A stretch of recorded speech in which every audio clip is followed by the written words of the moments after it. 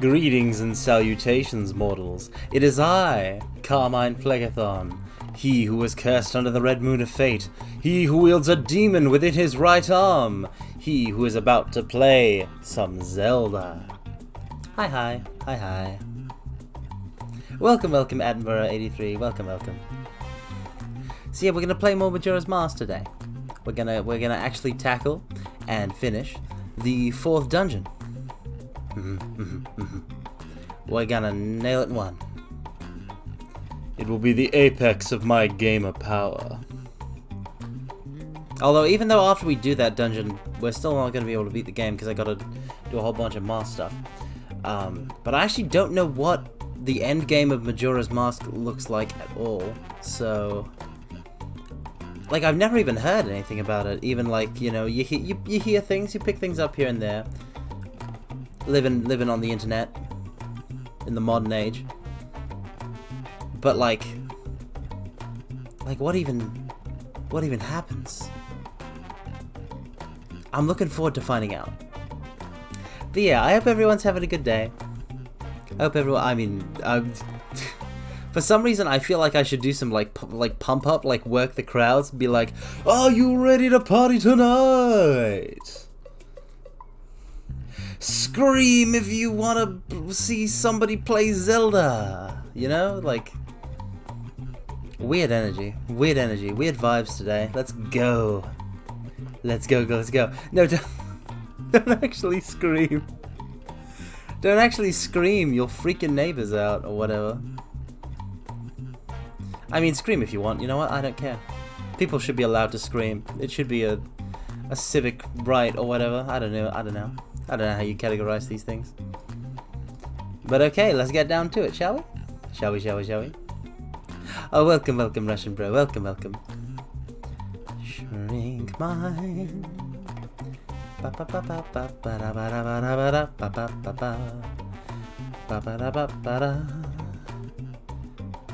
ba ba da ba da ba da ba ba ba ba. Welcome, Ratty. Welcome. I am indeed Carmine Gamer. I mean, regular Carmine is Gamer Carmine. A non-gamer Carmine would be some sort of Carmine Light flavor. Introducing new Carmine Light, now with 50% less gamer.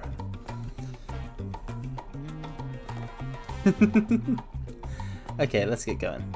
So, bibbidi bobbidi boo, sound I call to you. And you shut up. Let's go. We won't need any BGM where we're going, mortals. You can't get latency under 2 seconds? Good enough, I suppose? You know, I honestly don't know how good that is.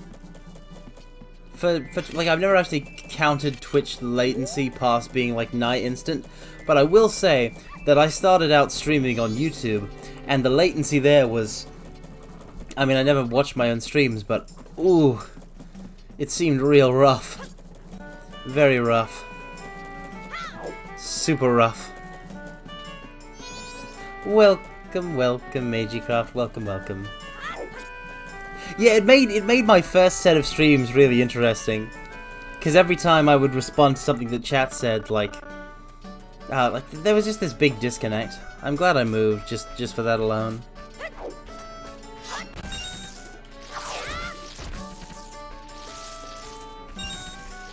I mean, I guess my connection from the underworld might be bad. It's possible. I apologize if that's the case.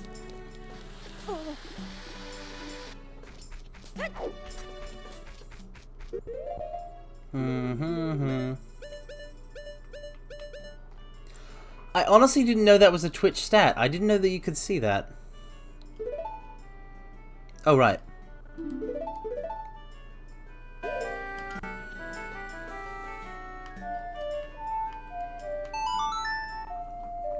Not entirely reliable. Yep. Trust nothing. Trust no one. Not even yourself.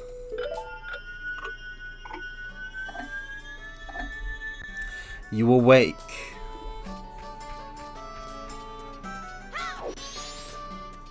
You awake to find weird messages written on your arm. All it says is, don't trust them. Find the person. I'm not gonna do a whole pitch. Hum.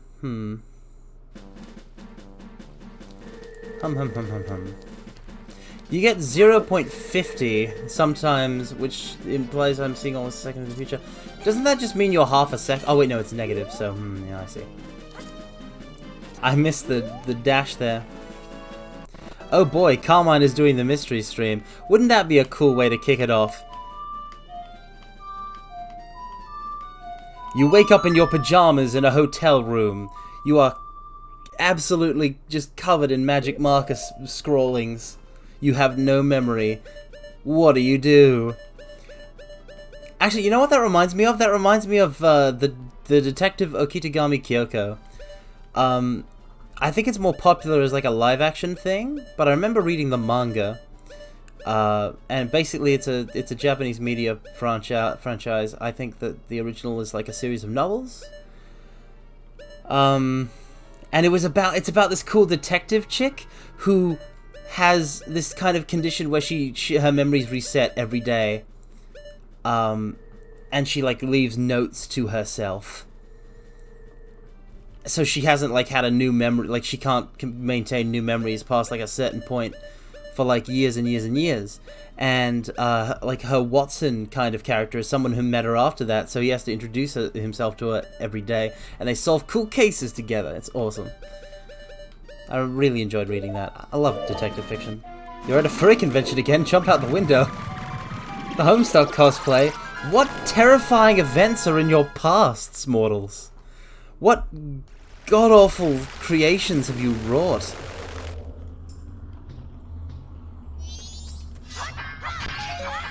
Aha. This time I'm ready for you.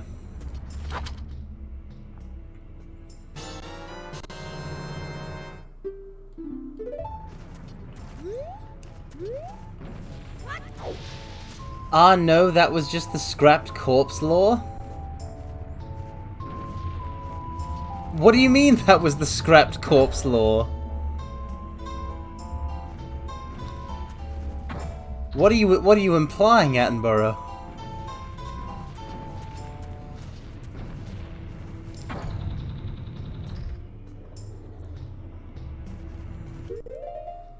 Oh, I've got to get good at the song again. Oh no. Right, left, right, down, right, up, left.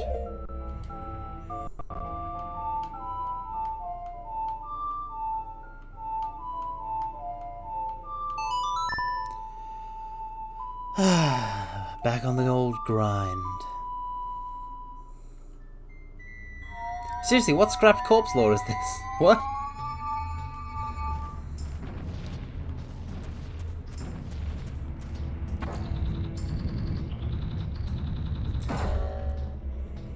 Oh no. It's an order thing, isn't it?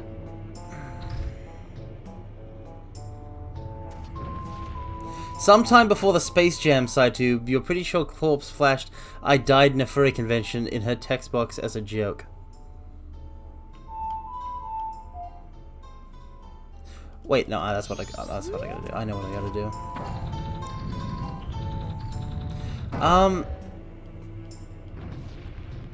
You know what? I wouldn't put it past. I wouldn't put it past her.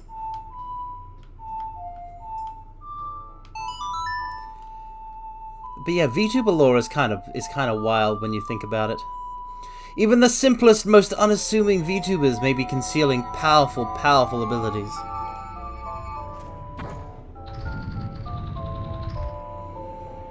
That was one of the most interesting things, I think, that drew me to the space. I was like, yes, there are many powerful fighters here, let us clash. But like, everyone's really nice, so I have no reason to fight anybody.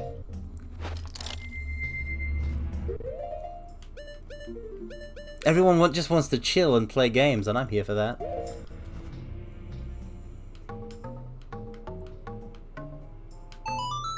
Oh, I'm so good at music. I'm not good at music. I'm terrible at music, but I am good at inputting directions for the ocarina. On a good day. Alright. And that's the last one. Okay, so we're gonna swap that to the Zora mask. And we're gonna play this tune on guitar!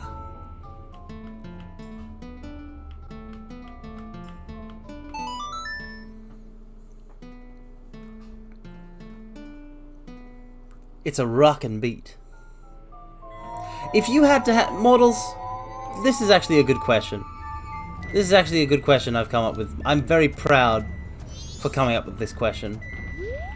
If you could have a magic... Yeah, it's a fishbone guitar. It's awesome. It's like a big fish skeleton.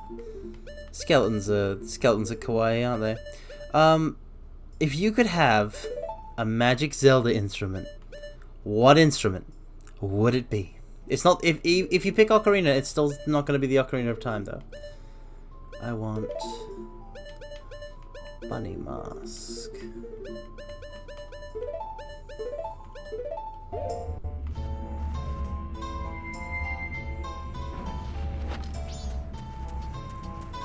Now, falling is bad, so let's not fall here.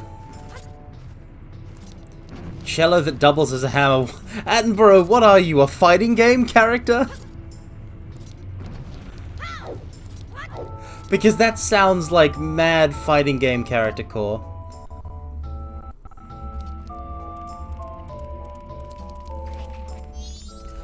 Oh! I'm an idiot. Okay, so for some quick context models, is that actually a thing? Is that actually a thing? Yes, actually. Hold on. I need to Google that real quick, but while I do, just FYI, not yesterday, a week ago. There's a big difference between yesterday and a week ago. But a week ago, I was doing the Majora's Mask stream, and it took me like an hour to get up here, and I eventually chickened out and went on to play the Fall Guys because I didn't have the brain power. But I couldn't solve the dungeon, the first area of the dungeon, and I just realized that it's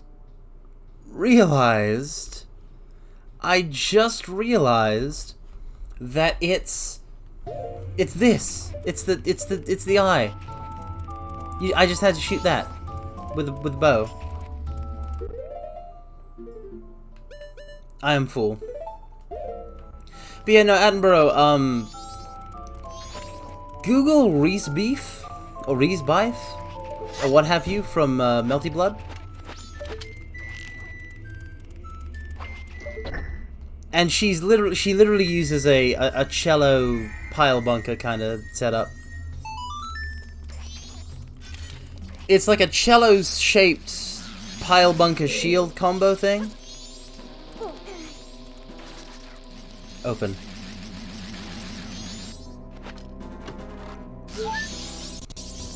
Oh no, wait, no, hold on. It was just for a stray fairy. Okay, never mind, everybody. False alarm. False alarm. I'm still just as incompetent as I was a week ago. Let's go.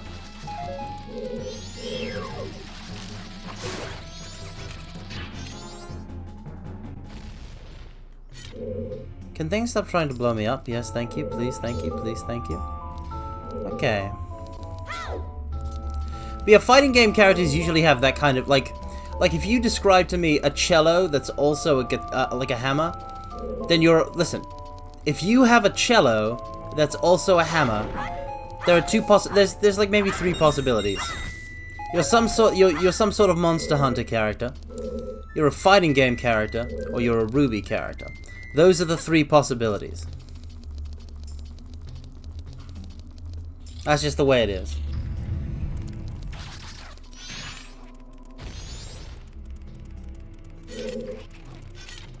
Okay, I think I have to use the crate here.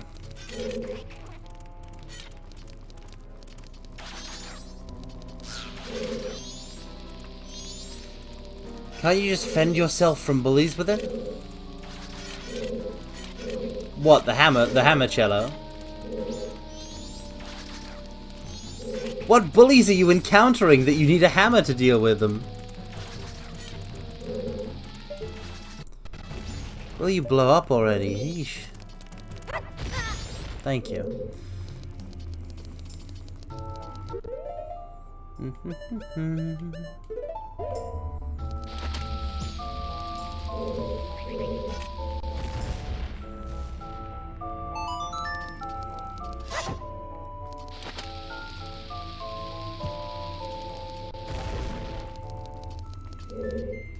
Turns out Attenborough fights bullies the size of skyscrapers.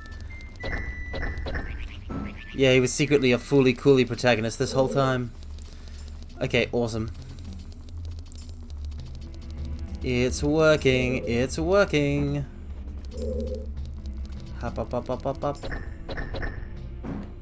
Okay, now I just gotta play the song once as a Goron and once as Link. Technology.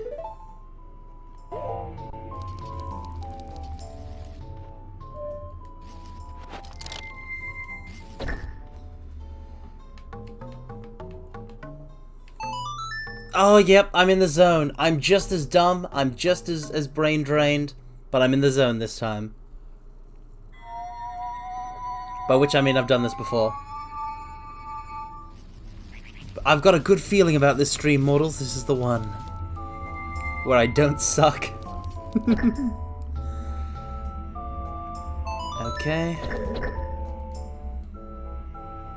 Oh wow, it does. Oh wait, it does play the sound. I was about to say it doesn't play the sound the second time, but it does. You don't think it'd be like that, but it do. I think that's how that meme goes. Ba ba ba ba.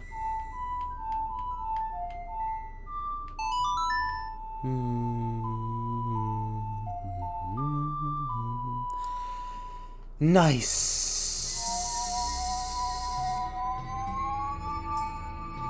Nice, nice, nice.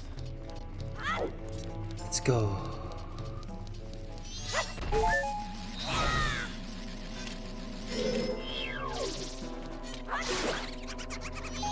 If you could have a ruby type weapon, what would it be?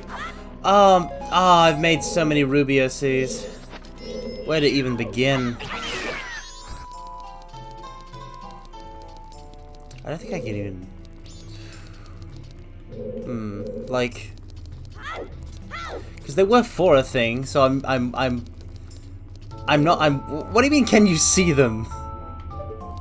What do you mean, can you see them? They don't exist in a visual space. I made them for forum roleplay way back when Ruby was new. Ruby OC that's just Leon. I did use a Final Fantasy character for a face claim once. Do you guys know about face claims? Should I explain what face claims are? Well, can we see their text? Nope. I'm pretty sure that entire site and all of its stuff is deleted. Everybody was given like time to move off or whatever. But yeah. Well, just for the viewer in the year 2032, to give a brief explanation, if you wanted to roleplay on the forums,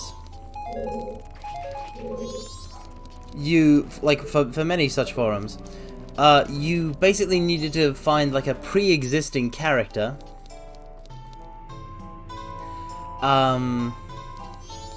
You had to find a pre-existing character that existed in media and pick them as the face claim. Basically, like, you use their images of that character for, like, that account, that profile pic. Because you made, like, a posting account for each individual character.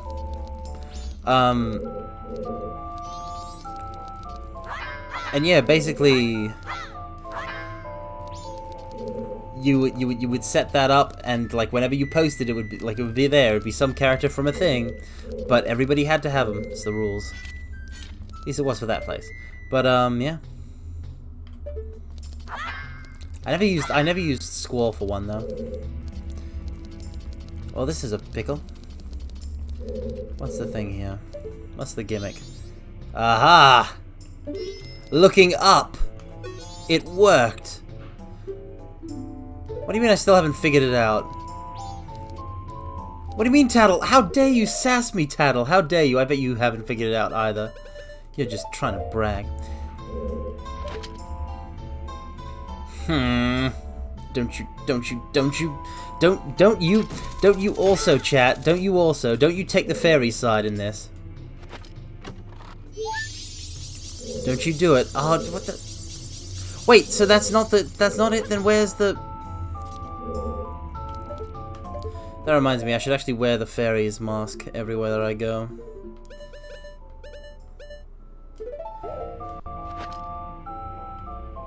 Okay, so there's still another one in this room. Where could it be? It's the Carmine! Welcome, welcome, Yusha. Welcome, welcome. It is indeed the Carmine. Oh wait, no, I can grab these, I think. Maybe if I am Goron Link? How's it going? It's going well. Aside from the fact that I can't figure out how to dungeon the dungeon. But you know, I was just talking about the old days where I had a million Ruby OCs and I was using them for forum roleplay. Because like we were talking about kind of crazy weapons, and I was like, there's only three categories: Monster Hunter, fighting games, or Ruby. I never actually ended up I made like a lot of characters. I never did a lot of forum roleplay. What kind of cool swords that were also guns did you make? Well, see, that was the thing. I was kind of worried about. I haven't actually said what I made. I'm still kind of worried about, like, you know, maybe people piece things together. And speaking of Monster Hunter, when we're playing, depends on whether it's Rise or World, because I ain't buying a new Monster Hunter when I barely touched the old one. But like whenever, hit me up. Unless you mean like a. Well, I mean, even if, like, whether it's like just playing offline, like just playing cash or a collab or whatever, just hit me up. Honestly, this applies to pretty much everything. Just hit me up.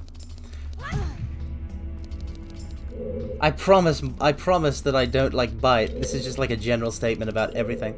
But you know, when it comes to what kind of cool swords that were also guns, oh, you have no idea. I had a combination of, like, okay, so I had a halberd, right? And the halberd split into, the one that I'm most proud of is probably that one. It was a halberd, but the halberd split in two.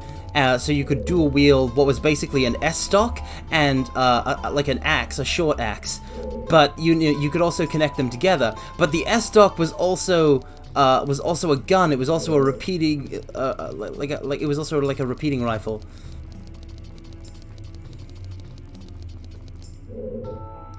And it was just like it, and like, oh, it was totally sick. It was totally sick. I wanted to make a polearm weapon that wasn't like Ruby's, but yeah, I made a bunch of stuff.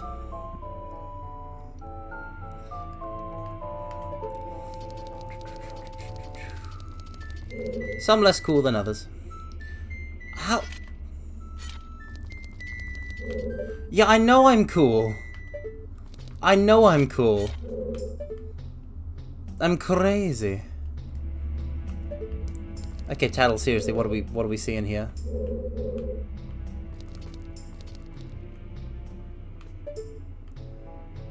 What are we seeing here, Tattle? What do I do?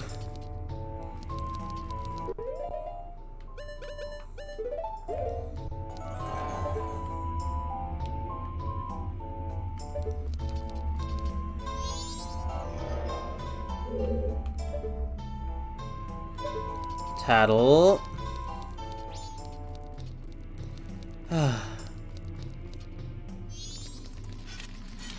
I'm so confused, but I'll figure it out. Kind of just imagine you summoning weapons like McBurn. I mean, Meiji, that's my whole shtick. I can summon weapons. How else am I supposed to use my 1,000 golden weapons of heaven? Would you hold the S-stock part by the blade when it's a halberd?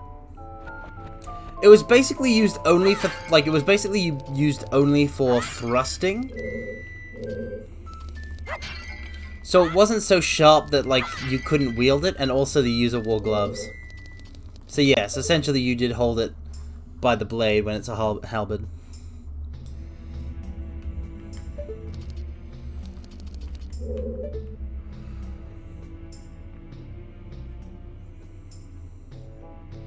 There's a big hole in the ceiling. I can't get to the hole in the ceiling. Why is that? What does this room being dark have to do with it? What about the lava? Tattle? What the flip?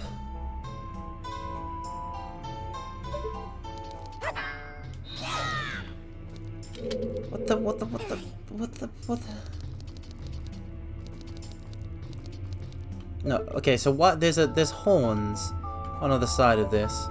Maybe the horns have some... I'm not gonna walk into lava, Legend of Zelda. I'm just not gonna do it. Welcome, welcome, Calavera VT. Welcome, welcome. I'm just trying and failing to solve this puzzle without walking into lava. Because I got no idea what to do in this room. While talking about stuff like Ruby back in the day, and then forum role playing and stuff. Probably the best dungeon in the franchise. That's a high bar, my friend. That's a high bar.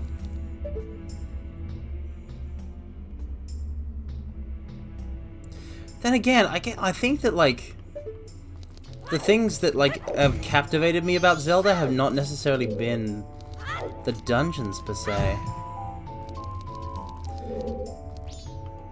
Maybe that's just because I got into it in Breath of the Wild, which has pretty mediocre dungeons. But come on, what do I do? There's a big hole in the ceiling! The hole in the ceiling! It begs me to fill it, but I can't, like, go up there. I can't levitate. And what are you there for? Okay, hold on. What if I just go Goron Link and that was the solution the whole time?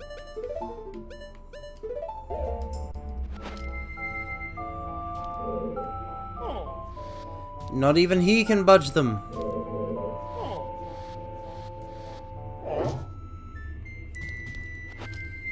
Do I have a mask for this?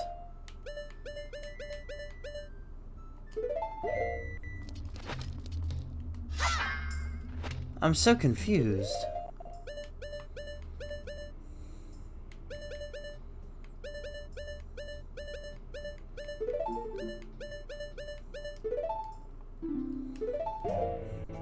I have such a limited arsenal. How am I messing this up?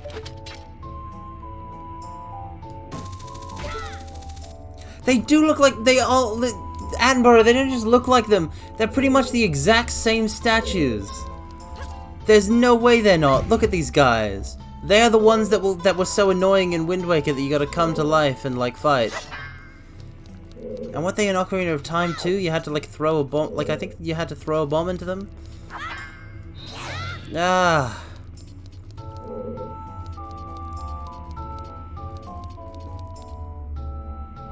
Okay, I'm gonna shoot an ice arrow into the lava.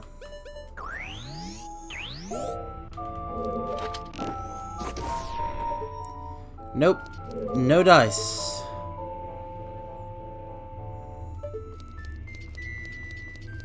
This is definitely where the game wants me to go, but aside from Tattle giving me that one hint...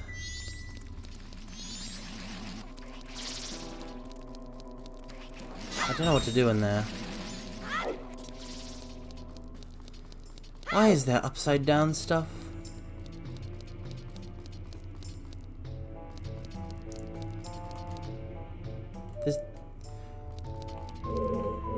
You're expecting it to turn into obsidian? No, that's not how that works. No, no, no, no, no. No, no, no, no, no.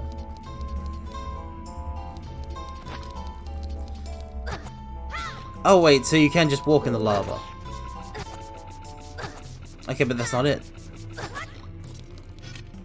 How do I get light? I just need light to reflect from my shield. Wait, hold on. Is there like... Am I meant to...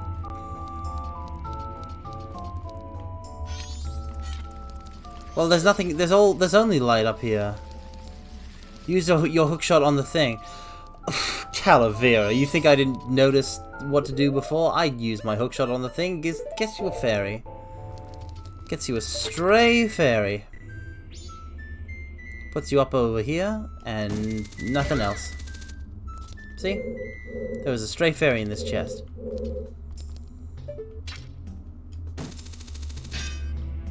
Can't use the hookshot on anything else.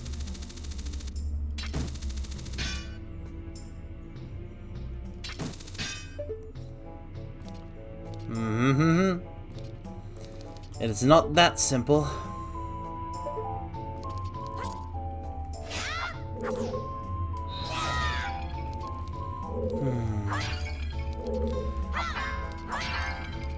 Have you done the thing outside of the temple? What thing outside the temple?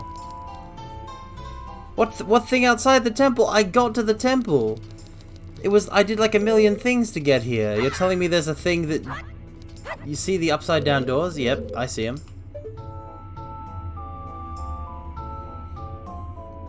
You're telling me I have to do a thing outside the temple to turn them around? Have you interacted with them? No. I can't. They're upside down. I'm not David Bowie, Calavera. Okay.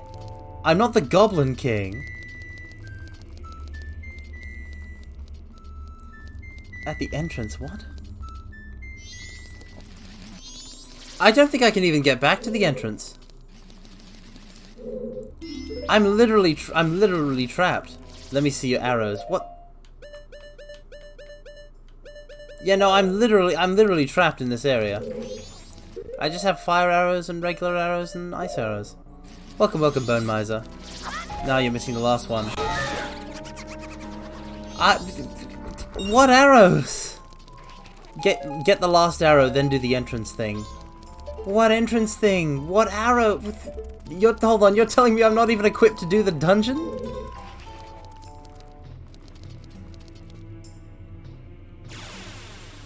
Welcome, welcome, Rain53. Welcome, welcome. Thank you for the raid. You get it in this dungeon. Then what's the... Then that's not... Then, like... I've been everywhere I can be. But yeah, welcome, welcome, raiders. I'm Carmine Phlegathon, the most cursed and powerful VTuber, he who was cursed under the Red Moon of Fate. And also, I'm very bad at Zelda puzzling, so we're playing some Majora's Mask and I'm sucking at it. Welcome, welcome, Rain53. Welcome, welcome.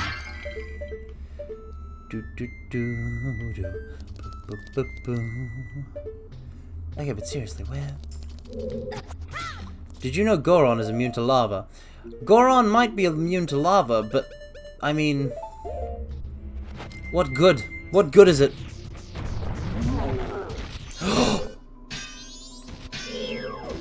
Oh my god!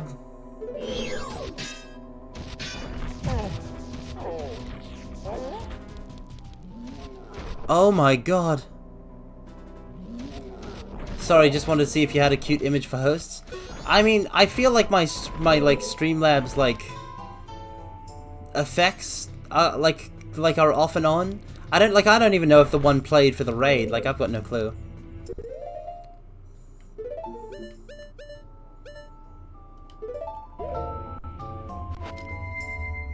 One played for the raid. Well, that's working, so that's good. But yeah, I don't have anything for hosts, because, like, I don't even know what hosting is. Like, I don't know what the hosting is, or what makes it different from a raid, or what have you.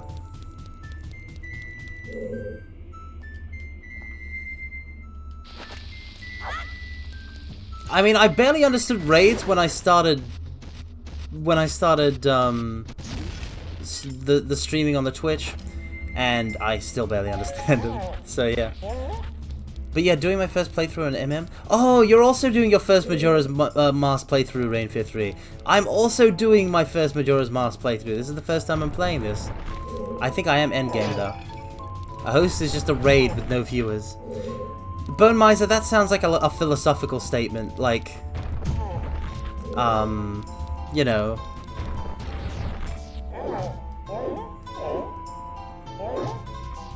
I actually can't think of a philosophical statement now. A host is when you set someone else's channel to appear on your channel.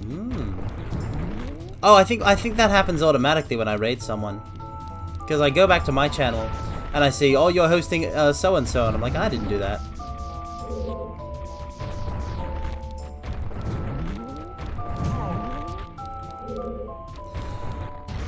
I mean, everyone should just be on my channel. Why would they be on anyone else's channel? Only pay attention to me, mortals. Only pay attention to me. Your focus should be on me.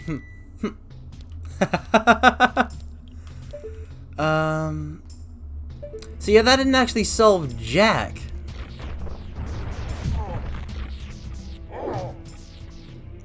That didn't solve anything.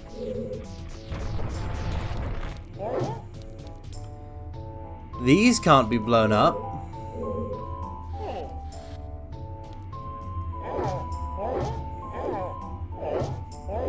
Play the...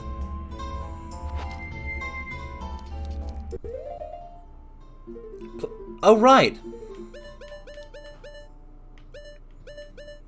Except... that's not a thing. That's not a thing. No, it isn't. I know it's in Ocarina of Time, Calavera, you. But it's not a thing in this game. The Composer Brothers give you the Song of Storms. Did you look up, Carmine? I did. I did, guys. Like, I'm not that dumb. Look. I see a big shaft. But I can't get into the shaft. The shaft is too far away. It's too tall.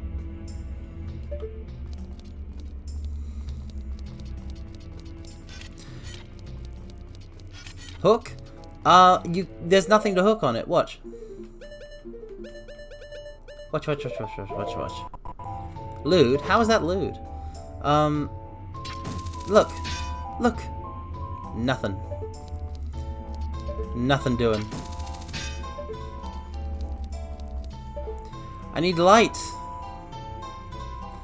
I should have been the one to fill this dark dungeon with light! No, this is just a chest. This is just a chest with a fairy in it. I'm telling you. There's a solution here that we're not seeing, mortals. I'm telling you. The answer is here. Is there? Well, I'm literally trapped in here, Calavera, so there's gotta be. Because the way I came involved opening a gate by weighing down pressure pads. I can't check the other rooms, Calavera. Because I had to weigh down the pressure pads to get in here. But the only other room I have access to is the entrance, which I combed last time. And there's nothing in there, I'm telling you.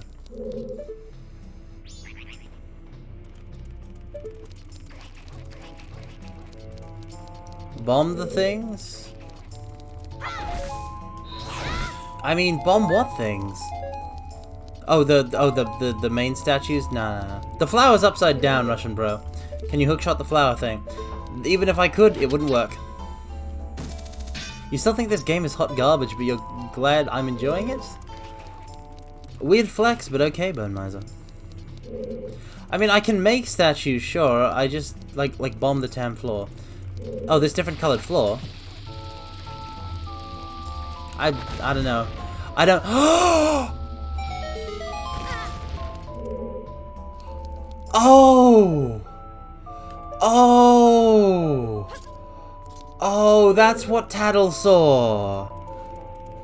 That's what Tattle figured out. I'm just dumb. Okay, let's party.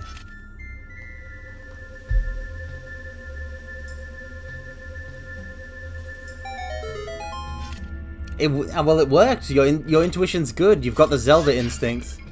That's fantastic. Thank you so much. Alright, let's go. Game for children, stump streamer. I have the streamer brain, thank you very much, Calavera VT. It affects all VTubers, alright? It's a very serious condition, and I'd like you not to make light of it.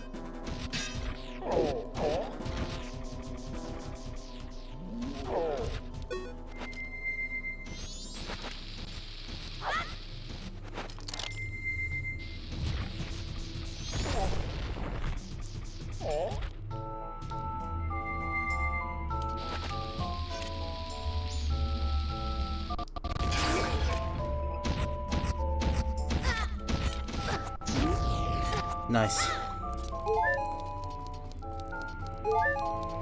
Yeah, no, Zelda is maybe a bit too big brain for me, but I really like them. I really like these games. This is only my my 4th Zelda game. But then again, it's my 4th Zelda game. You'd think I'd be a little bit better at it by now. I mean, I did look up this time. The problem was I didn't look down. You know what I mean? So wait, what did I got the map, I think.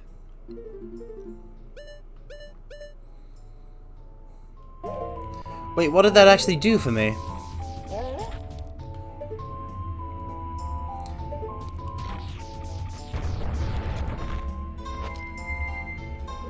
what?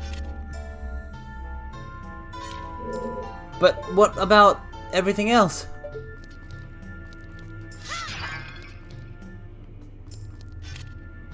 What about other thing?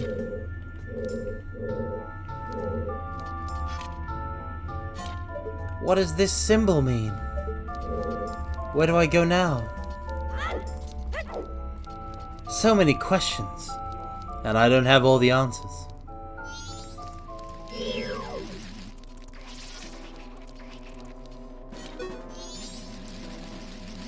Yeah, you'd think I'd have at least gotten like a key or something.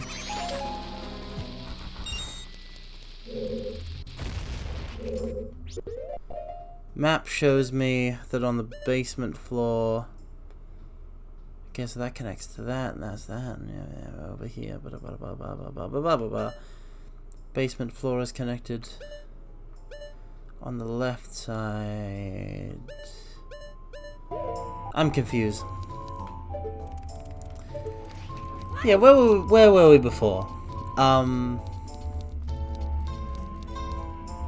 Outlandish weapons? I think we were at really cool super outlandish weapons. Actually, let me ask the initial question that prompted it again. If you could have any sort of Magic Zelda instrument, what would it be? Like if you could have a Magic Zelda-esque instrument where you could play music on it and would do cool spells, what instrument would you pick to play? I think I would like a saxophone. Even though I have no idea how to play the saxophone. That or violin. Actually, maybe violin. But they both seem so hard. Maybe just piano. Fishbone guitar. Good taste, good taste. Ocarina still. Okay, Rainfur 3, but it's not going to be the Ocarina of Time.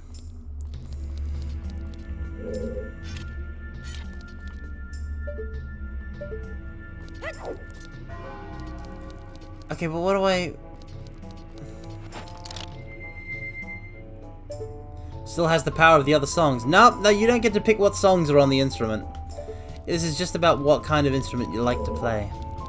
I actually have played an ocarina. It's kind of fun to just jam on one.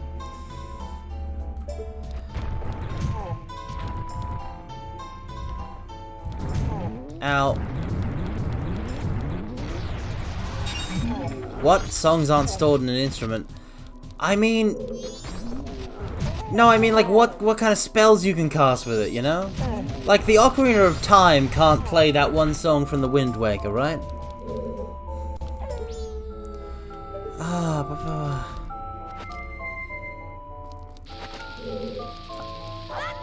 But honestly, how do you know? How do you know? How do you know? How do you know songs aren't stored in the instrument? Maybe. Just maybe. The memories of the songs once played resonate and are stored within.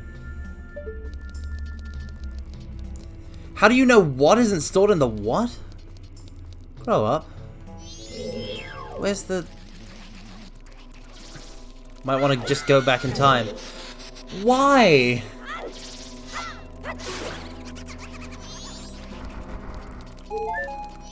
Am I soft-locked right now? Is that what is being said? Am I seriously soft-locked?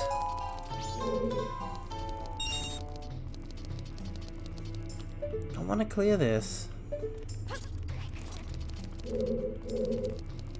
Wait, use the song.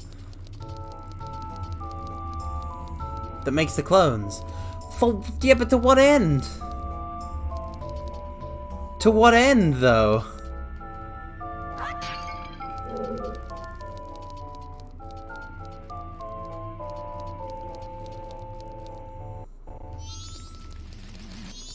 To what end should I make a clone? It's not like there's a pedestal to put it on.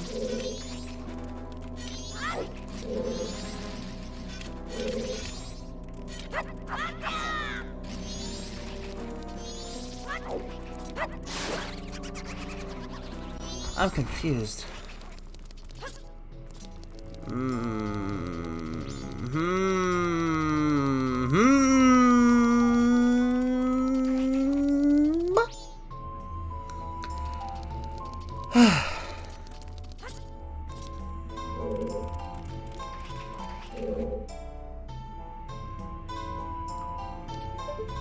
What does this mean?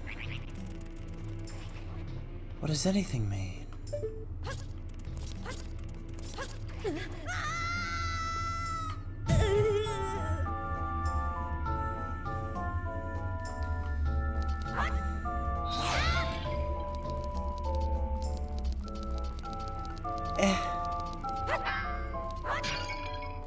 Am I soft locked?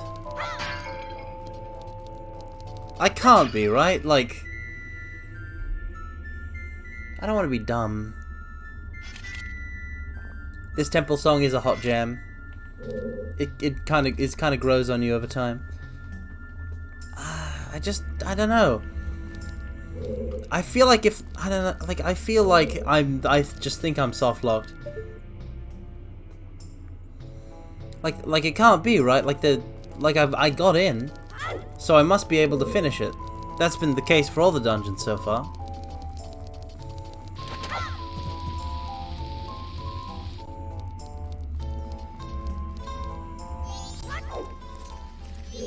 Let's see, there's that. That's the entrance. In that way. Think like a pro gamer. What, you mean like an esports player?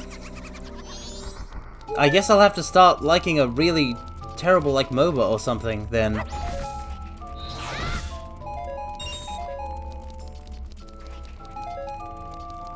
Like, you want me to start streaming Valorant or something, Bone Miser?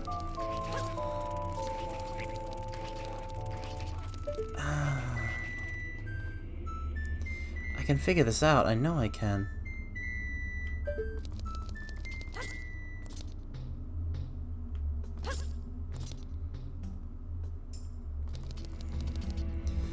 Link, reveal unto me the secrets of your linkitude.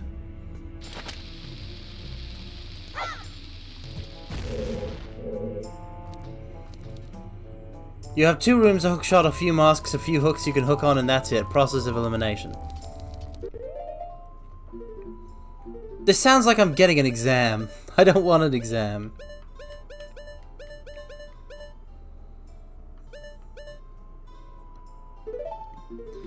I have a hookshot, but the hookshot is useless. Welcome, Nos Nitro 102. Link, I want to play a game. I actually don't, like, aside from parodies of him, I actually don't know what Jigsaw sounds like because I've never watched Saw. Because I'm too scared of Saw and scary movies like it. Yeah, no, I'll stick to my Saw being anime, like Danganronpa and Zero Escape. Thank you very much. Well, what the I can hook, I can shot, I have masks. Goron mask is immune to lava, can roll good. What's the hook target above your head do? Ledge with a treasure chest. I mean, it seems like the obvious answer as soon as you get in the room, so I get why everybody who's popped in chat mentions it. Can you destroy the stone statues next to the light? Nope, tried bombs on them.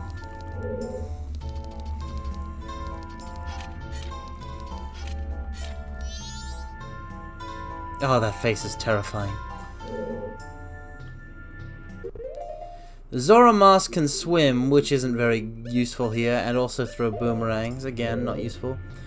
Deku Scrub could use the flowers if they went upside down, and has bubbles. So none of those. But then it can't be any of the side ones, really, either. I have multiple flavors of arrows.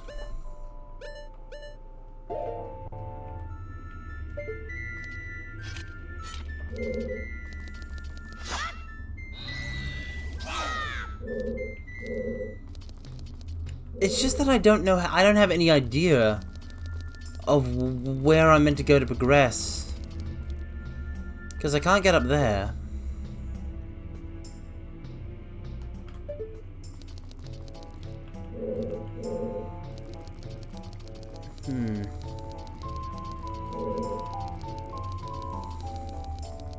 For some reason, my brain is now thinking about Life is Strange, which is real weird, because, like, I guess maybe it's associating, like, not being able to get past a puzzle, but the stuff in that game wasn't even that hard.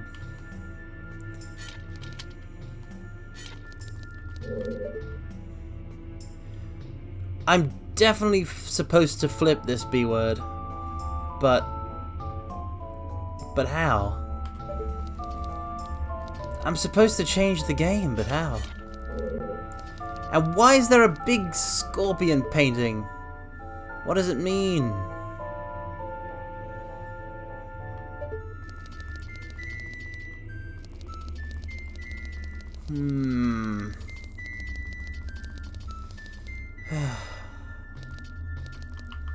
I will not look up a walkthrough. I will not look up a walkthrough.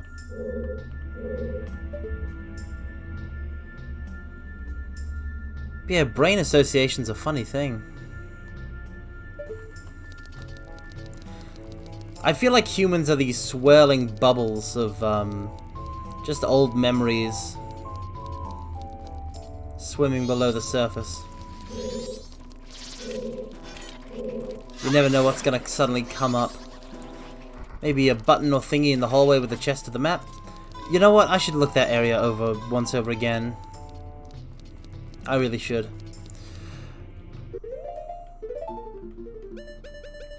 Because there's so much stuff, right, that you, like, basically forget, but you see it for a second and you remember it all again, you know?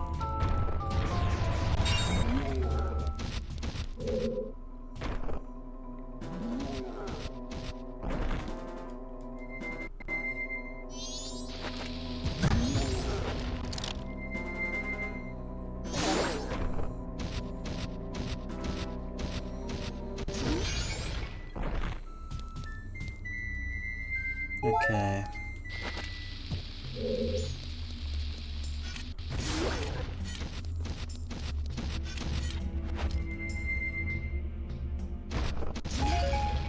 Nice.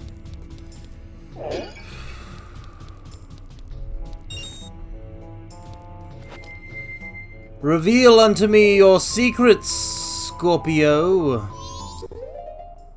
If that is your true name.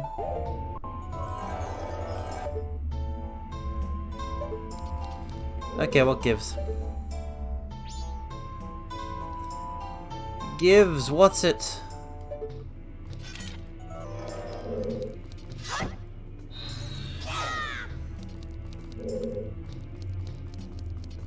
If I'm stuck, I don't mind resetting. Did I try killing all the statues in Goron? That's probably it. Bone Miser, that's probably it. That's probably it, right? That's probably it.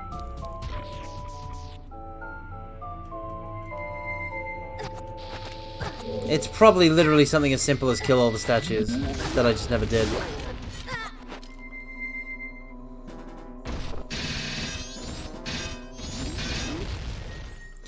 Yep. Ladies and gentlemen, this bodes well for the rest of the dungeon. Wait, no, it's gonna be another fairy. No, it's a key. It's a key. It's a key.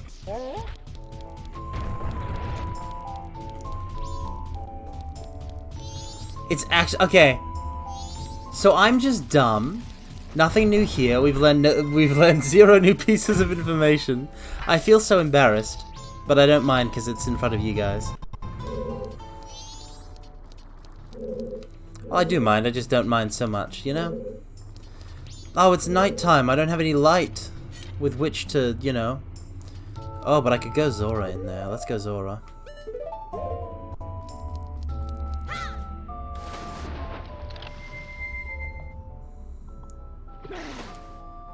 Dive time. Okay.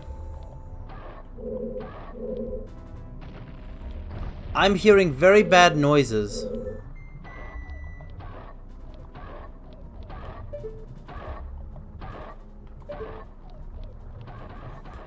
I'm going to surface.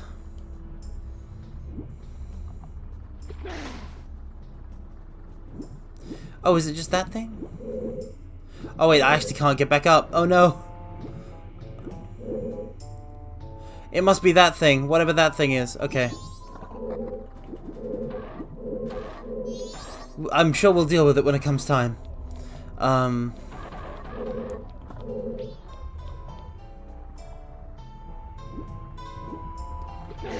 Can't get up.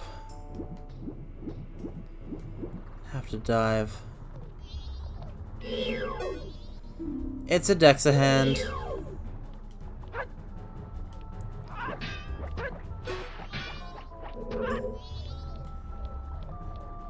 You just gotta swim up. Oh, you think? Oh, yeah, no, fair point. I mean, actually, wait, no, maybe not.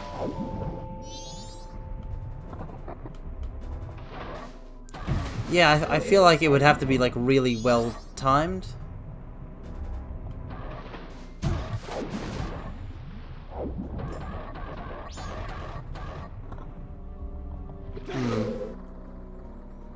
Oh well.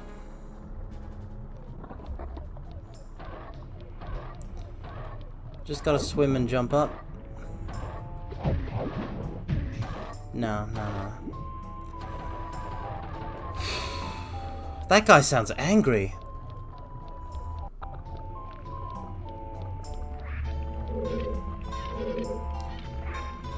I'm hearing unpleasant noises. Wait, I think I'm hearing Biodecobabas. Which would be bad. Yep.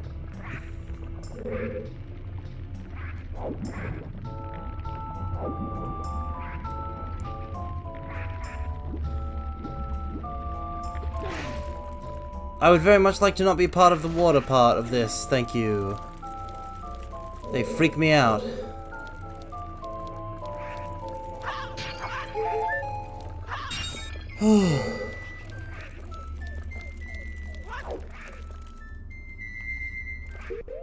Fire arrows, fire arrows. I may not get the fairy for this one.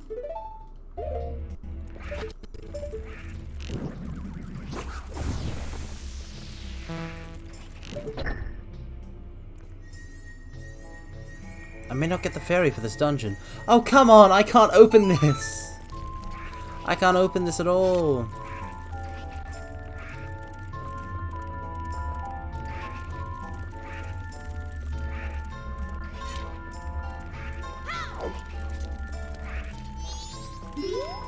What is this? It's like a delayed mirror. Oh, I get it. Watch this. Okay. So basically, the longer I charge it up...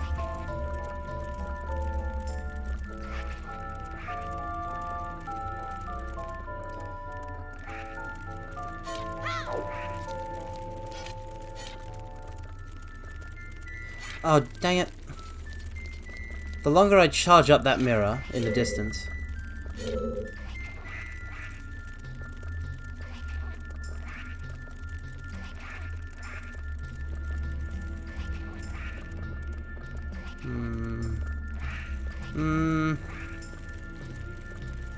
The longer it'll stay charged for.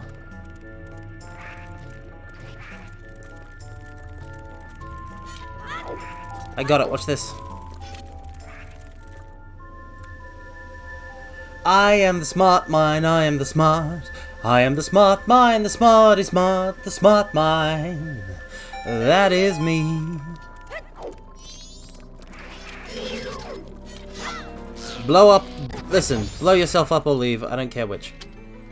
Yeah! Finally some real treasure in this place. Mortals, it just ain't adventuring without the loot. Compass. Not bad.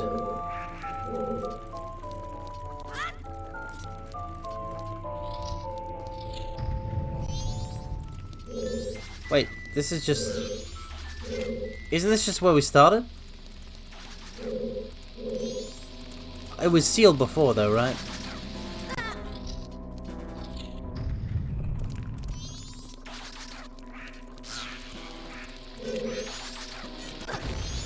I think I have to go back into the water as Zora Link, and I'm not looking forward to it.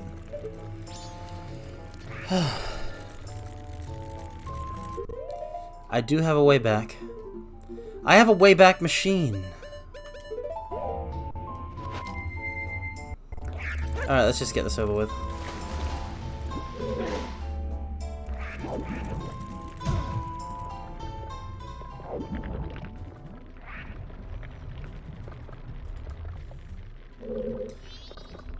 I hate the fish. I hate every underwater enemy.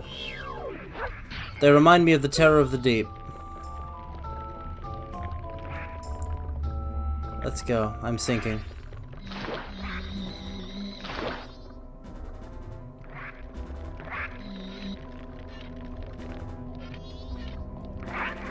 See, these things. These things terrify me.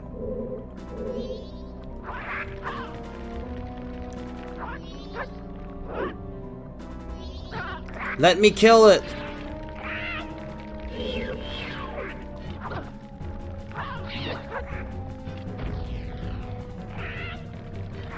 I hate them! I actually hate them! They are my least favorite Zelda enemy of all time, for now and forever. I hated them in the Blast Dungeon, and I hate them now too.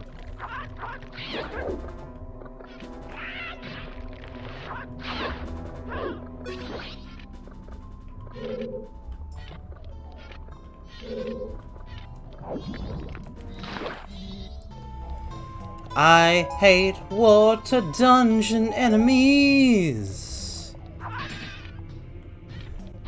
They creep me out. Are you serious? Wait, so all this was for naught? I can't actually do anything here? I mean, there is that sun thing, I guess, but I can't touch that. Oh no. What's going on? What's going on here?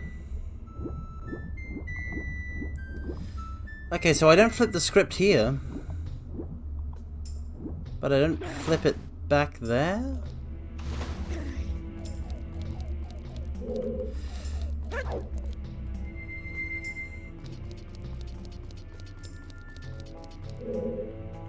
Oh hey, it's that scorpion symbol from before.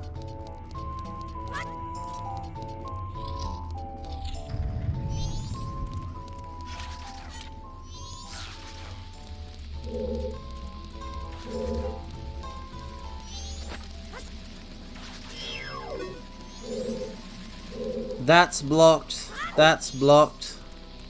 There's nothing down here but death.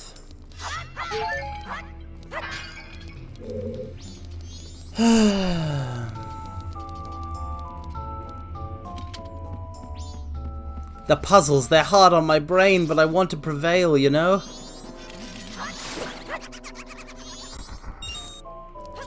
I'm torn, because I could be, like, more chatty at the moment. And in fact, I want to be, because you guys are such wonderful conversation when it comes to, like, stuff. I mean, also when it comes to this dungeon, but when it comes to stuff outside of this. But I'm spending so much of the stream being like, I don't know what to do, chat, help, help, mortals. Wait, what's that up? The boss platform is... is up there? I've been on a full loop, one full circuit. What's the sitch? What's the dealio?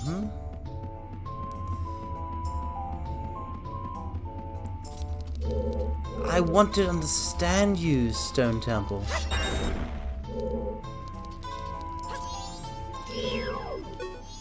I mean, I understand you a little bit. Stone is an excellent building material.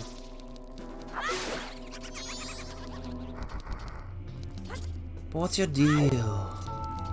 Let's get to the soul, the core of who you are. As a person and as a dungeon. Oh great, they're back now.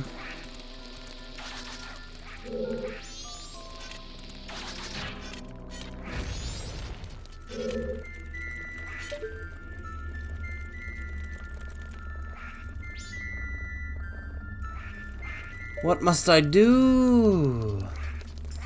Maybe you'll need to advance time to get light for some puzzles. I doubt it's... I honestly, considering the fact that it's nighttime, but, like, I've still got, like, all of this light, I doubt it. I doubt it a real lot.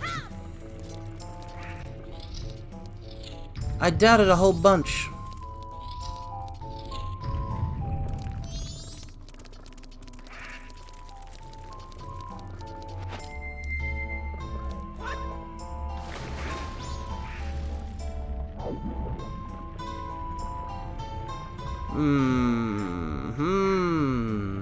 I mean, like, basically I'm just following, like, would it be bad game design, and I think yes.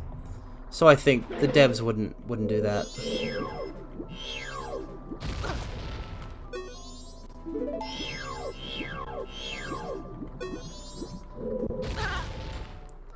There's that guy again. Still don't know what his deal is. He's mad at something. Me, maybe.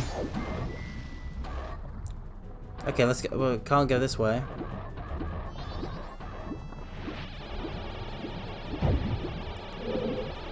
I'm so confused. What's funny is because the design, the layout of this temple heavily implies that there is going to be a mechanic where, like,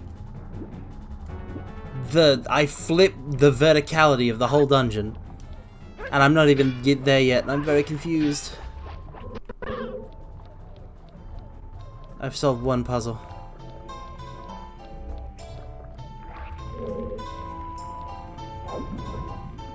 And there wasn't anything down here except the sun.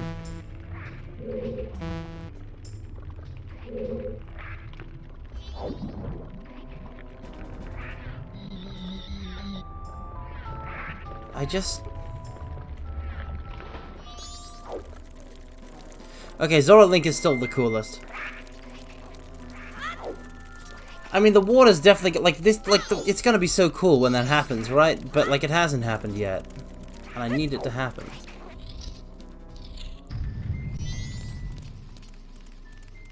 See, this just sends me back here, but without any new gear. I'm missing something. But what?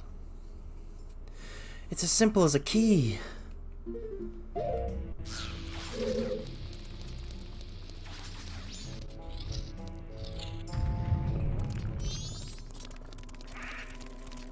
I don't want to tap out. I don't want to tap out. I'm very dumb and tired.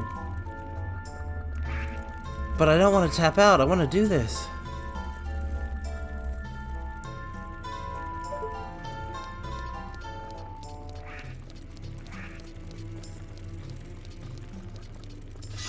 My head feels as if it is blanketed in a theep.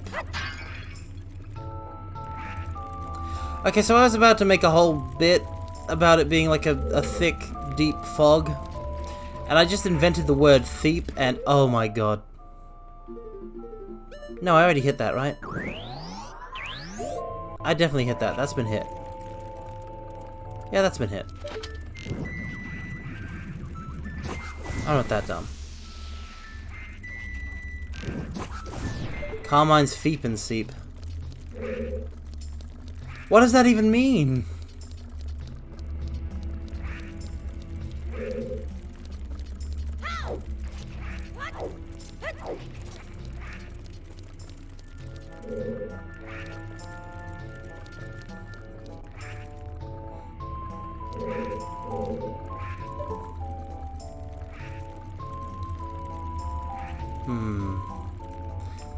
You know what? That's okay. It's okay that you don't know. It's okay not to know things. Well, oh, wait. Oh no, I got turned around. I thought that was a different one than what I'm looking at. So maybe there's an eye up here that I need to see.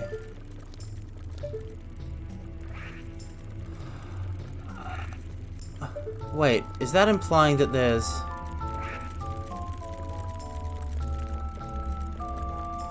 No, but I wouldn't be able to point the shield. I wouldn't be able to point the shield anyway if I did go down there as a human Link, as Hylian Link.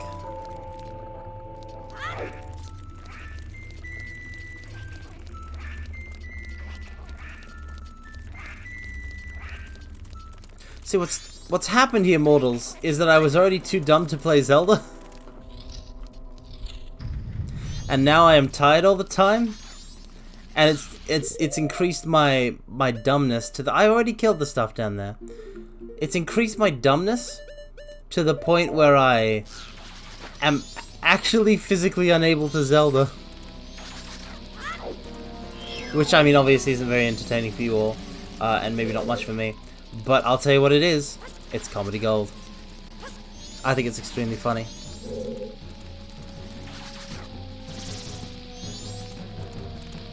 Oh, Bunny Hood, why don't you increase my flying capabilities, my climbing capabilities?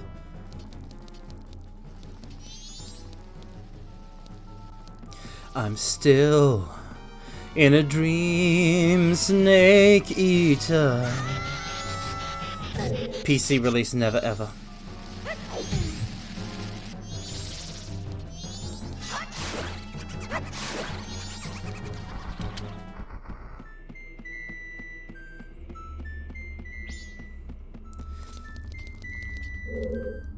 That Metal Gear Solid reference makes me wish I could call the Colonel for help.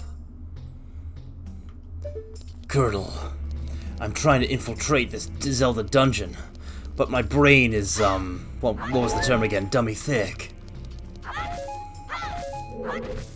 And I can't figure it out. What should I do? Colonel! You suppose bunnies don't climb ladders too often? You'd be surprised.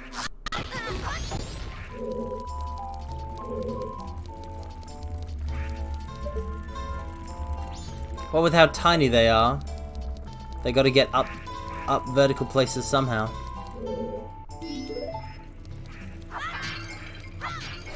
Bum bum bum ba dun dun dun da da ba dum bum bum ba dum bum bum ba da bum. Let's try exploring the briny deep again. Welcome, welcome, Rakugozu. Welcome, welcome. Greetings. It is I, Carmine Phlegathon. He who is cursed under the red moon of fate. He who wields a demon in his right arm. He who is very bad at Zelda. We're doing a dungeon. Yeah, welcome, Raiders. Just playing a bit of Majora's Mask. Welcome, welcome, Go. Welcome, welcome. What was Raku's stream? What was going on?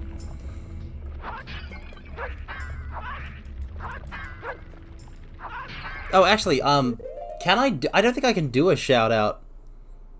I don't think I can do a shout out, but I want to anyway. I don't like have a command for it.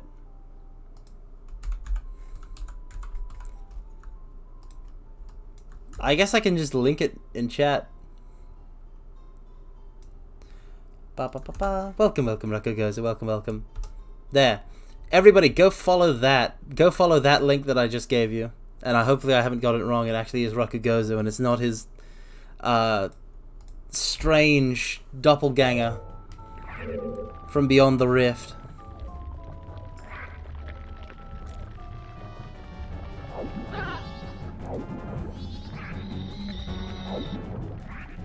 Yeah, Raku's cool.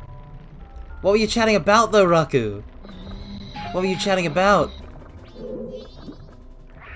Talks about Kaiju, Kamen Riders, Ultramen, Undead, X-Unluck, SCP, Sharknadoes, practical effects, and more, lol.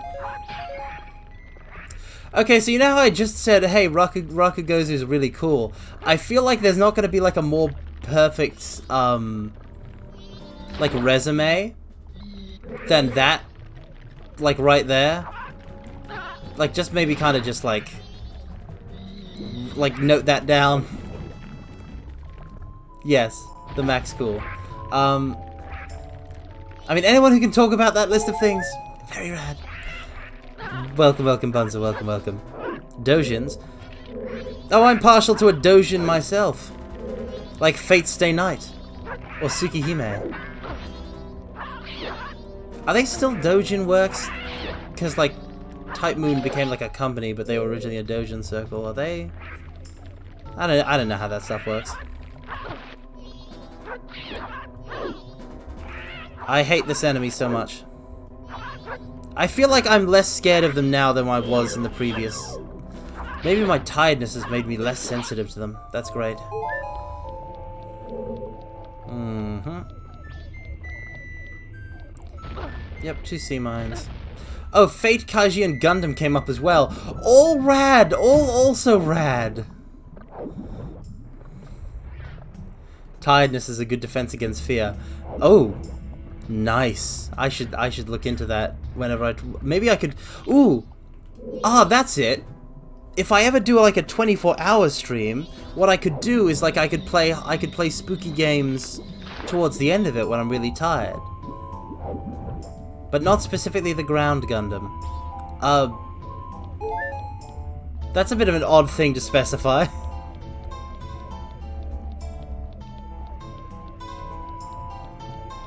The Gundam ground type isn't exactly the most, like, notable of mobile suits.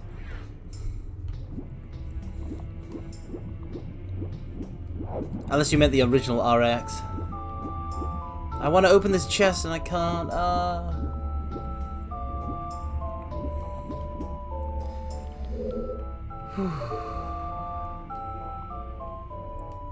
But yeah, Fate's good, Kaiji's good, Gundam's good. It's very cool though, and also some of your posters. Yes, you've got a sharp eye, Go. You can still see in the top right what I've got going on there. Season 3 anime never.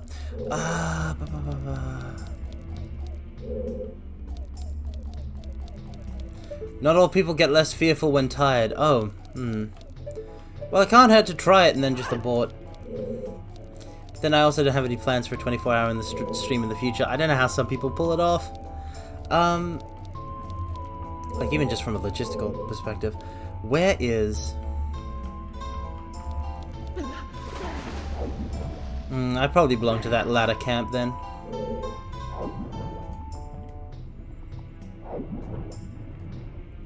Do I surface into the button?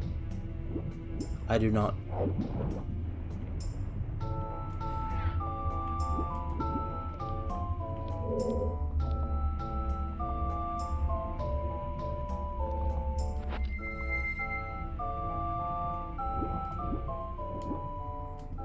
Yeah, no, Link can't survive in this kind of environment. Nope, nope, nope, nope, nope. I want to spin the dungeon. Give me a dungeon spin, please. Please, please, please, please, please. I've been on my best behavior.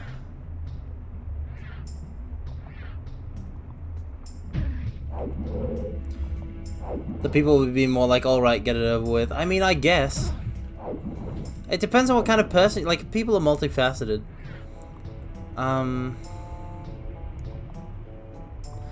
Because, like, that's what, like, when you say, like, tiredness stops fear, that's what I would think as well. But then the other thing also has...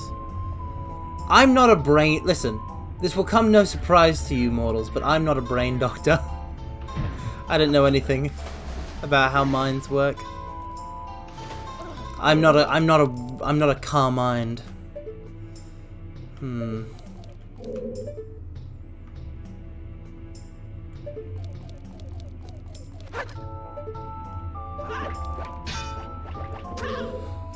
Why does this have to be so hard? I can do this, I swear, I just gotta...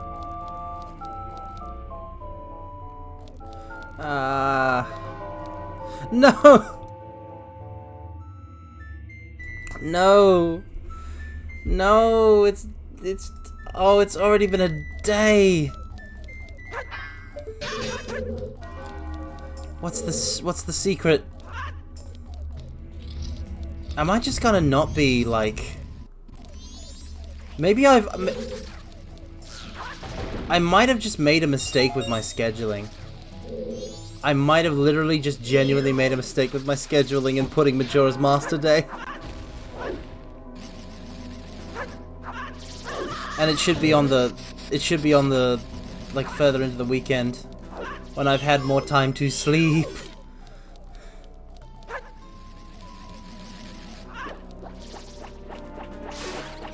I'm gonna do that. I'm gonna do that next schedule. And this will be like Ragnarok or something. But that doesn't solve the immediate problem, which is what do I do?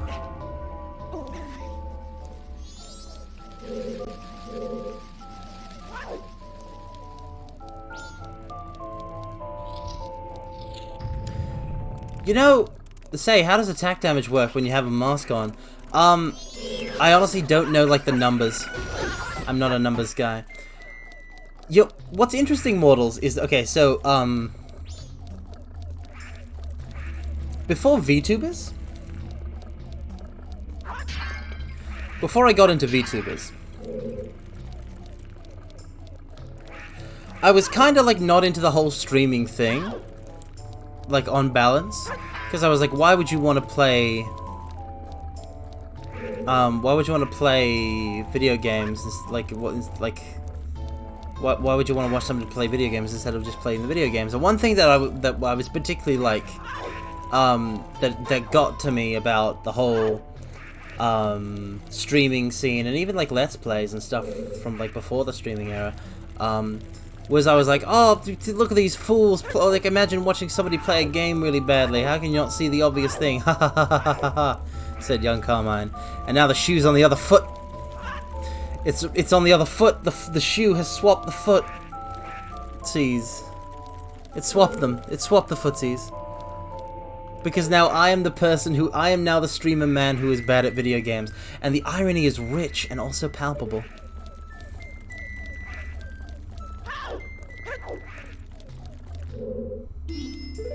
I will say this. I will say this. I'm not gonna blame the game for me being stupid. I don't want to do that. I genuinely don't want to blame the game for me being stupid. Not gonna happen. To be fair, I'm not watching most VTubers to see them play video games. I feel like it depends. Like VTubers have like their like sort of maybe like a core audience of people who, like, you know, are just kind of interested in that person's whole vibe, and then you'll get people who are interested in what a particular game they play or a particular niche they fill, as opposed to them themselves. I don't know how it works. I don't know why people like VTubers. That's a big question. It's a too big question, too philosophical for me. You still don't get why people want to watch people being bad at games? Yeah, no, I don't either. It's not like I understand, Bunzel.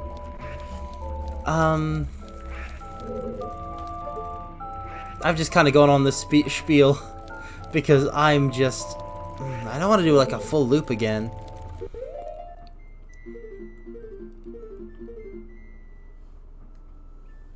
Did I just miss something? No, you're meant to go this way. And this requires a key. It requires a key. And I don't have a key, but there is a key. I'm gonna do a full rotation.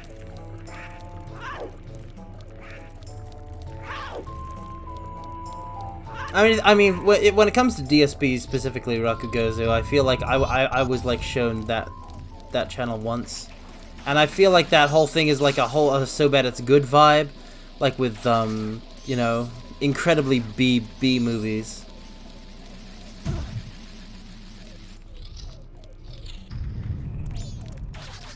Like I remember my... Oh wait, no, this chest is on the ceiling. I've been rused.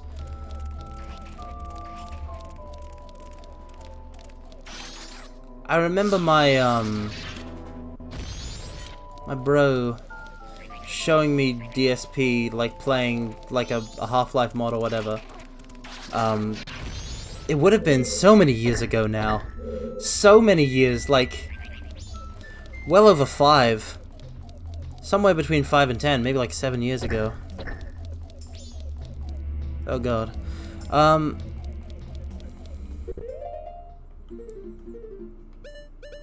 was a much younger Carmine then. But yeah, and I really wasn't interested in the channel, but the appeal is definitely a sort of like so bad it's good, kind of like, I guess, watch it to get angry about someone being bad at video games, I don't know. But yeah. I mean, that's a thing that's always been kind of my deal, is that like people should want to be good at video games.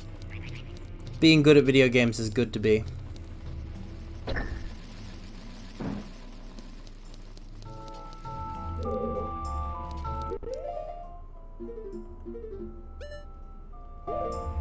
I might as well do the whole shebang.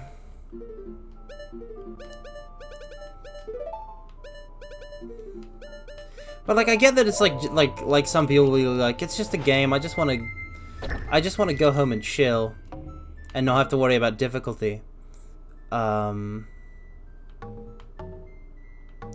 that's fine. Like, I can understand somebody wanting to like have a game they relax with that they don't care about being good at. I have those. But I think one of the great aspects of games is as opposed to other media, in that they challenge the person experiencing them as an active participant. Because it's that feeling of accomplishment, right? Like, you all know what I mean. You've all felt it. You feel it too, don't you? That feeling of success when you clear something difficult in the video game, whether it's like a puzzle or a really hard boss, mastering a gameplay element. There's a sense of triumph.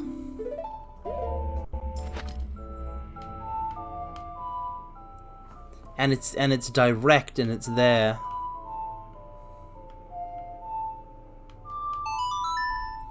And that I mean, I feel like we're all like, I feel like we the gamers, we're all just kind of chasing that feeling, you know? I think people want games that will make them feel like they are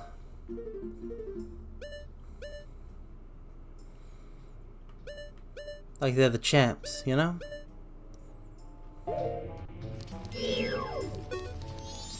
Okay, real quick, just check where that is.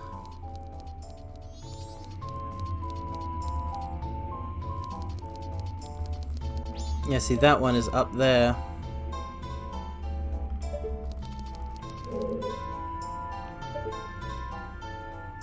Boy, that's where the...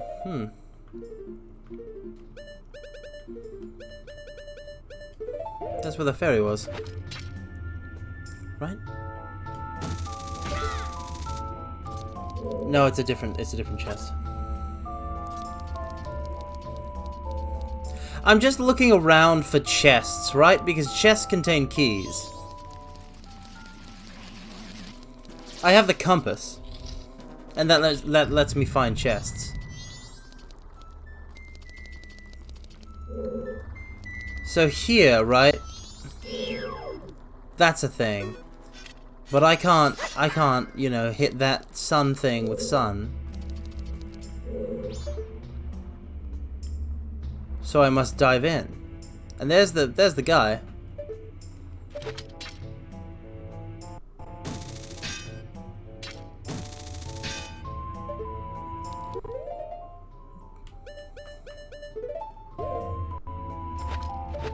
Hey guy! Move for me. I want to see you while you're not... No, it doesn't stop moving until I go.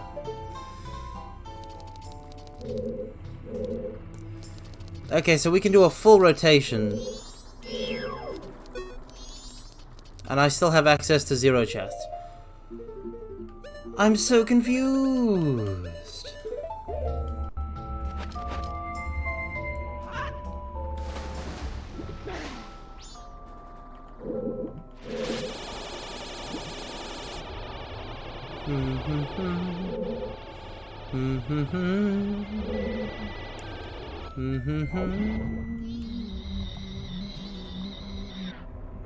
See, there's the thing, right? But that requires things to be flipped. And there's a chest here, but I can't access it because it's on the ceiling. And there's chests there, but I can't access them because they're on the ceiling. Everything is on a wait, there's 2 chests there. Why are there 2 chests? Why are there 2 chests?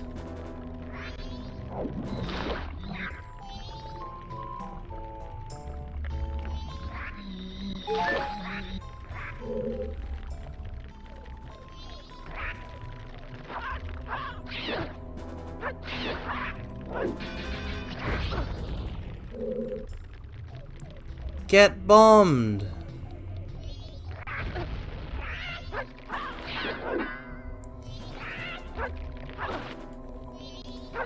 I still hate these. They made them very creepy.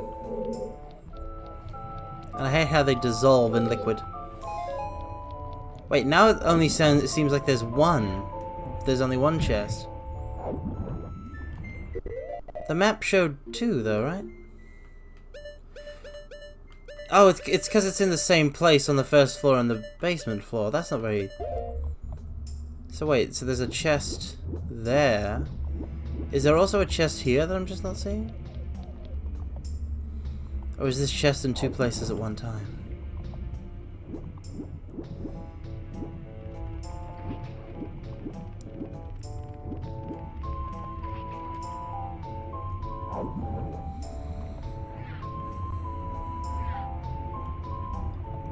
Brain? Actually broken. It's actually broken. Wow.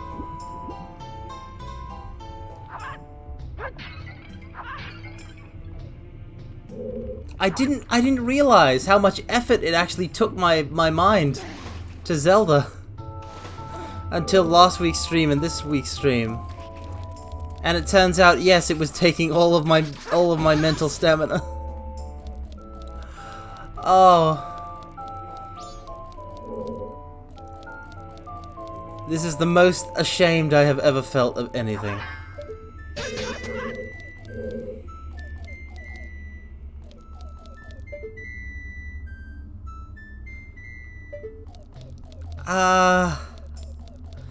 I don't want to look... Okay.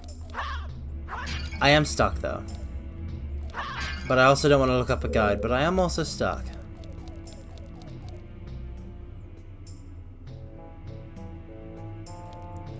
We have made a bit of progress, but it's also been an hour and 30 minutes.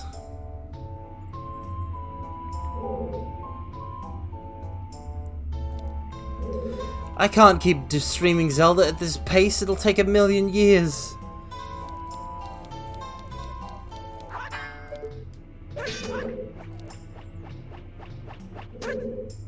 Did my boomerang just go through the wall?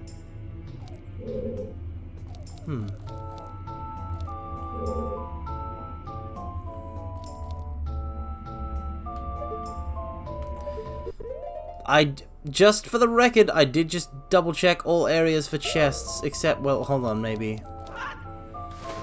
it was just, maybe I could get up in that previous area. I'm gonna try one more thing, and then I actually might throw in the towel for just this game at this time. Wait, am I meant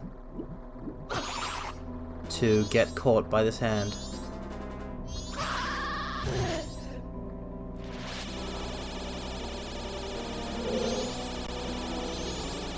Please, don't be a fairy.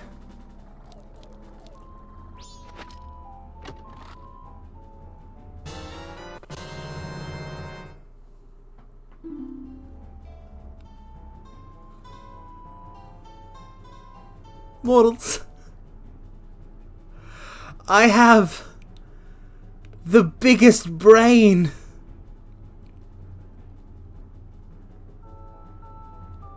Like, I know that this is like really dumb, and I should have like stumbled in. Like, I should have figured it out before, or stumbled into it, or something. And it's taken a very long time for this to happen. But I am very proud of myself because I just did that deliberately.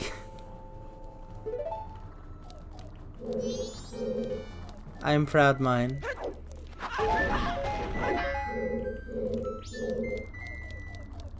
I can't believe it was that. I was like, oh, enemy. Bad enemy, destroy enemy. But no, enemy was my friend. The enemy of my enemy's enemy is my friend.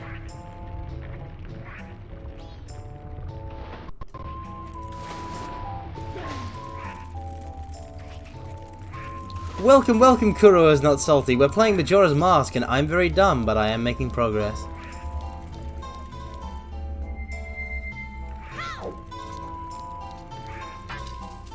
You're the enemy to my enemy, Carmine.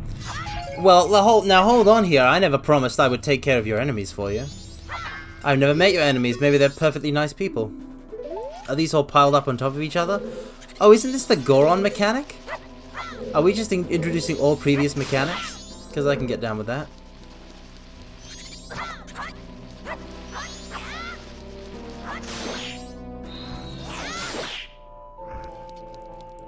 Wait, did these light up? I guess from the light of my sword. My enemy is my own self. Wait, that would mean that you're my enemy. I don't want that. Despicable hacker. No, don't say things about yourself like that. All mortals must practice self-kindness. If they don't, I'll beat it into them.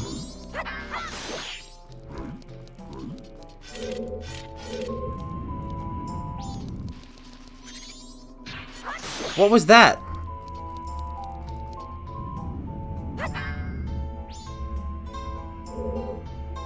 I heard like a deep intonation. Like I heard a boy, boy.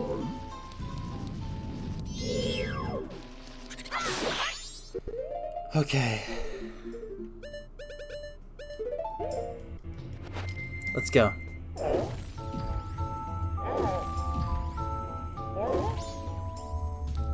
Easy.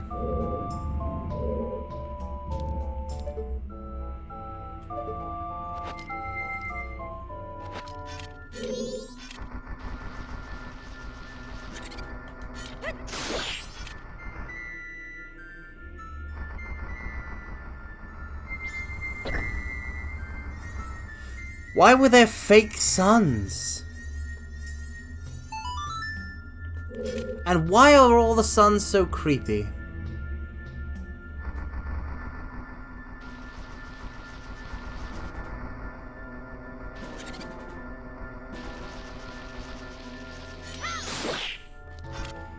Out of my way, out of my way.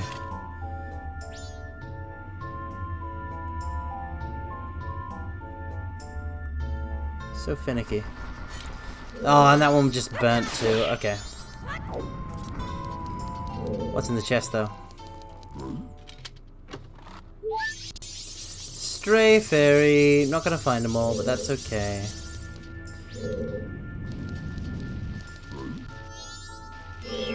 So these are literally here, these black bows, purely to annoy me.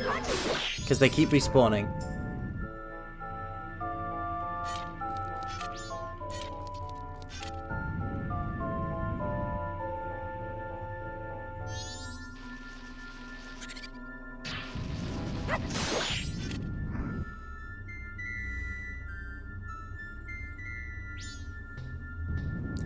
I'm waiting for the black bow to respawn.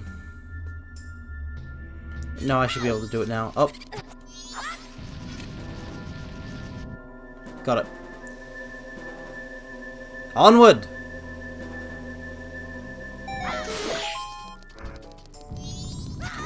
That was it! There it is! The Negeron.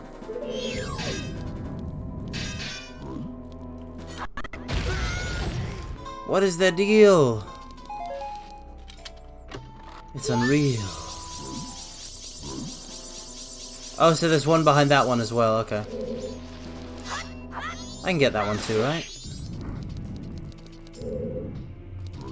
I just have to do it across multiple streams of light. Multiple light beams. Careful. Steady.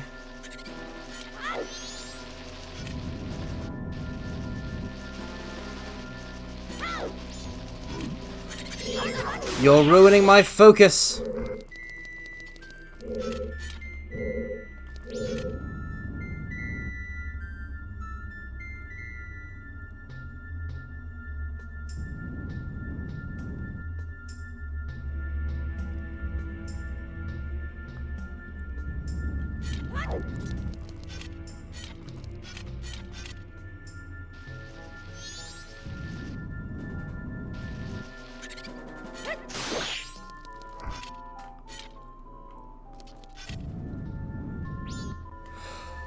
I did it. I did it. And that's the way forward.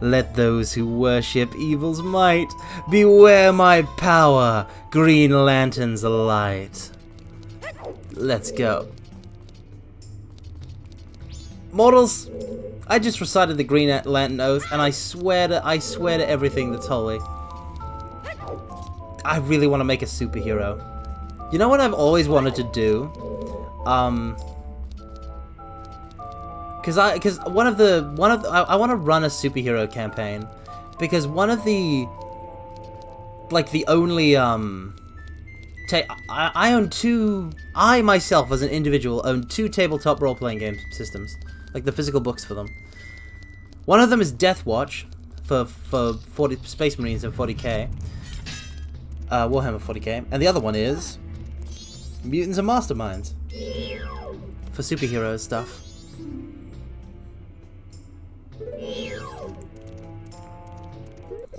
Let me shoot that.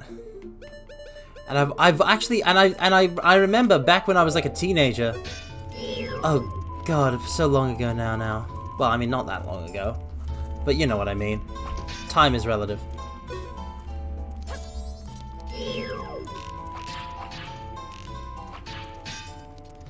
What am I supposed to do about this mask, hmm?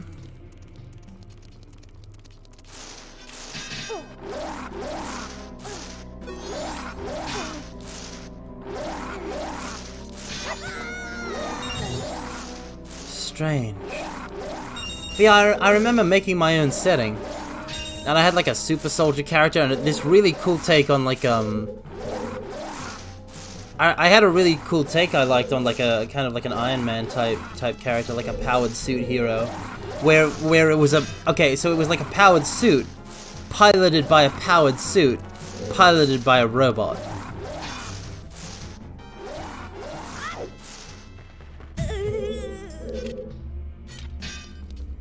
And I called it Matryoshka. Because, you know, Russian nesting dolls.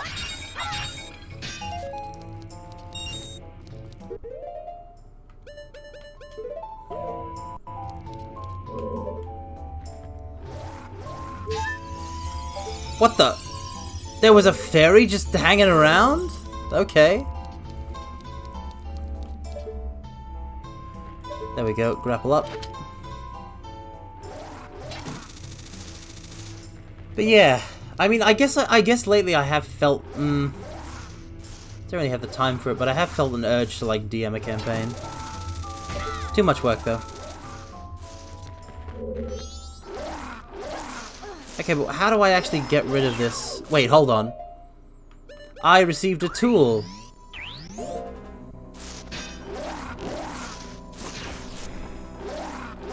It didn't work. The tool is useless. Bombs?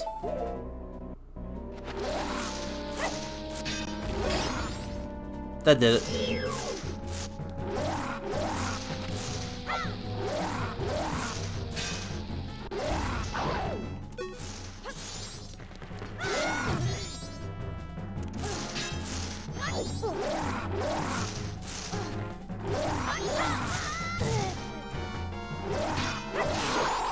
Got it. First try, Master of Combat. There it is. There's the guy. I saw him earlier.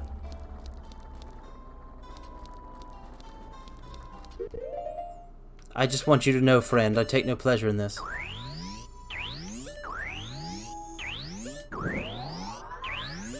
I like that they have different noises for the different arrows.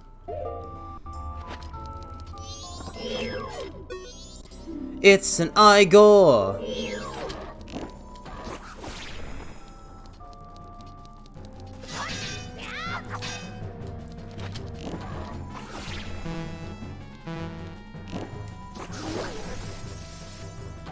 It's an Igor! It's an Igor! Shoot it in the eye! Shoot it in the eye! You know, after all the... I kind of built that guy up in my head. He really wasn't anything, was he? Okay. Come on, come on. Open up. Stray fairy. So wait, was that just... Oh no, this will return me back to where I came from. Oh, does that mean I'm like halfway through the dungeon already? That's fantastic. Excellent.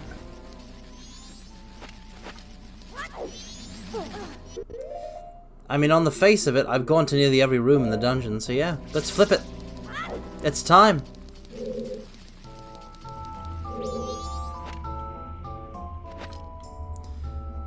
Okay, so there's an emblem of blood. Blood stained. I think it's the eye.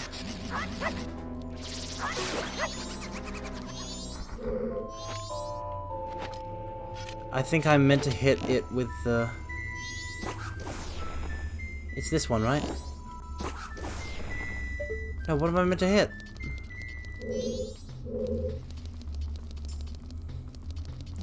Do I leave the dungeon and come back? Oh, I might actually have to. Cause it flips here too, yeah. Alright. Back to the stone tower.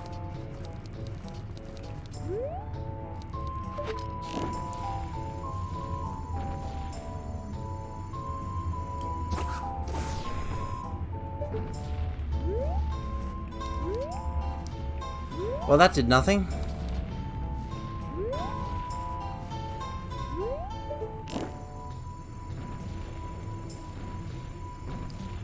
It's gotta be this big hole, right?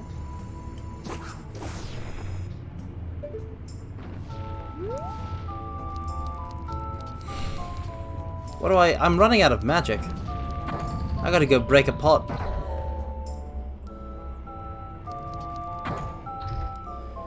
What is up?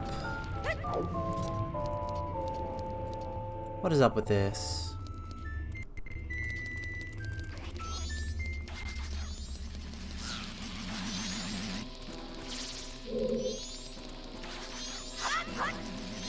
There is a thing to shoot and I want to shoot it.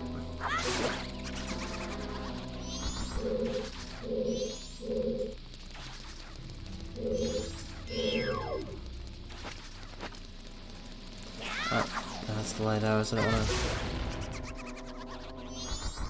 Well, 2 birds. 1 stone. Yep, there we go. I have more to experiment with. Oh wait, can I just shoot the sun with a light arrow?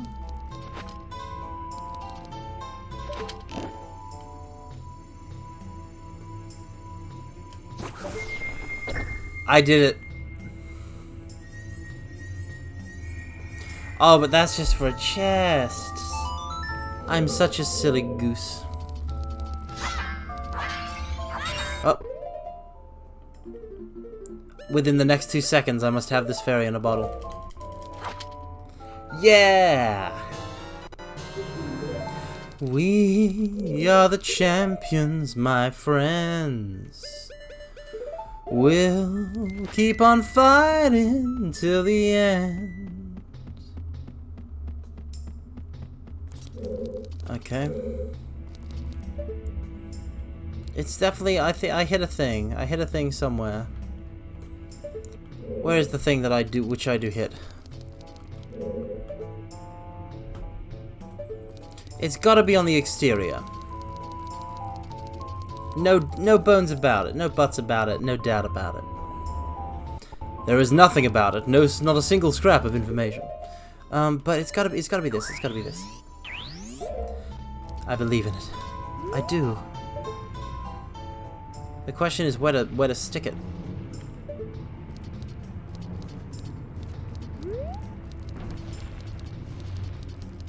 Because I thought it would go in that hole.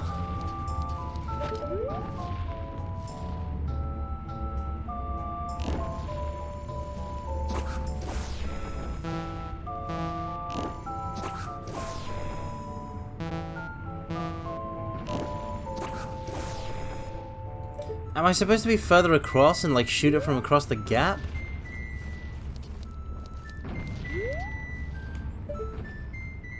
I mean, I guess trying that couldn't hurt.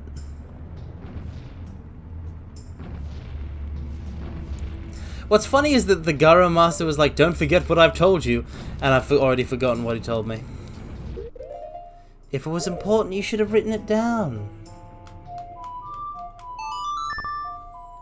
Take a note.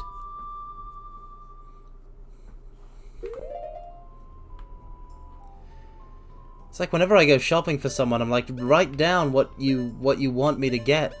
Write it down, please. And they're like, it's just one or two things. Can't you remember it? No, it's not. I don't care about it. It's not something I'm getting for myself. I might remember it. I try to remember it, but I'd rather have a physical backup.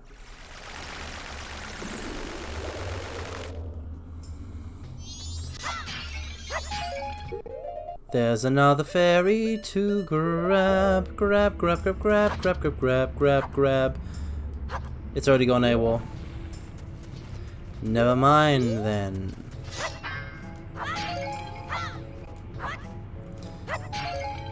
Ah, that one gives you full magic. Yep, it's gotta be here, right? Okay.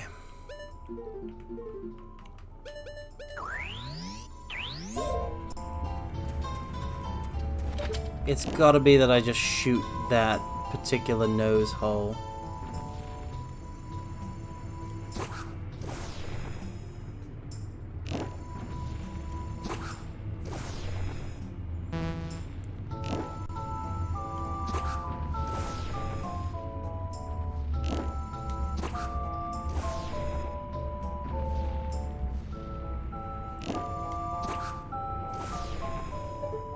What the what?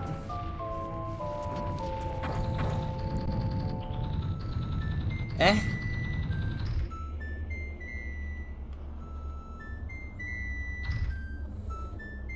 I know what to do, just let me do it. Do I have to hit something at the bottom?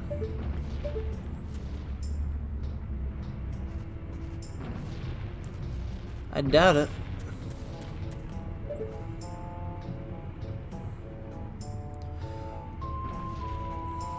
I have the light arrows. I just need to shoot something with them.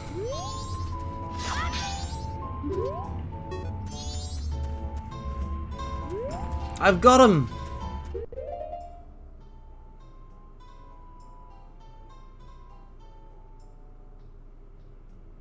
You know what?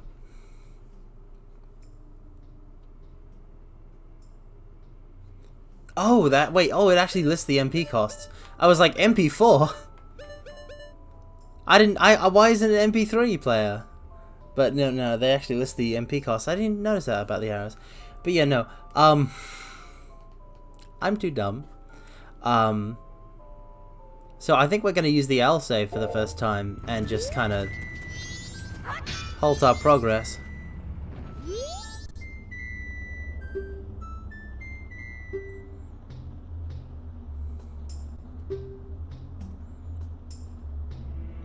I like that they give they give you the full shebang. But yes.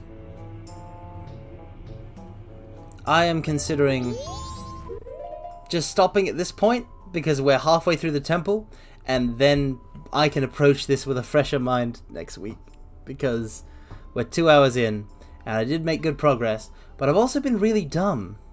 And Zelda doesn't deserve me when I'm at my dumbest. It deserves me when I'm less dumb. You know?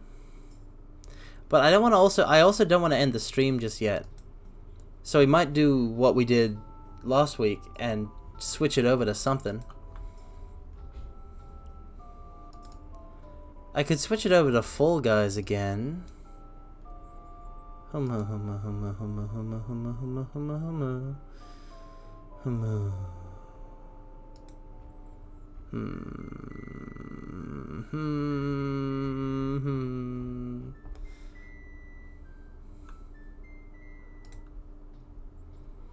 The only reason I'm at all hesitant about it is because that's exactly what I did.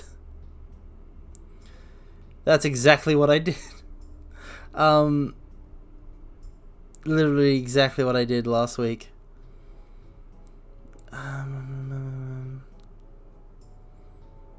But yeah, we've only been going 2 hours. I don't want to end the stream. Making progress in very tiny spurts, but we're getting there. Yep. Because I, you know what? I do need a chill out game.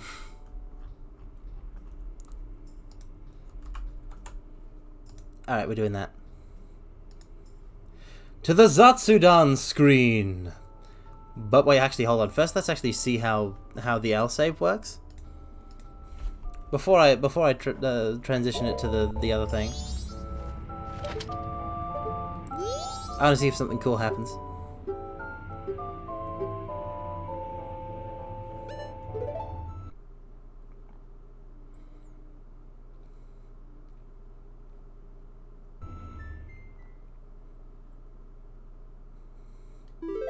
Wow.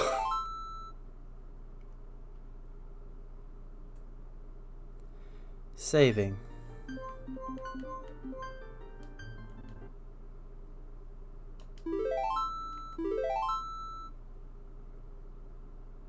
Saving.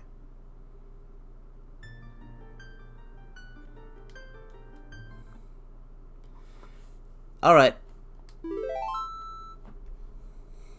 We out.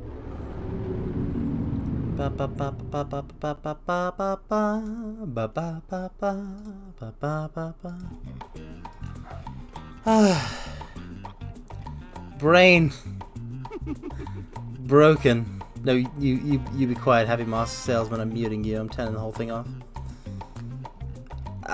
Brain broken.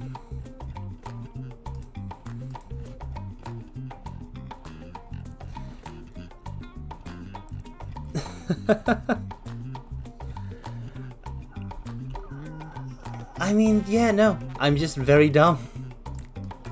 There's nothing else for me to say. I can't justify this at all, but I'm doing it because it's my stream. And it's my stream and my rules. And it's also just like, it's a chill out game. It's also way more conducive to just talking with you guys about stuff.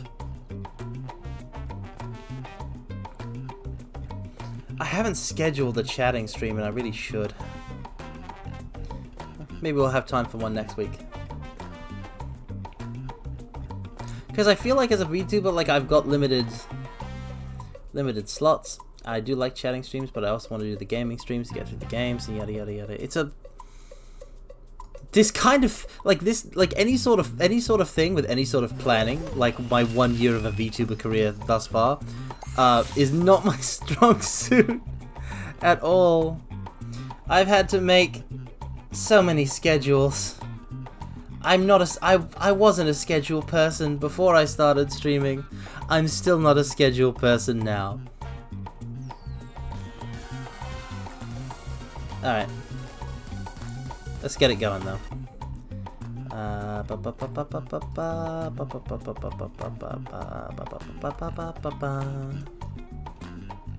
It's a bean. They are beans, aren't they?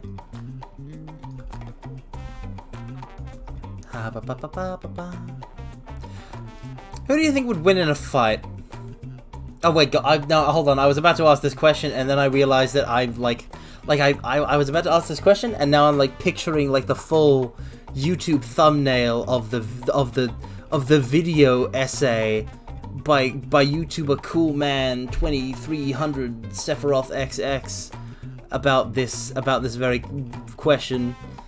I was about to ask like who would win in a fight, the Among Us crewmates or the Fall Guys beans, and I realized that is a question only for the most obsessive of Zoomers.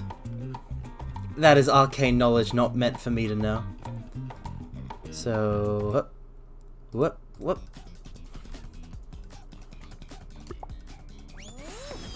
Let's go.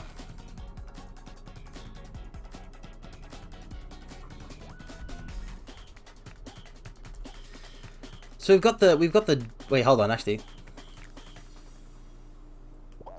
Let's check the store.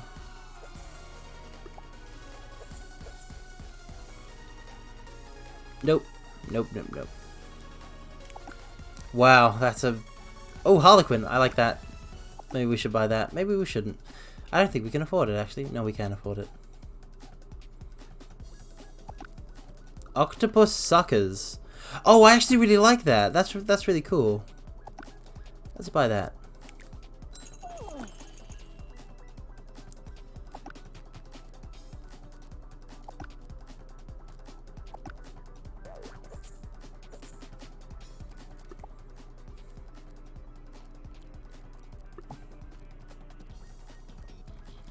It's like an octopus samurai.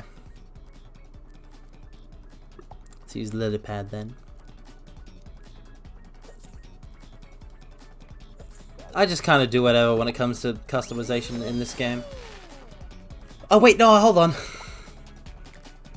I have to swap it over. I have to edit the stream description. I'm an idiot. That's gonna be... Oh, exporting this is gonna be real weird. BGM on. I've lost control of the situation. Or did I ever have control in the first place? Muse on this, mortals. Edit stream info.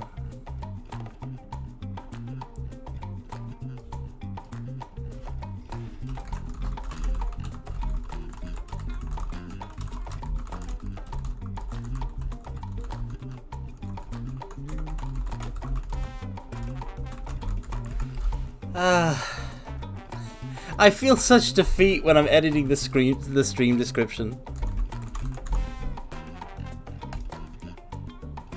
Up. There we go. I can't wait for someone to come back and be like, "Oh, what? Where's the Zelda? Where's the Zelda, Carmine? Carmine? Carmine? Where are you hiding the Zelda, Carmine?" I feel like I always feel.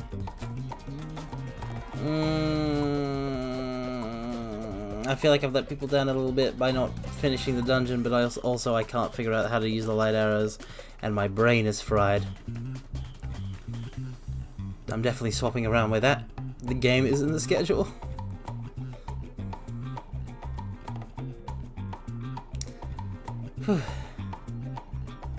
Oh wait, now I can actually turn off the BGM. I hope everyone is having, at the very least, a better day than me. Although, like, honestly, I can't complain. The only problem with my day has been that I'm really bad at Zelda. But yeah. One of the really great upsides to being VTuber streamer is that even while I'm sucking at Zelda, you're all with me. So it's kind of like we're all sucking at Zelda together. That's right, mortals, you suck at Zelda. Why aren't you better at Zelda?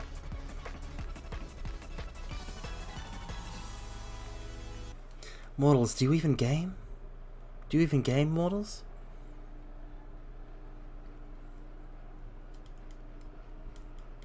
How come I'm not good game? How come that, like, with you guys supporting me, even then I can't beat some game stuff? Are you even elite gamers lending me your power? Welcome, Mithril Diggy. Welcome. We're just playing some Fall Guys because once again, I don't have the brain power for Zelda. Alright, that one worked.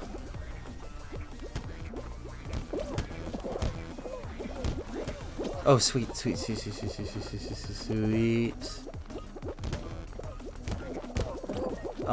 Yep. I'm gonna make it.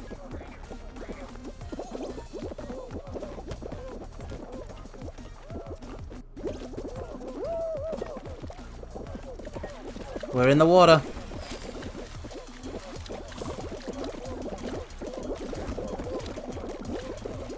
Bad gamer supplements is the cause, surely. You imagine needing to take gamer supplements. I was gonna say a thing and I forgot it, but I just remembered it. The costume piece we're using is from Jin from Ghost of Tsushima. And that's honestly a game I really want to stream. Just because, I mean, I don't know how well it would be for streaming Ghost of Tsushima. But it's one of my favorite games. Just because it's like A+ presentation, but I don't think it's ever going to come off of PlayStation exclusive, so... Shrug.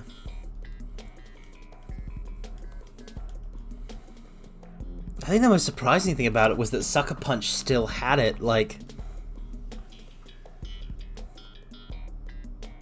they still got it. Oh, I'm dead. I'm dead. I'm dead. We've lost. Stay in the score zone, in the sky, but I can't stay in the sky 'cause I can't fly.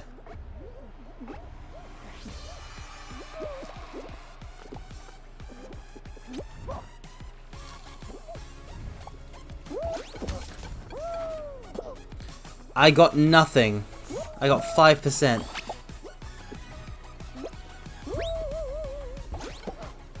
I got 6%. What is this? There we go. No, hey.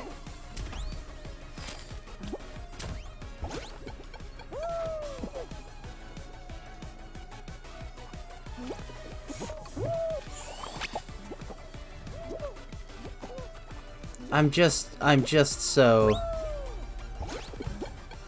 Okay, there we go.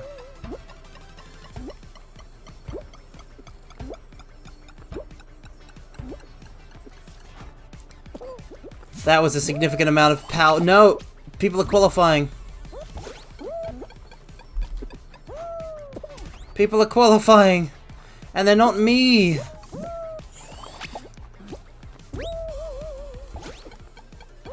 No! Stop! Stop!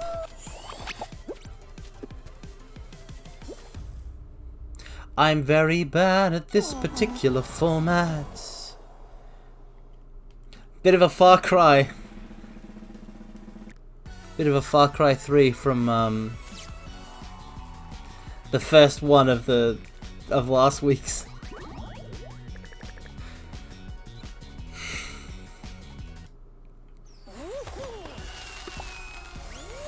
Yeah, we'll just do a couple of these. I don't know how much people are actually like me streaming Fall Guys, especially because it's a spur of the moment thing. But then it's also not like I hand out surveys or anything. So like, you know, your opinions are kind of your own until you say them.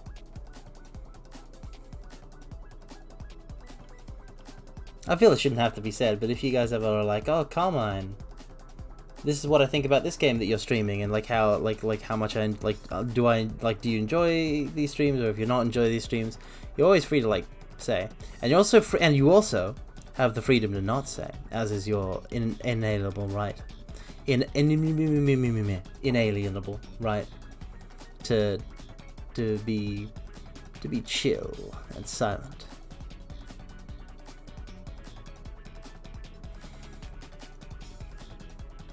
That's what I love about you mortals. Sometimes you're very chatty, and sometimes you're very chatty, but sometimes you're also the cool, strong, silent type, and I can get behind that.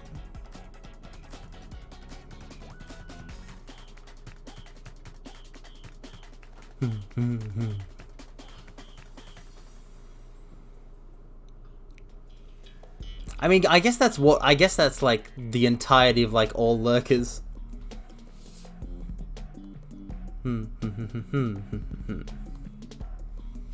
Like they're all strong, silent types. Does that mean all lurkers are really buff? I don't know. I love how flat and straightforward this looks at the start, before anything happens. And then things happen. Welcome, Robert Brown. Good morning. Oh, I didn't tweet about the change this time. I should tweet about the change. I'll tweet about it after this round. Is it possible to have a shy nerd lurker? I mean, yeah, of course. I'm imagining like a cute bookworm type. Glasses, the whole shebang.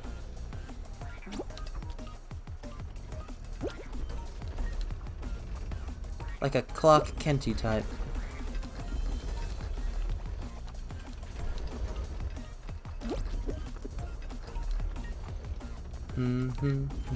Is it possible to have different flavors of lurkers, or is it only possible to perceive them as such? Yeah, that's the thing, right? Because like we can imagine things about lurkers, but we can't know. Nope. You all stop that.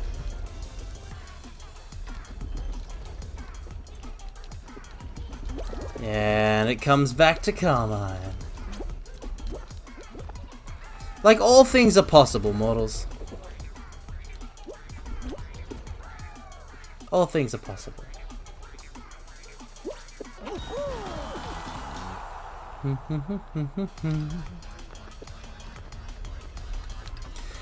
I mean, we've all lurked at one point or another, haven't we? I've lurked, you've lurked. It's the serial lurker who we have no insight into the mind of. They who never say a single thing in chat. And who exist as ghosts.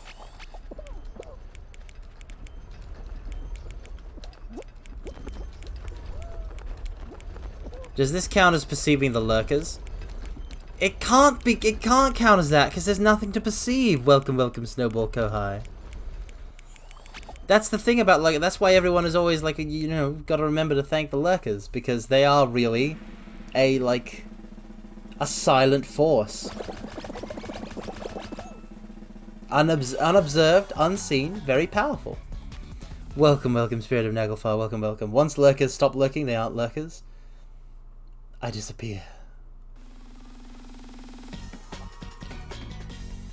Wait, does that mean you were lurking and now you've just gone back to, like, non-lurk? Like, you've just gone back to it, Spirit of Naglfar? Like a ninja technique? Once chatters stop chatting, they aren't chatters, so that's one way around. Is there... Yeah, no, I don't have no lurk command. Nope, I don't even know what lurk does in, like... I don't even know what exclamation mark lurk does. If you lurk, don't you just lurk? Anyway, Tails.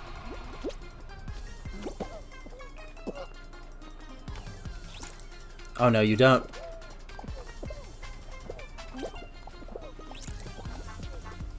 Does this guy have a tail? No, yellow cannot be the ones who have no tails. Yellows will have tail.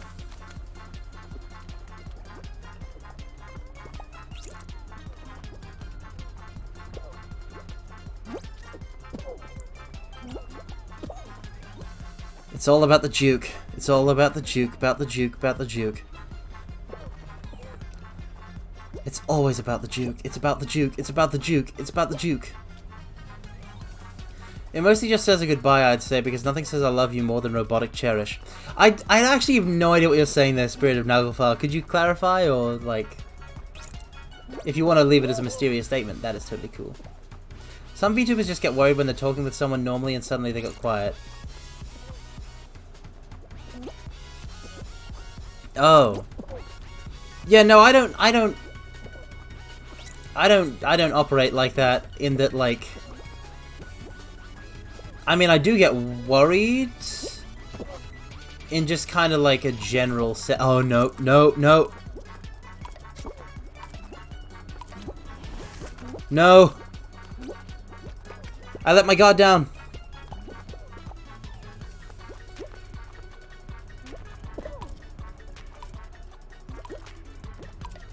Yes. I got saved by my team there, and the incompetence of others. But yeah.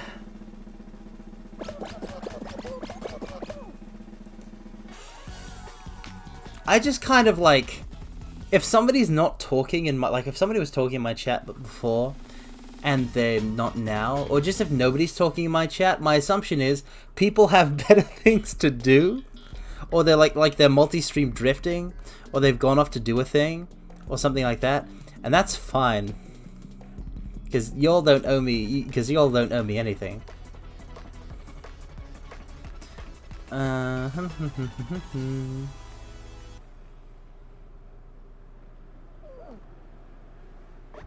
They could have fallen asleep too. Yeah, I think that's I think somebody said that that happening in some of my streams. And that's one of the highest. I feel like that's one of the highest flatterings a VTuber can receive. That somebody fell asleep to your stream. I remember the one time I fell asleep to my Oshi's stream. It was the comfiest sleep, the most restful sleep I ever experienced.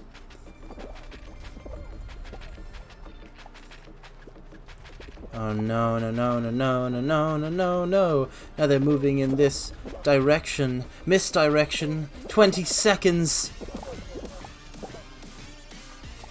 Tension rising. Are you ready for a real time? There's no use with all your gimmicks. So check this out. Log in, you damn ones. Crush the ones, won't compromise. The noise comes and you're ready to bow. Oh, I mean it is, if you're listening to ASMR, I assume. I mean, it was. But, like, it's also fine for, like, a regular stream, right? Because if you're tired, and it's like, you know, what could be better to fall asleep to than your Oshi's voice, you know? You know?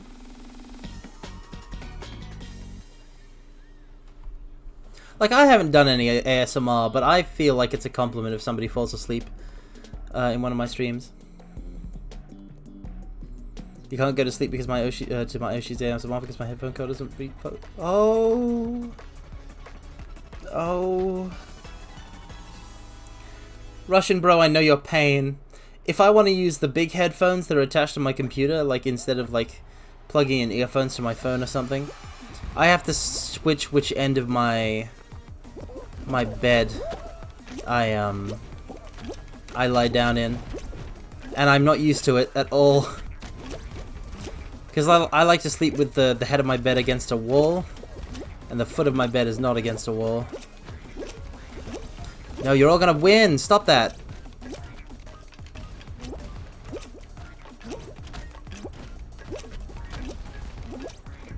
Cease! And desist. Nope. I can make it. I can make it. Stay on target. 6, 7, 8. Yeah, but that sucks, Russian bro. That sucks.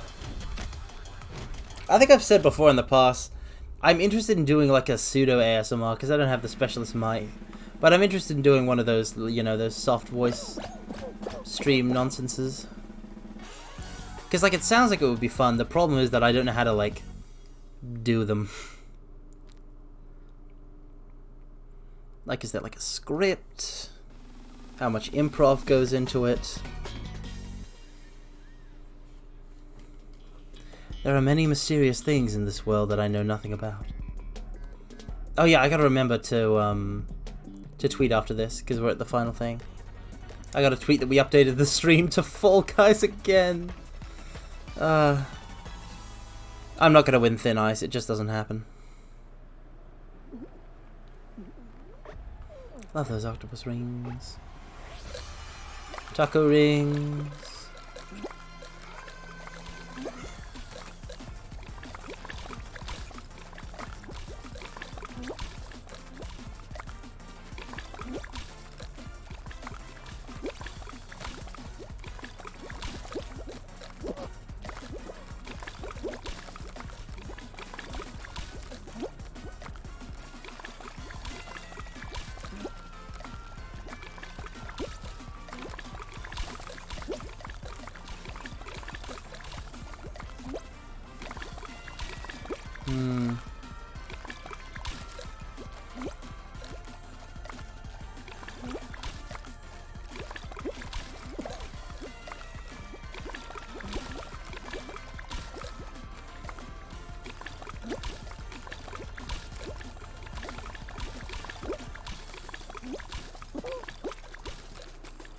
It's happening.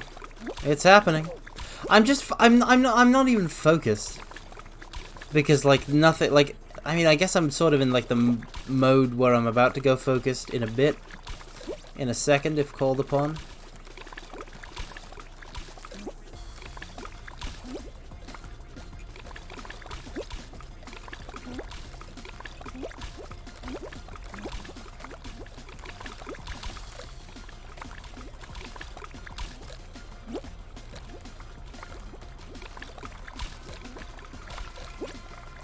Oh no, you don't.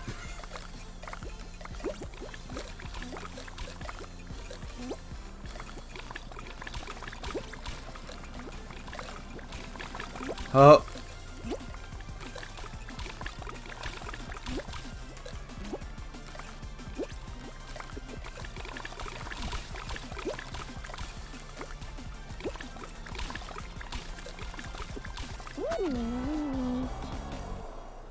I was the second last, I think. I was like I was third last. Alas. Did you just teleport back? Like, what was that? But yeah. That kind of ASMR thing seems nice.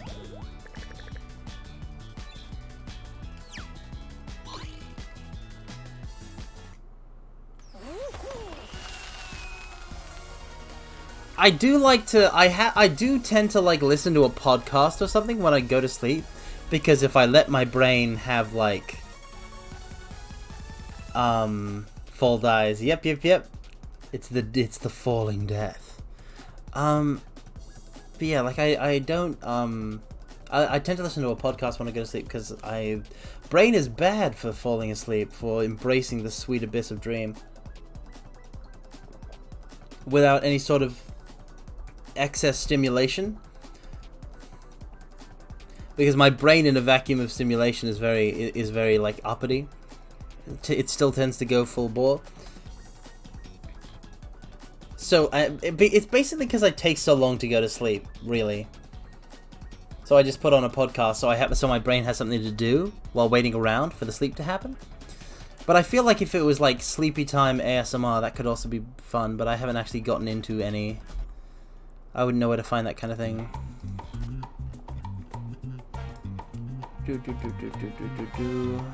Don't even know what's good. Okay. So let me just let me just tweet. Let me just tweet about this.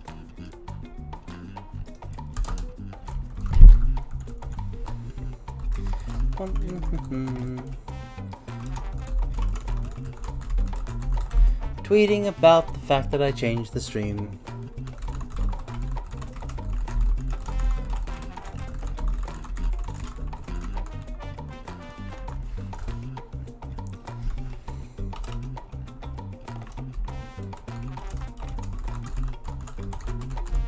Typity type. Typing ASMR is what you're getting.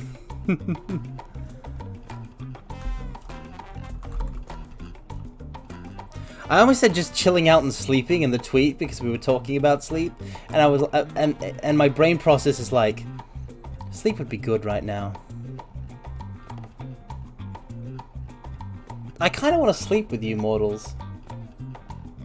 Like, I don't know how that would be as like a stream, and like obviously it wouldn't be like a typical stream. It wouldn't be entertaining for one thing. I mean, that's not even content, actually. Sleeping on stream, Fall Mine. Yeah. That's actually a really dumb idea.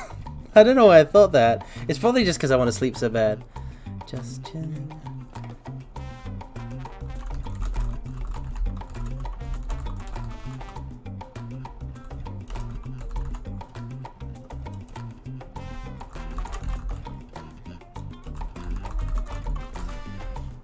I know people who embrace each other in VR.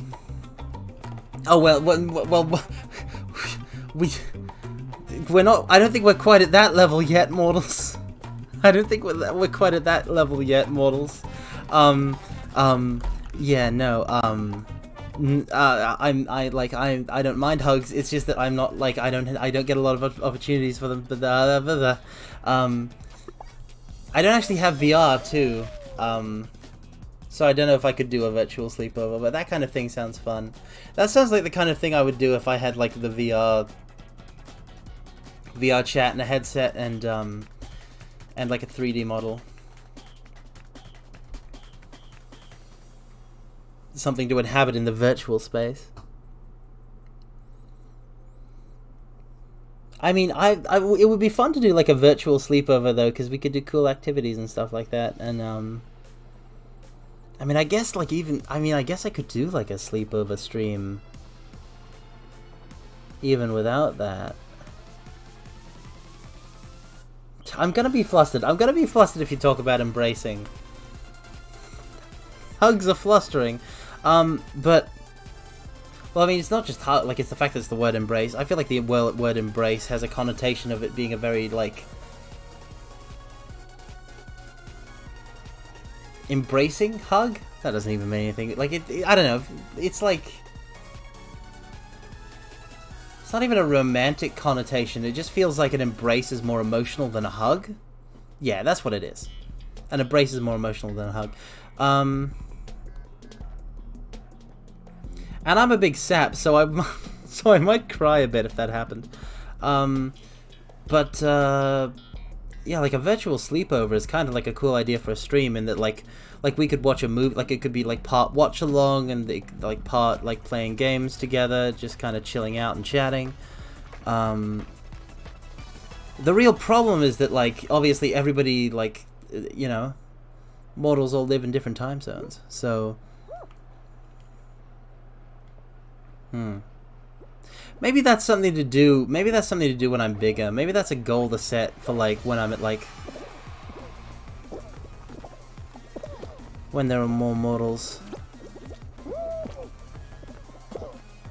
and I could have sleepovers. Yep. That kind of thing would be cool.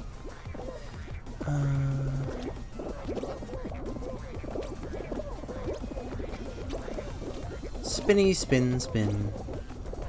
But yeah, I haven't had a... Oh, no. I am tossed. Don't toss me. Nope. No, hey. Hey now. Hey now, you're an all-star. Get your game on. Go play. Hey now. Oh no. That's gonna be everybody. Oh no.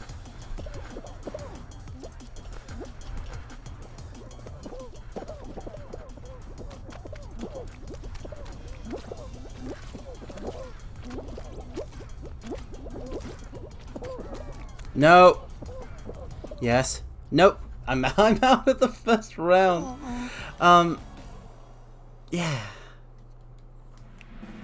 Exit. I don't want to see myself eliminated. Yeah, what was I talking about? Something sleepover, something. Yeah, oh right. I haven't had a sleepover in a long while.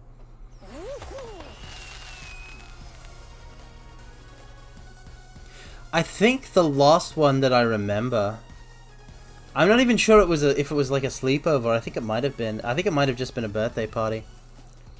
But I remember for some reason I remember really vividly being a kid and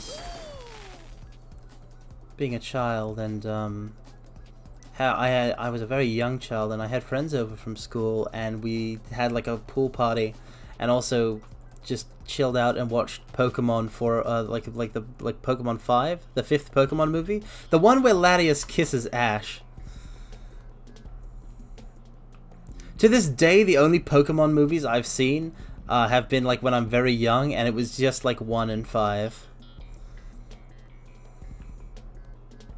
That's like 18 or 19 of those now. When will they adapt the manga? Where's Pokemon Special?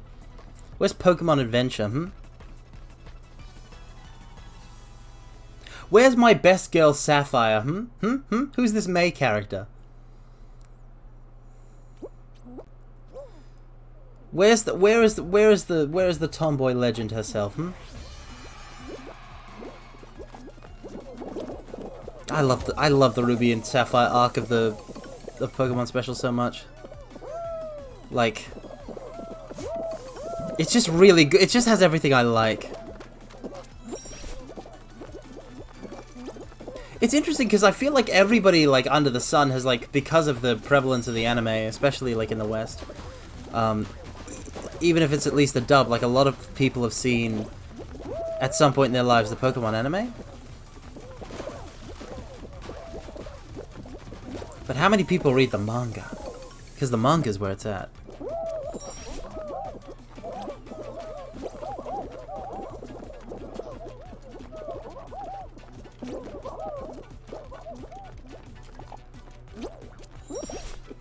Nailed it.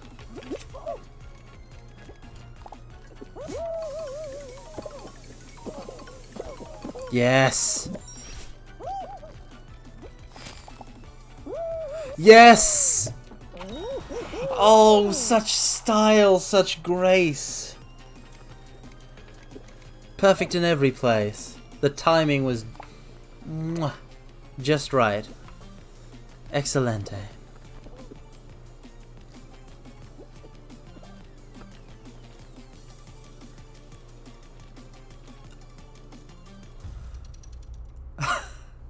I just realized, like, why I was thinking about... I just realized, Mortals, why I was thinking about the birthday party that I just told you guys about. Welcome, welcome, randomly, everyone. Welcome, welcome. Hello, hello.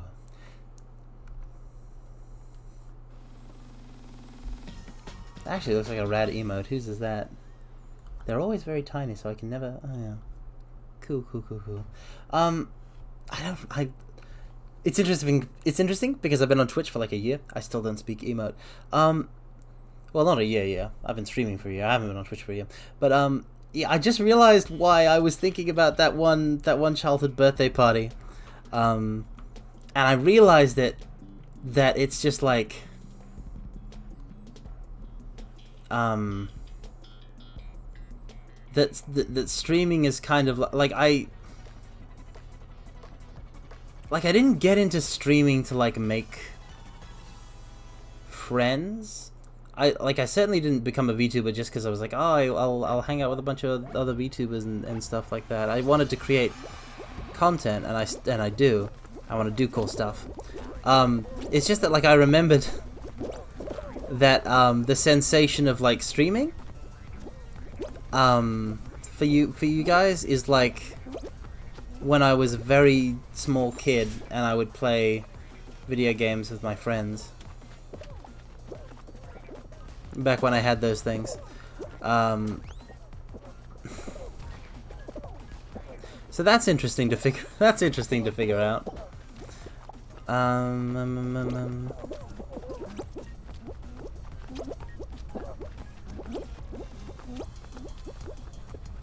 Like the mortals are just the mortals are just a good hang. That's all there is to it. You're all just too much of a good hang.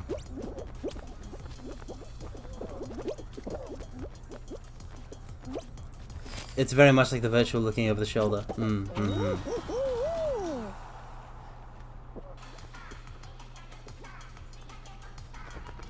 It makes me wish I did more watch-alongs, but like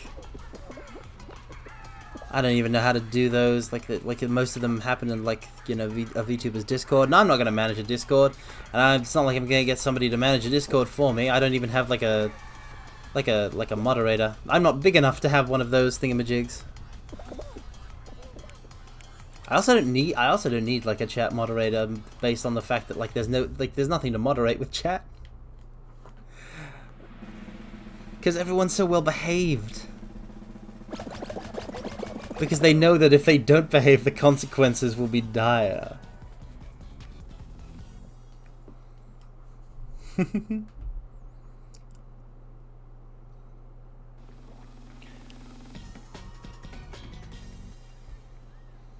yeah, mortals are a very good hang. Mortals are a very good hang. No matter what I'm doing, it's like you guys improve it.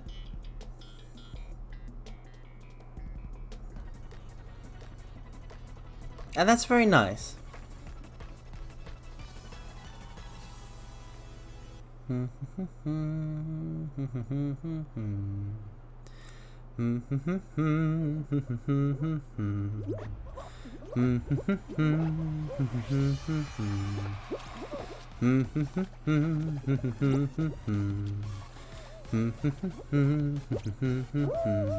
Oh no.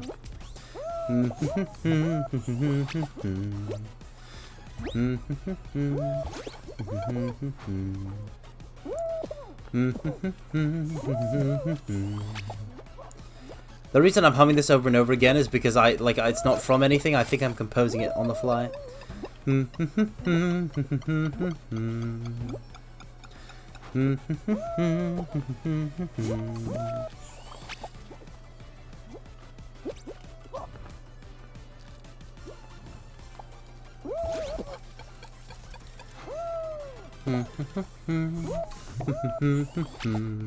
I'm not gonna make it in time.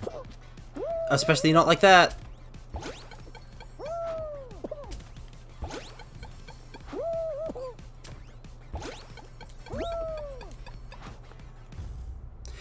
Nope. Nope, nope, nope, nope, nope, nope, nope. I can never do this one.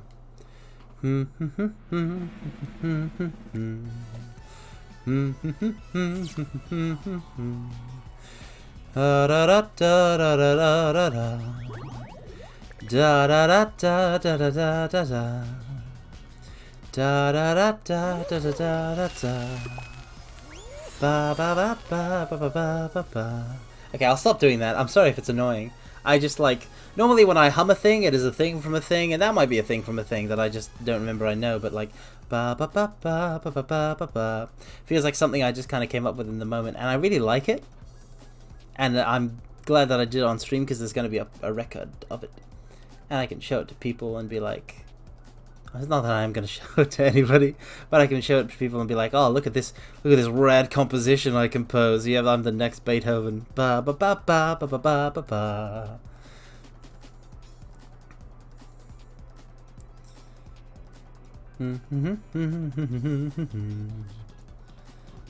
It's got to be in something. Everything's in something.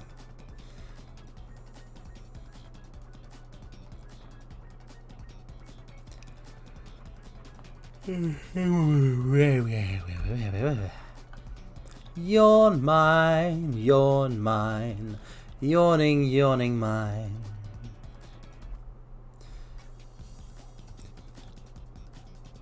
Morning rhymes with yawning. I wonder if I could use that in a poem.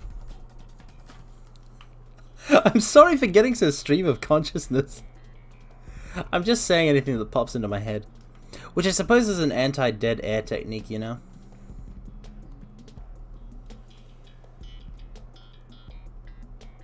He says, welcoming the dead air back in. Yes, yes, come dead air. Flow. Fill the gaps and crevices of my voice. Wherever I do not speak, you shall find purchase. And with your deathly powers, all shall be brought to ruin. I love doing evil voices. Evil voices are so good. This is bad. This is real bad. This is a tipping point bad situation. Let the dead air flow through you. Yes. It is the only way. No, that's gonna tip. That's gonna tip. That's gonna tip. No, don't you.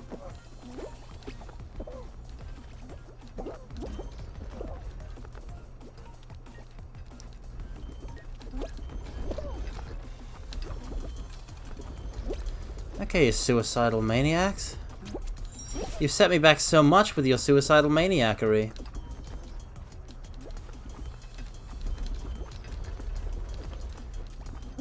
Oh, thank you.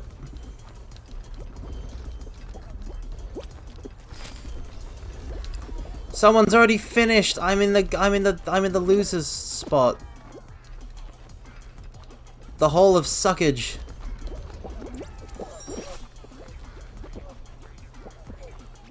I think I heard somewhere like secondhand that like that someone said that like dead air is really bad for you. And maybe that's true. Maybe that's true. To be a better streamer, you just gotta keep talking. But I don't know. I have no idea how good I would be at that. You know, if you took all the dead air in any given stream and combined them into one giant supercut, I wonder how long it would end up being. Welcome, Dr. Freenote. I mean, there's just like a lot of dead air in life. Yeah, no. See there, because they're gonna jump over. That's not gonna work. That's gonna tip. That's gonna tip is what's gonna happen. Haha! Did it! Music's cut out at this point, but I did it.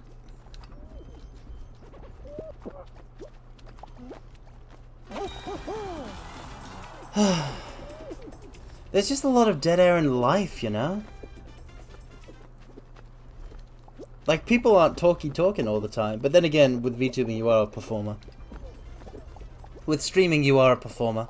Even if I'm hanging out with you guys, I'm technically performing. What am I performing?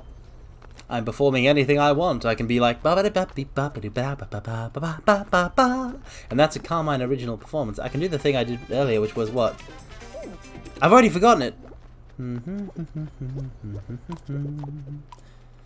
So how goes the Squid Games, the early days going? Nope. Nope. Nope.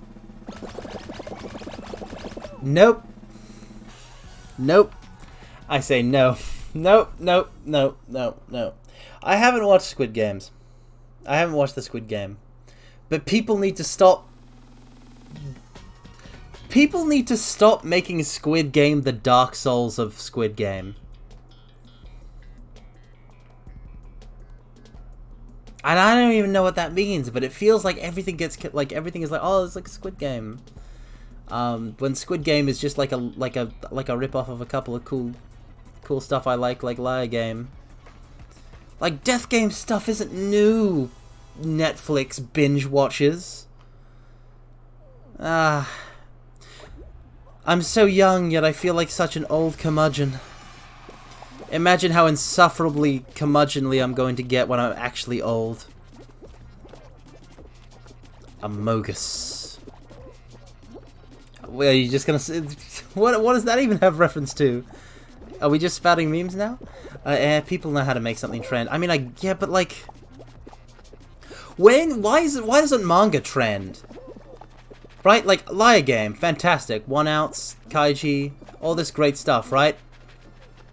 A million billion normies will have watched Squid Game because it's the hot thing to talk about in the water cooler. And none of them have read Liar Game. And that fact just incenses me.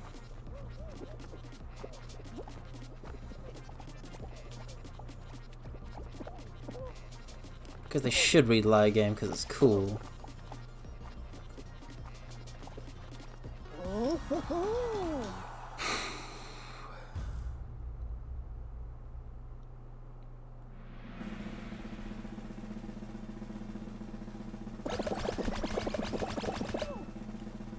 But yeah, I mean, I don't know. Even just getting a handle on this whole Squid Game nonsense was hard enough, considering that I don't follow the trends or whatever. You're just being a tired pest. I mean, why don't you be a non-tired pest? Have you tried a pestily rest, Dr. Freenote? And then once you're a well-rested pest, you can pest at your best, you know? Pesting at your best compared to pesting without rest, there's no contest. Because that would require me to rid myself of insomnia. You know what? Fair. Fair. I just wanted to make a cool rhyme. That is a snowball. Ah, ba ba ba.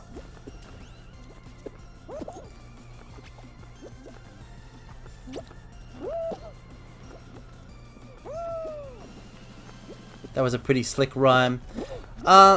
I feel like I picked it up from a pretty slick rhyme. I feel like I picked it up from Dragon Quest IX.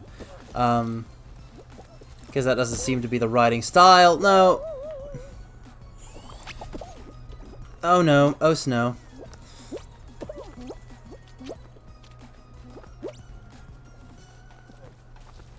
Slow is the way. Slow is the way. Slow is the way. Slow is the way. Slow is the way. Slow is the way. I will live and I will survive. At first I was afraid, I was petrified. Kept thinking I could never live without you by my side. But then I spent so many nights thinking how you did me wrong, and I grew strong. And I learned how to get along, and now I won in 15th place. It was still enough to avoid getting myself erased. I am pretty good at games, if I do say so myself. And I say so. I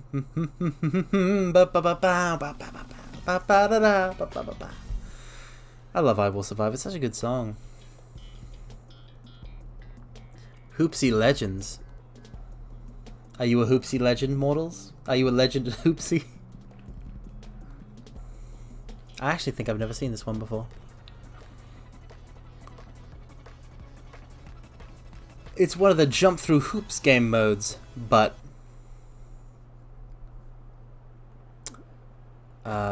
weird. Dare I say medieval. Oh, people can push these around.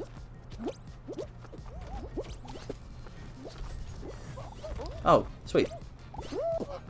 I'll take that. Ow.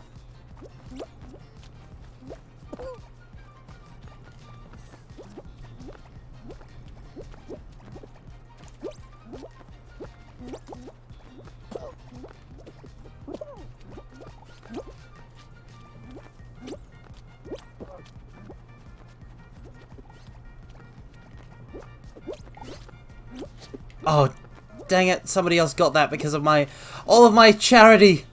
All of my benefaction. Oh, I think I misunderstood the rules of this game. I misunderstood the rules of the game.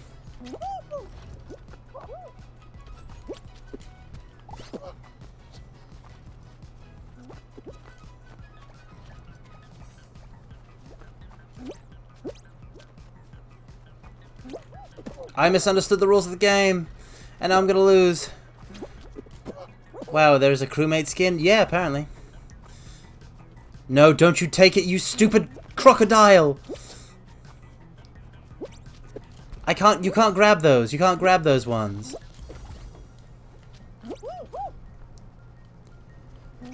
Six of 9, no! Huh. No! I could have done it. I could have turned it all around if I'd only had that one gold. And it was stolen from me. I just accept my fate. I'm at 2 points unless another gold comes along. Oh no, there's one. There's one, and I can't get it. So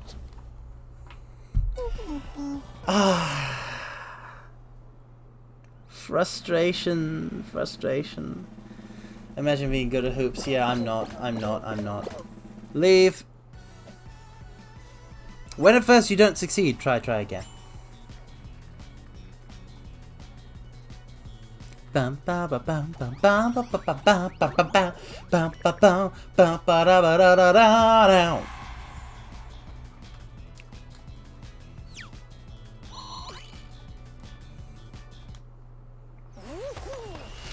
Oh, random Librom, you've redeemed an incantation of power. Very well.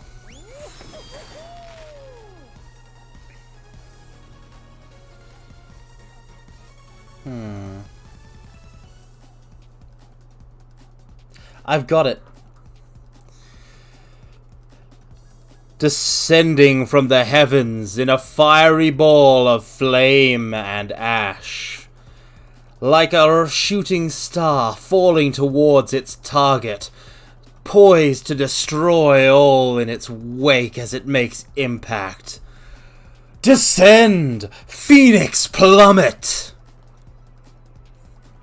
How was that? Ah, you're winning, Carmine. Well, when it came to Zelda, we made some progress, but my brain broke from being too dumb. So now we're playing Fall Guys, because apparently this is my go-to when I'm dumb. And I mean, at Fall Guys, winning ain't about winning, you know what I mean? It's about having fun. And I'm having fun because I'm hanging out with my mortals. Oh, Random Libram, I'm glad you like the Incantation of Power. I like doing them. Technique creation is a very important thingamajig. It's a very important tool in the toolbox of life. You never know when you need to bust out some super cool move. Like the Abyssal Phantom Reaper backhand. You should sleep, Yusha? You should sleep?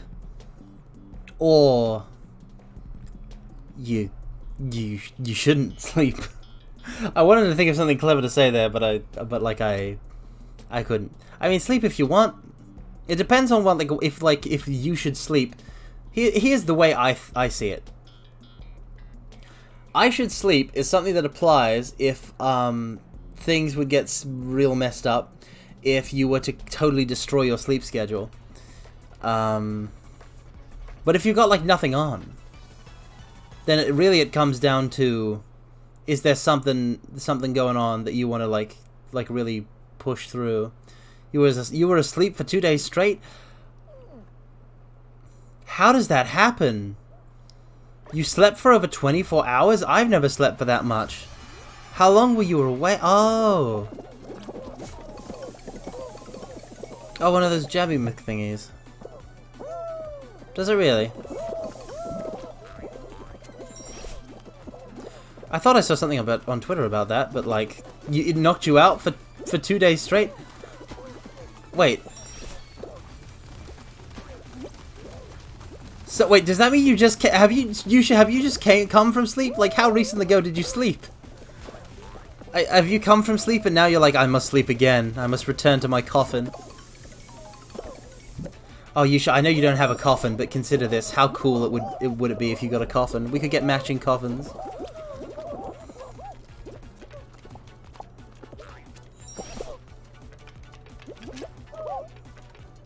A coffin bed would be so cool. I know, right? It's like how every kid wants like a race car bed, but like it's way cooler because it's a coffin.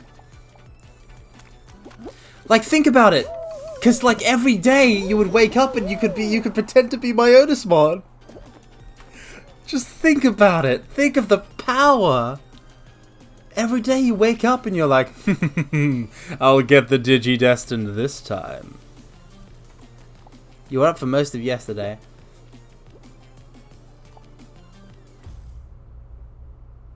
I don't know what that means. Have you slept since the most of yesterday that you were up for? You can't do time in days, Yusha, not here. We deal in hours, we deal in rough hourages. A well-ventilated bed box would be very efficient to heat or cool. Well, I mean, it depends on whether you're sleeping with the coffin lid open or closed, right? Like, I don't think you call it a box if it's like, if the coffin is open.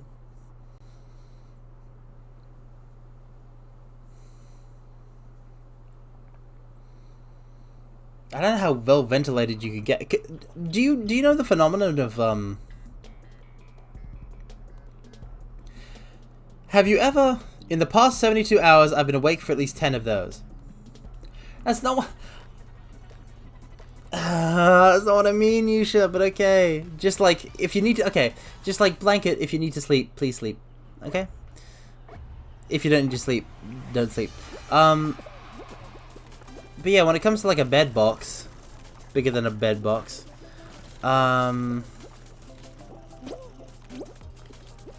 am I thinking? I'm out. Nya. Yusha would make a pretty cool cat. Because a cat's the only cat who knows where it's at. I shouldn't tempt mortals. With cat stuff, considering what happened last time, but oh yeah, Yusha, buddy, you know Aristocats, yeah. But what was I saying about the bed box? Oh yeah, do you guys know that phenomenon of like when I was a kid, I wanted to sleep with the covers over my head. Like I would always try to, like when I was going to sleep, I'd always try to put the covers over my head, so that like I was like not you know, so I was fully enclosed. Mostly because I was scared of the dark, you know, and I wanted like that extra bit of security from pulling the, you know, the blanket over your head. But then breathing becomes like, you know, because the air is like, it gets more stale, and like it ends up heating up that, because you know your body heat is like meant to stay warm under the blanket, but you're breathing from that same spot, so the air that you're breathing gets kind of hot, and eventually you just gotta pop your head up from under the covers, and get a and it feels just so cool, and the air feels so fresh. Have you guys experienced that? I hope you have, or everything I've just said will seem really weird. But like it's a thing.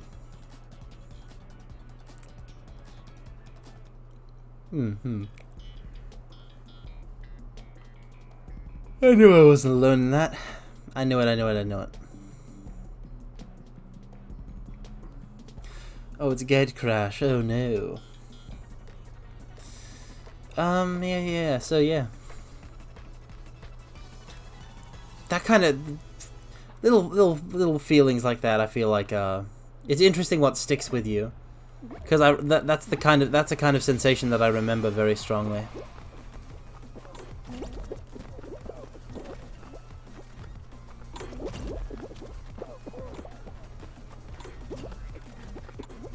Nope.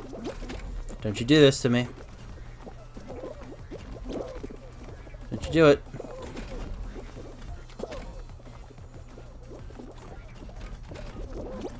I am a titan of industry. I don't know what industry, but I'll figure it out. Now let me pass.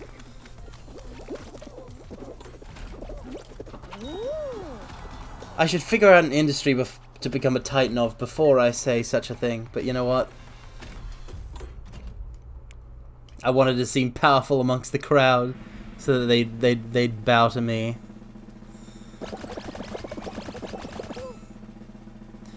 Everyone's always wanted to do the, like, you know, the like, oh, don't you know who I am kind of thing, I feel like.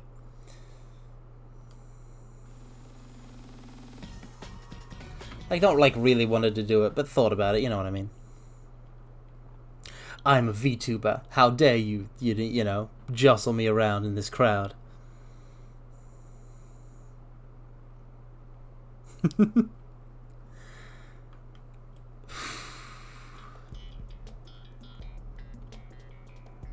Imagine throwing a game against a VTuber just because they're a VTuber. Imagine doing that. It's Jinx time!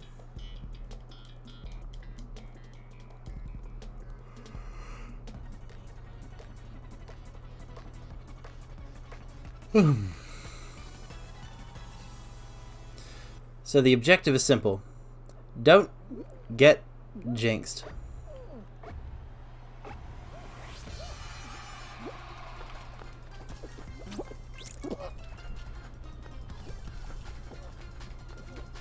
Slight problem with that.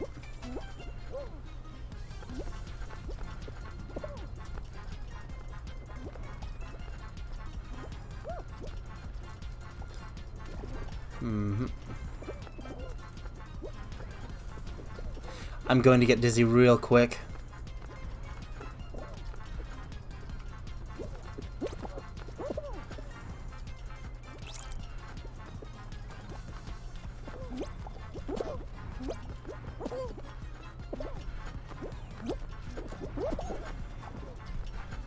Sometimes you gotta juke him. Sometimes.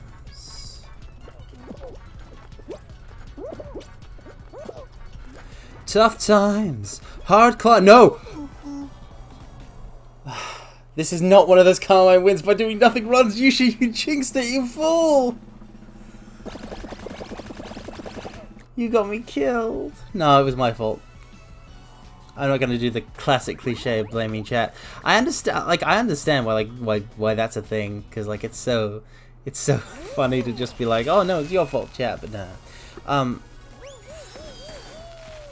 Losing interrupted me seeing the Yu-Gi-Oh! GX opening, and I'm more torn up about that than I am at losing at Fall Guys. Chilling out with the crew in the schoolyard, finding trouble, never looking too hard. But back at class, they never taught us this. Some things you gotta learn, hit or miss. Tough times, hard climbs, we'll take them on together. Right now, let's go Yu-Gi-Oh! GX, Generation X. Game on, get your game on. Come on now, gotta play your cards right. Come on and get your game on. This is a very niche question, mortals, but I'm gonna ask it to you anyway, and you don't need to answer. But are you Slifer Red, Obelisk Blue, or Ra Yellow? I know what I am. Slifer Red. Oh, Yusha, you're a Slifer slacker? Big protagonist energy.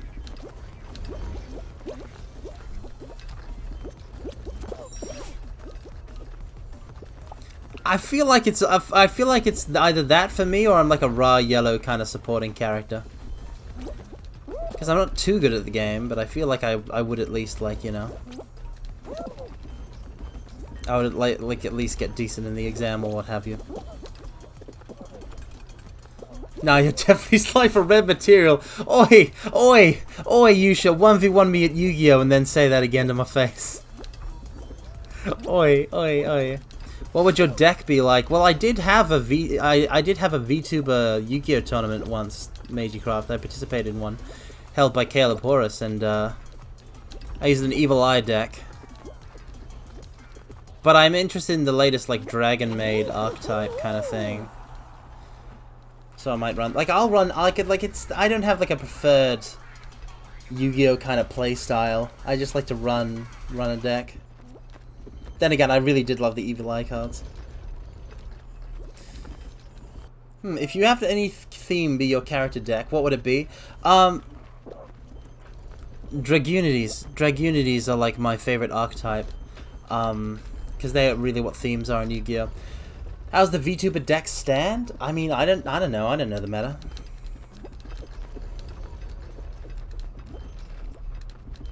But yeah, the thing about the Duel Academy in GX is that you can't get into Obelisk Blue unless you are graduating directly from the top of the class of, like, Duel Prep School. And then, like, I think it's the, you know, the people who score really good on the entrance exam from just, like, the regular, like, just showing up to get in. That's Ra Yellow. And then, if you don't do so well, you're Slifer Red.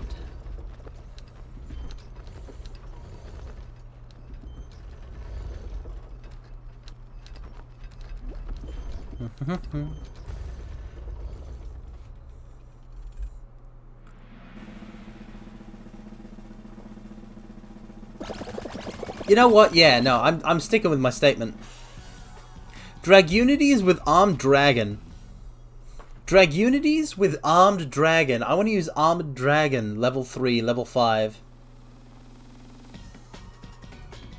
I want to use Armed Dragon, level 3, level 5. I like level up monsters, actually. Evil Twins deck.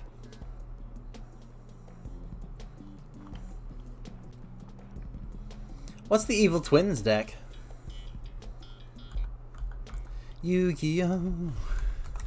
Evil Twins, quick Google while we're waiting. Oh, it's that one. Oh, the literal V2. Oh.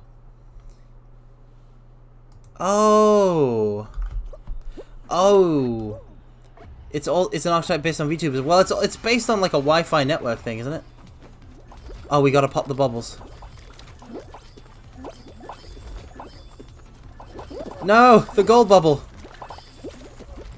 This bubble is mine to pop. All this world's bubbles are mine to pop.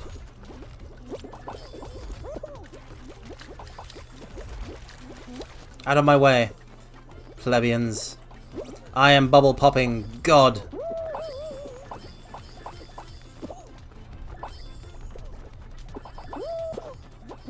I've popped 5 bubbles. I'm so powerful. I've still only popped 5 bubbles. I need to pop more bubbles.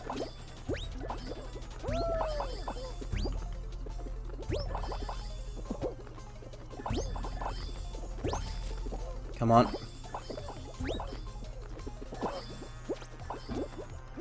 There's no more bubbles to be found here. Where are the bubbles? Yeah, I knew they'd appear here.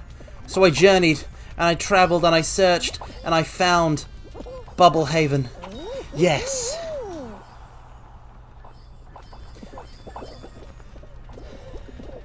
Yeah, so yeah, it's called apparently it's based on like Yu-Gi-Oh. I'm literally pulling it up on the Yu-Gi-Oh wiki right now. It's called Evil Twin. It's strongly linked to the archetypes that support it, the Ki, Sikil, and Lil-La. And it says, the archetype is based on the concept of Evil Twin Wireless Networks, a Wi-Fi access point that appears to be legitimate, but is set up to spy on the network communications. Moreover, it is based on phishing to lure people into giving their private data. So, it's also based on VTubers. So what they're telling me is that phishing is VTubers. In which case, Carmine Phlegathon needs your help, mortals, in order to defeat the big bad evil demon. But to do that, he's gonna need those 4 numbers on the back of your credit card and the expiry date. Or what have you. I don't know what numbers they ask for. But yeah, Carmine is gonna need your credit card number and the numbers on the back and the expiry date, and you just send that right in. 6969. No, usually you're not actually supposed to give out the numbers. 420. I can't think of any significance there.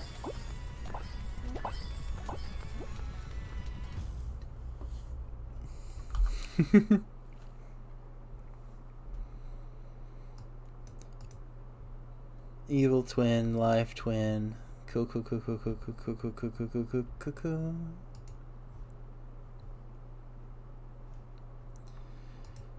Okay, so it's evil twin and live twin, and they're also separate. So it's like 4 different archetypes that are all linked.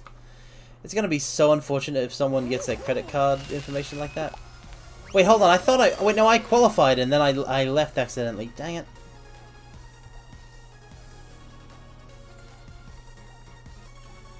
Card art is like... Good card art is just like really good, and I like it because like... I know my I'm pretty sure my one of my favorite card game mangakas got to draw for, I think it was like Duel Monsters or something. Duel Masters. Maybe it was Cardfight Vanguard, I don't know. The point is that just like illustrators, card art is one of the best uses for art ever. Which is kind of weird because like one of my favorite TCGs is FFTCG, and that one has like it just reuses art, right? Because of the way it is. Instead of drawing all new art, but like, yeah. Okay, so here's the thing, right? Actually, you know what? Here's the thing. I can't draw. Like, that's not a surprise, mortals. I can't draw. That's the thing about me. Everyone who can draw, and this is just a kind of question aimed at the general populace of the world. Everyone who can draw... Why aren't you all drawing card art like 24/7? Like, why are you not on that? Like, why aren't you making a card game? Like, if you can draw and you haven't drawn for a card game and you haven't made a card game, why have you not done that? Because like, isn't that everyone's childhood dream? Doesn't everybody make a card game at one point with like where they draw like cut out pieces of paper and draw really bad like drawings on them and give them like stats and stuff and play these not even card stock, just pieces of paper against each other? Like, we've all done that, right? Why aren't you making like card games, people who can draw? Because like that's the only reason I haven't made a card game, mortals, is that like I can't draw the card art. You can draw, I can't draw, and like there's not going to be a debate about this. You're not going to call me a liar to my face and get away with it, Magicraft. No. For Magic the Gathering, they only hire professional painters. Well, I mean, yeah, that's Magic the Gathering's whole thing. That explains why they all... Well, I mean, some cards look better than others. I have a favorite couple. But obviously, Yu-Gi-Oh! Has a much more eclectic set of, like, artists, and then you got Cardfight Vanguard and stuff like that.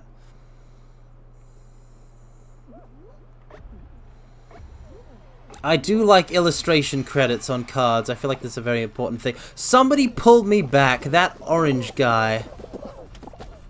They have it out for me. I don't like that at all.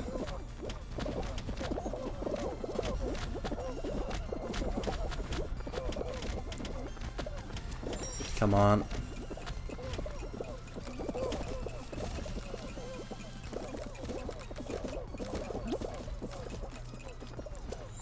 Pulling has no advantage in this game. I think it's only for trolling. No, it has an advantage if you want somebody to die. Oh, come on. I made a super cool dive. Oh.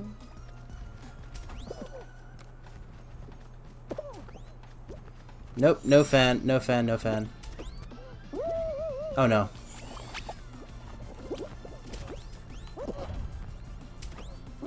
No! Fan! Wait, not fan. Spike thing. Pulling has its advantages to those who know how to employ them. Yeah, I mean, it also lets you grab. It's very a situational thing, because in Fall Guys you can triumph by like ruining someone else's game. But also some people play the game to ruin it, and that's fine. Some people just, listen, some people just want to watch the world burn.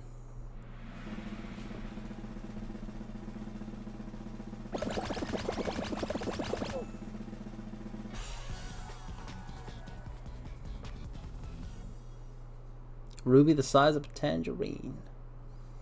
Or what have you. Anyhow. Yeah, card art credits, love that. Why is there no, like, that? Because that's the thing, right, though? That's the thing. Like, even more specifically, obviously, everyone who can draw should be making card games. There's, like, several VTubers who can draw that I know of. Why don't they all get together and just, like each contribute some card art, and then they just make, like, a VTuber card game? They could do it. There's nothing stopping them. Nothing but their own limitations, and maybe the fact that they're not as into card games as me, but that's their problem. Every other VTuber who isn't as into card games as I am is like, which admittedly is not that much. Like, they're all dysfunctional, it tells you. Yeah, Mithril, I mean, crowns don't matter. Crowns don't matter.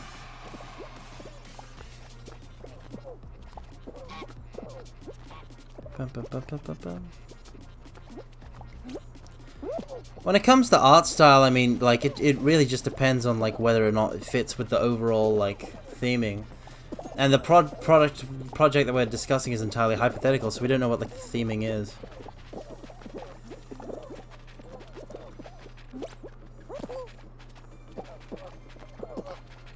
People do love ojamas. Ojamas are weird. Is someone jamming over there?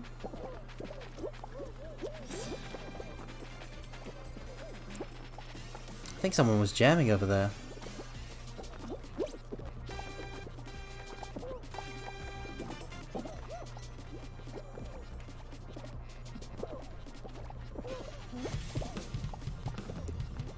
Careful, carefully calculated. What's Ojama? Play Yu-Gi-Oh! Play Yu-Gi-Oh, you pleb! What's Ojama? Play, like, come on! Have you never seen Yu-Gi-Oh! GX? Have you never seen Yu-Gi-Oh! GX? Have you never watched it? Do you not know who the Chaz is? Alternatively, Manjome Thunder. Like, either is fine. But you have to know one. Like, that's the rule. That's the rule! The Chaz. Chaz it up. Chaz it up. Chaz it up. Chaz it up. Chaz it up. Chaz it up. Chaz it up. Chaz it up. I really don't understand why these big VTuber agencies don't have gachas. It's a no-brainer. Even though, like, even, it depends on, like, the size of the VTuber agency. Like, gachas aren't cheap to make. I feel like they are technically a sort of video game. From a development standpoint, like, you gotta have a whole development team to make the app and the gameplay. It's gotta have a story, all these character assets. I feel like it really would be a large-scale project for even, like, maybe, like, Niji-Sanji or Hololive or what have you. But I genuinely don't know enough about the scale of these companies to, like, know if that's a thing. It might also be possible that they just aren't soulless and so don't need money from soulless gacha.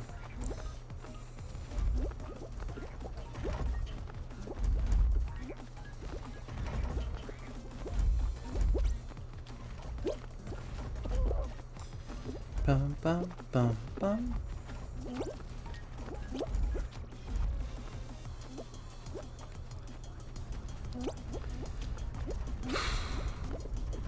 Yeah, like I feel like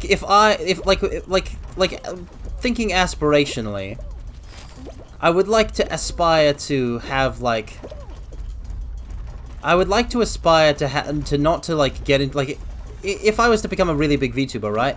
A thing I wouldn't want is to be like a character in a gacha game, but a thing I would want, ooh,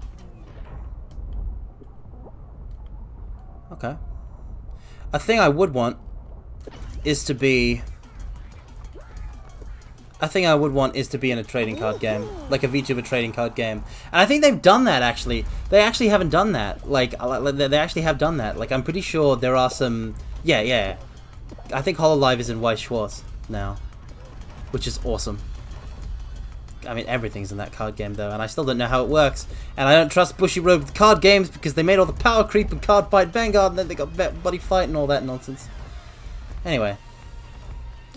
Also, best magic colors. Green, red, black. Any combination of these and you're fine. Colors that make you a stupid. Blue, white. It's as simple as that. Whoa, I got Carmine Phlegathon, an SR card. Yeah, and my effect isn't anything to sneeze at either. I especially I started as like mostly like into red black, but my favorite effects is like my favorite effect, my favorite keyword in all of Magic the Gathering is landfall, which is this effect triggers when a land card is played, and landfall really shines in red green. I feel like. So I'm most fond of red green. No blue. No blue. Blue sucks. Oh no, this one's for the crown. No.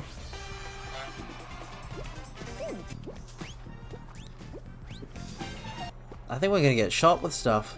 Oh no. We're all just gonna die. How did somebody already fall off? Okay, no, hold on. Yep.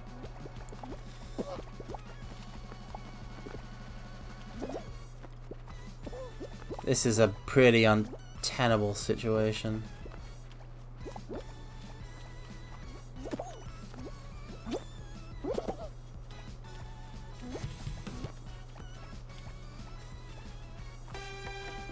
Only two of us have been eliminated. This is gonna get real cutthroat real quick. So Carmine uses Rakdos and Cobalt uses Azorius. Got it. I actually have never memorized those kinds of names. Oh no, that's really moving fast now. I never memorized like the multicolor names. I feel like just calling them by their colors is good enough for getting the point across.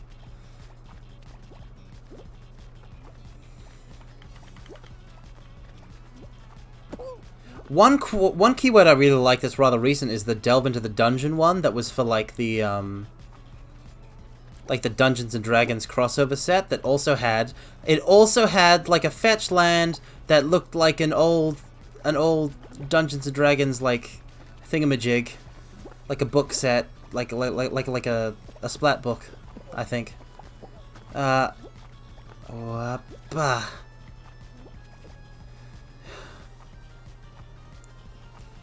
We've survived this far, lads.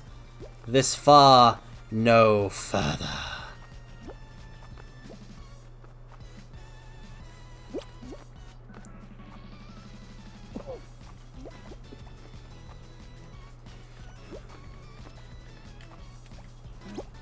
Haha! Oh no.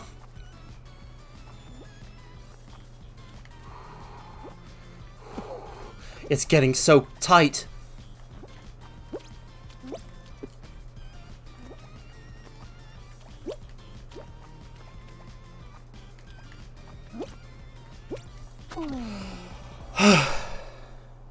The D&D set was funny. It's a mini board game. I really love that effect because you just have these dungeon cards. Oh, what? Who is this that beat me? Ugh. Look, he looked way cooler when he was smaller. Yeah, no, because like to explain those cards, that card effect, that set like added these dungeon cards, and essentially like whenever you use the delve into the dungeon effect or whatever it was, you move one room in the dungeon. And the dungeon like has each dungeon has a set of rooms, and you can like multiple choice go through them. Like sometimes it branches off, and each room has its own effects. So whenever you reach that room, you do the effect. And when you reach the end, you get like a big effect, and it's awesome. And that was really cool. And I went to a draft just to get some cards from that set. And I got stomped. But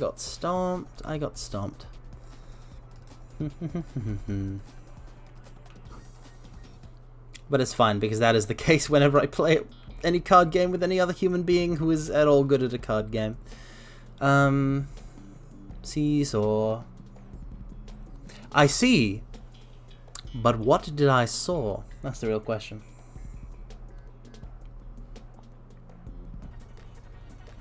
Yeah, coffee? Just coffee? No. Coffee is only good if it's like in an iced mocha form. Well, then again, though, that's like cold coffee. You just add a bit of chocolatiness to it. Like with cold coffee, you're well on your way to a nice iced mocha. Saying you got stomped just makes me think you got literally stomped. Nope, not me. Welcome, Paper Bag. Thank you for the raid. Welcome. It is I, Carmine Phlegathon, the most cursed and powerful VTuber. He who was cursed under the red moon of fate. He who wields a demon within his right arm. He who was so dumb at Zelda he stopped streaming it after like just brain too broken, and is now playing Fall Guys instead to chill out and talk about various things with chat. Welcome everybody. We're just having a cool, chill hangout. I'm a cool kid. Welcome, Seryu. Welcome, Lapis Lazuli. Welcome, Mexican Pan. Welcome, Paper Bag Channel. Welcome, everybody. Welcome, Mirkern. Welcome. Don't you Carmine ... me. I made progress. I got the light arrows. I could just need to figure out how to flip the thing. Ocarina of Time puzzles got you again. Welcome, Nanowatt. But no, it was Majora's Mask puzzles. I'm now failing at a different set of puzzles. Yeah, now there's no one to raid when I'm done. Yeah, that's gonna be like, I hope you got like, I don't know when we're gonna end, but I hope you guys get your like raid recommendations ready for like a VTuber for me to raid. How was Zelda aside from whatever got your brain? It was good. We made like 2 hours progress. Maybe you need to take notes about Zelda or about like VTubers to raid, because I can see myself taking notes on either of those things. Welcome, Song Leaves. Welcome, Uwu to OO. Zelda. I mean, it's not a, like I mean, I guess I should have like it was just remembering what a dude said to me. So I guess in this case, yeah, accurate. Sweet. Then we still have like well we still have an option that like I know of. But again, just blanket statement. If there's ever like if I'm ever ending a stream and there's like a VTuber that you like that's on. Feel free to, like, and you want to recommend them, like, feel free.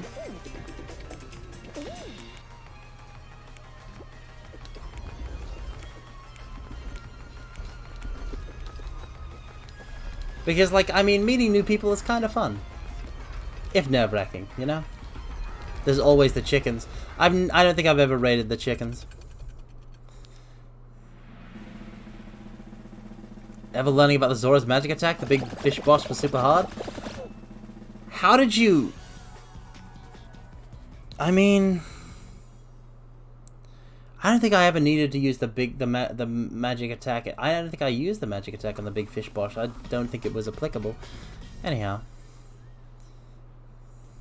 But yeah, this was supposed to be a Majora's Mask stream, essentially. For my first run of Majora's Mask. And we're pretty far in. But I'm too tired and brain dumb.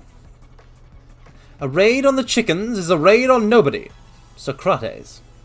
Well, Socrates would know what he's talking about, wouldn't he? My name was too long for this game and chocolate the missing letter. Oh, Phlegethol. I'm Phlegethol.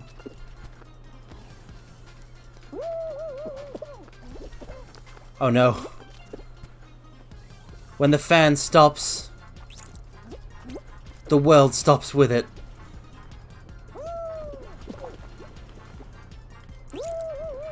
Hold me. Blue specimens. Let me keep you safe until it is time for you to be jinxed.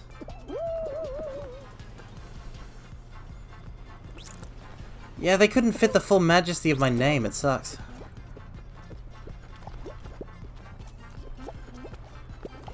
Oh wait, no, I accidentally jinxed myself. I accidentally got myself jinxed. I was like, I'll hug this person who has the pink. Where are the non-jinxed? How did he jump over me? I just got jumped over by a Triceratops.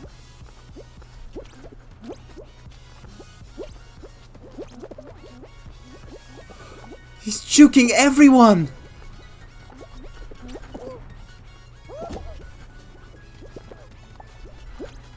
That one Triceratops. Where? There. How are they so slippery? Someone got him.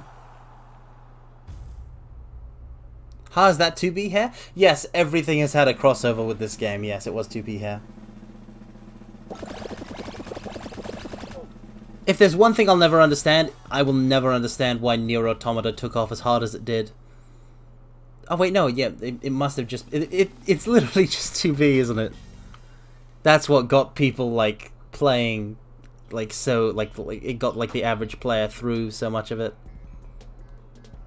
Because I don't like Nier Automata. I've tried it, and it's, like, not my thing very much. Yoko Taro's style of storytelling is very much something that I'm not into. But it's, like, weird because, like, it also seems like it's, like, something that the average normie would not be too into. The music helps. I mean, the music didn't leave that much of an impression on me either, is the thing. It was just kind of okay.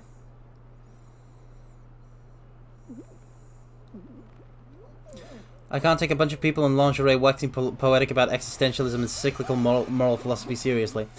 I mean, like, same, but for different reasons. Like, oh, come on. Because, like, if it's the lingerie that prevents you from taking the moral philosophy seriously, then, like, that's pretty shallow. That fan's gonna ruin my day.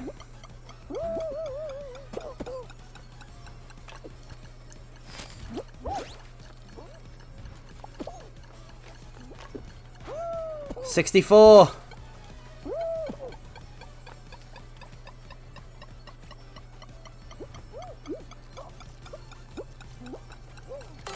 Haha! Have I checked out Nier Gestalt Replicant? I want to pass on that too. Again, it's like I just don't like Yoko Taro's style. But again, yeah, if it's just like the the character designs being connected, like tied to the existentialism and the cyclical moral philosophy, as opposed to just the moral philosophy itself, sounds a bit haughty to me. Like, it's not that, like, the thing that gets me about, like, Nier isn't that, like, oh, look at 2B's design, it's like, I can't take this game seriously. It's that, like, it's so depressing. It's all way too depressing. And, like, I'll throw down with the occasional depressing story, but Yoko Taro's style seems to be depressing in a way that, like, I feel like it's a way that I feel like my brain could lean if I tried. And it just seems very dark. I feel like, you know, thinking in that kind of way, with that kind of framework, would really damage me mentally. But he seems to revel in it, so I think he's coming at it from a place of, like... Yeah, it's suffercore. Welcome, welcome, Gale Stratus. Welcome, welcome. But yeah, see, I'm not big on suffering. I'm big on ending suffering.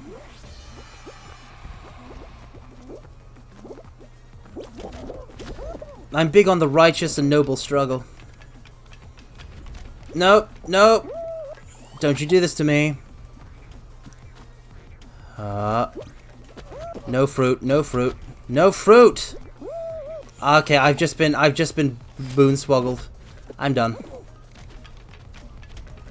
Oh, it was an 18-carat run of bad luck, but the game was rigged. Game was rigged from the start. Come on. I literally have just not been allowed to get my footing. If I had been allowed to get my footing... No, that was it. That was it. That was it. My slow death is all that awaits now. I resign myself. So I want to end the suffering without seeing its effects on people and the environment. No! I don't mind suffering. No, that's not what I mean. Like, I'm fine with seeing the effects on people in the environment, but it just seems like with a lot of Yoko Taro stuff, that the suffering is not the means to the end of the story, like, but it is the end. Like, it just, suffering happens, and there's no real reason. I mean, there is a reason. It's just that it's not a reason that, like, I don't want to make an in-depth analysis of Yoko Taro's works when I haven't played them. But the joy of overturning suffering in such a bright, burning way is what I live for. Like, I live for, like, when it comes to media, what gets me going the most is optimism and messages of hope, and, like, this is a reason to live and to go on and to strive and to fight, and like this is like all of these positive kind of like emotions and like messages is what like gets me going, and like it's possible to like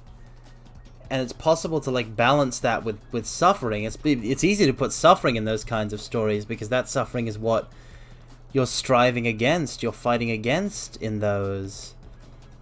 But like, yeah, that's not Yoko Taro's style, and that's totally fine. Okay, here's the thing. Here's the... You want to hear the big take about, like, me not liking Nier Automata? I don't like... Yeah, like XV... Well, I don't want to talk much about that, but, like, Here's the biggest take about me not liking Nier Automata. It's fine. It's fine that I don't like it. And it doesn't mean that I think Nier Automata sucks. Because the fundamental truth of reality is this. Not all media is for all people. Different stories resonate with people differently. And something that is made for everyone is going to be bland and not that interesting. So there's a reason, that like I joked earlier about, like, I don't know why like people got into Nier Automata, and that wasn't like a dig at Yoko Taro, like not making a good story. That was more me making a dig at like the average person, and like how I'm surprised that they get it. But the core point is that like just because I'm not personally into a story doesn't mean that story isn't good, that game isn't good. It just means it's not my thing. And I feel like people too get too invested in like, if I don't like this, then that means it's bad. If it's not for me, then it's not like including me in like it's like it's not for me, right? And it's like, yes, it's not, because things can do that. Oh no, I'm done. I got too passionate. Yeah, no, Gale, we already figured that out, I think, before you arrived. We already figured out it was 2B's assets. How many people do you think play beyond ending 1? I have no idea. I'm sucking so bad at this. I get real passionate about this kind of thing, because, like,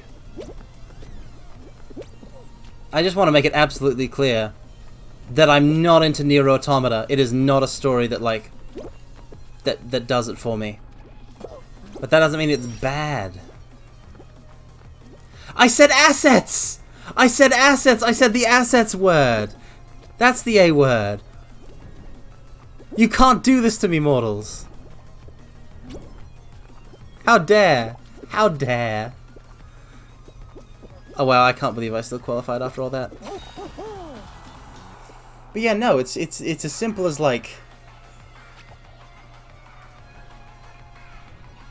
Oh wait, don't you report me to anybody. No, stop. Listen.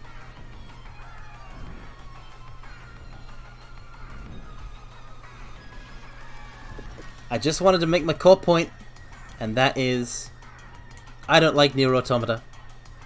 And it's most likely a very good game. I mean, the combat was fun from what I played. I mean, it's platinum, so yeah, I think so. But yeah, Yoko Taro's style, not for me. I'm just not that kind of person.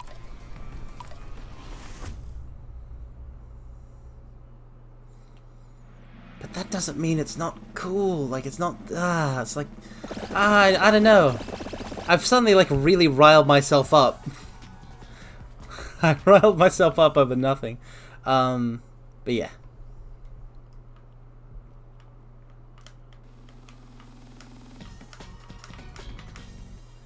Ba-bam, ja-ja. I also don't like things that are good. Well, don't phrase it like that, Nanowall. Don't phrase. I don't know about like phrasing it like that, but yeah. Things that cool thing like things that are made with a particular. No, I know you were serious. It just like. It's just kind of funny to read somebody saying that. Although I guess it is like what we've basically been talking about. But yeah, media that is made like good, like soulful media is media that's made with a strong artistic vision, and if it's made with a strong artistic vision, it's probably not for everyone. Stop trying to push me over the edge.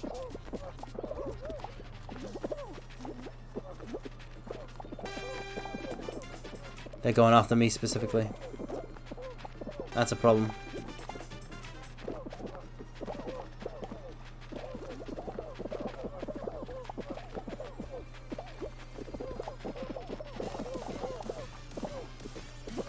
My big issue with Yoko Taro is there was a very tired message of futility, the pros and cons of preserving life and what the cost is, what it means to be human, etc. But it's put in such an obtuse way with its thirst trap character design, so it's like a combination of issues for you.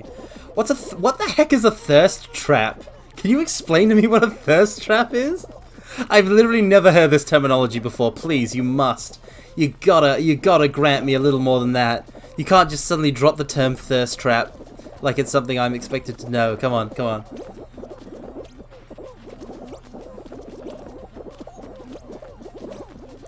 What? A thirst trap is like a character that will make people shrimp for them. Ah. It's hilarious since Fate was also a thirst trap at first. I mean, thirst trap designs are characters who are designed in a way that titillates or insinuates one's eyes to attraction, which is inherently bad. Well, no. Well, pardon my French, but no shit, of course it's not inherently bad. I feel bad for swearing. Yeah. It's like I'm pretty sure that the reason that 2B is like, you know, considered sexy is because Yoko Taro is like, I just really like girls. I think that's his quote. Yeah. Attractive character designs. So like, I feel like that's, I just don't feel like, hey, the first time doesn't count. The first time wasn't real. You lied about the first time. So not gonna think about it less time. And again, the demon in my arm is not necessarily a mommy. Okay, thank you. Yoko straight up told people to tag him when they draw her booty. He's a Chad. Yeah, exactly. So like, I don't feel like there's any real dissonance between doing that and telling that kind of story, because they're both just things that Yoko Taro is interested in. And, like, that's his style. Let's get these penguins.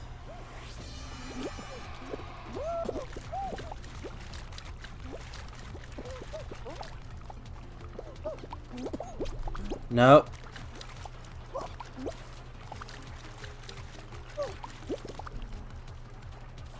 It's fallen.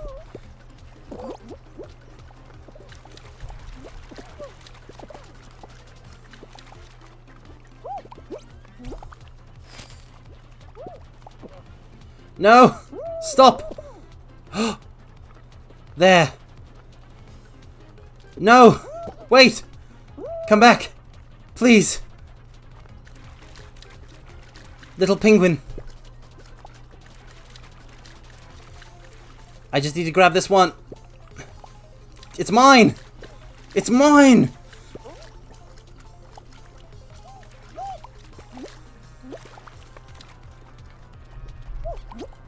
Yes. No. No.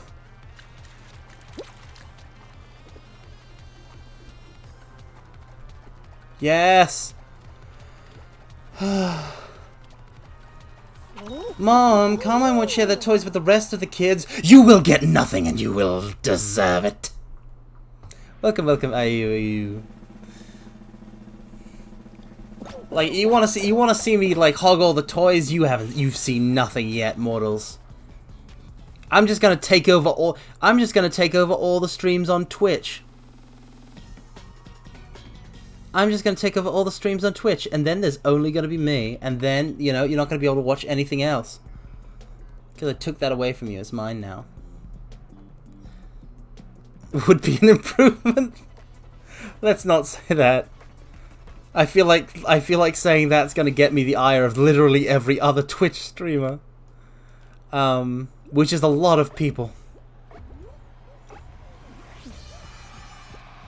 Unless that was your intention, to get them to like to bump me off. Which would be kind of difficult seeing as I don't die.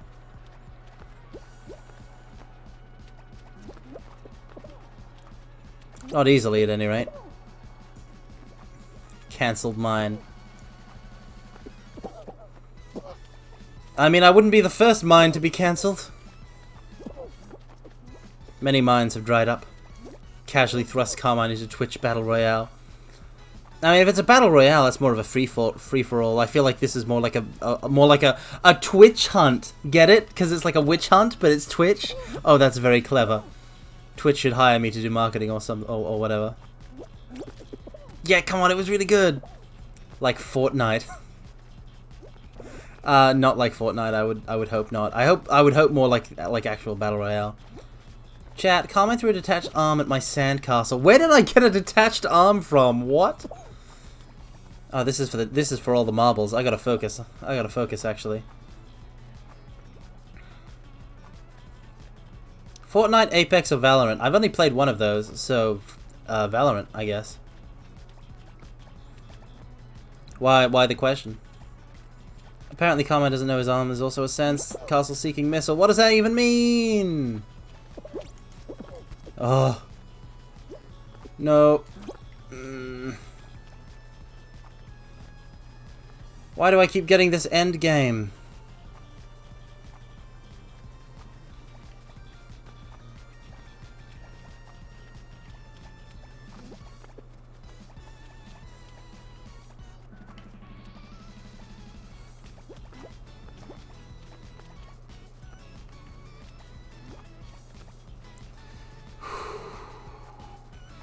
We are all of us dead men.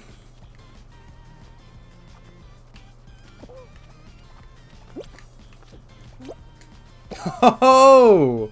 Bet you weren't expecting that.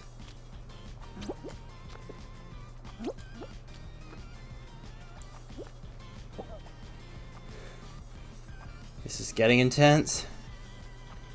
It's intense, like we're going camping! 'Cause we're intense, get it? It's like I'm going camping with these fools. No!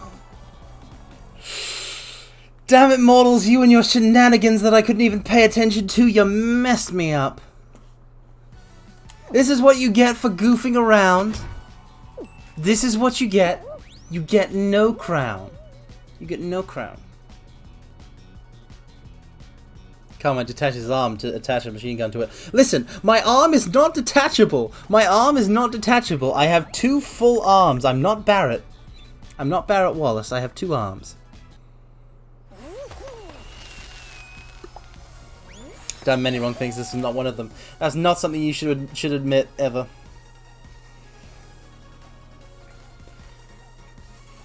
Seriously, you're all goofsters. You're all goofsters. Also, I stole that Keyblade because I deserve to have a Keyblade, because the Keyblade that I got at a convention that one time got broken a couple months later by a high school associate. And I deserve a Keyblade. Tried Pilk. What's Pilk? What's Pilk? What's Pilk? Pepsi milk.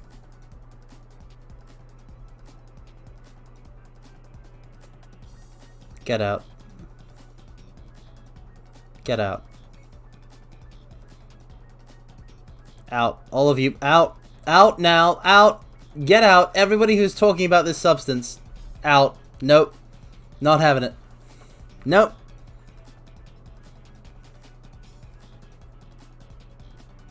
The mere idea of combining those two together in a way that you would then intend to drink.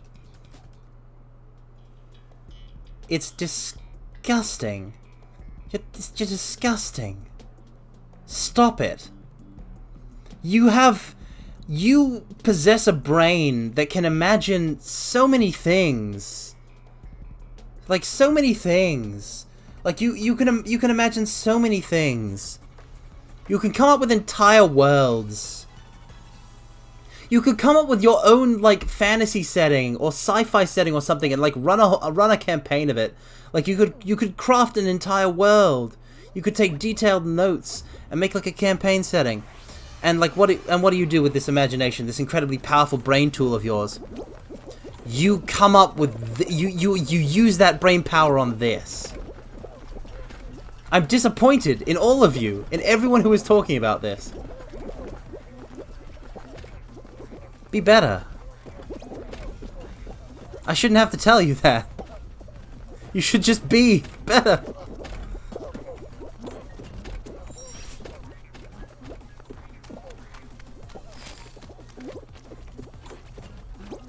I don't even know what half of the stuff you're talking about. Just no, stop. Now you know it too. Now you're as bad as us. Hey! I'm not. Because I'm not talking about it. Because I'm not talking about it. And if somebody ever asks me what it is, you know what I'm going to say? I'm going to say that it is something that should not be uttered. And refuse to explain. Community goal, Carmine Pilkstream. I feel like I've not been very clear. Because listen, we've all had fun. We've all had a lot of fun here today. Listen, we've all had a lot of fun here today. We've all had a lot of fun here today, mortals. It's very fun to see streamer get irate about something. To see a very strong reaction to a thing. That's always very fun. And it's also very fun to tease the streamer. This is all things I understand. But if this becomes a thing for any extended period of time, you will all suffer, and it will not be fun. And that's not a joke. That's just a statement of fact. Let's see here. 2 and 3.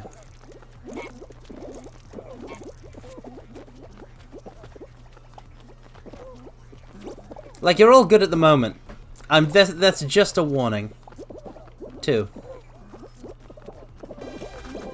Wow! A lot of people died!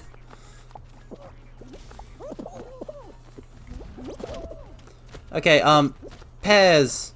There's 1, 2, 3, 4 pears. 2 of those other fruits. And 1 banana. I don't know what that is, that other fruit. Durian, yeah.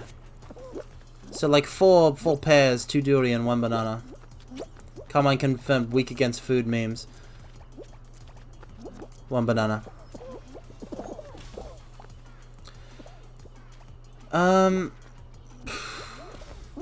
It's not that I'm confirmed weak against food memes. It's more that I just want. Okay, so hold on. Count. 2 durians, 3 durians, 4 durians, grapes. 2, 3 grapes. 1 of those big things. 2 of those big things. 3 grapes and 4 durians.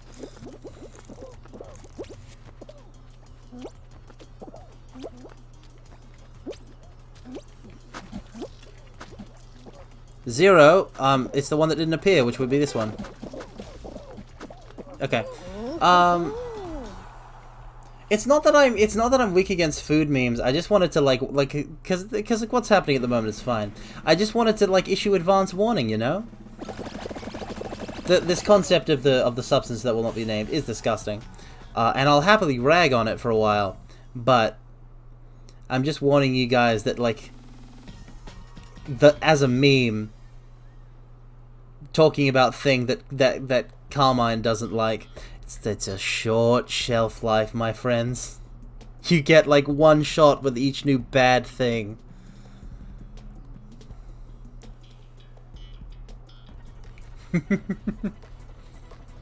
I also just like to keep you guys guessing, keep you on your toes. Because if you guys want to mess with me, I get to mess with you.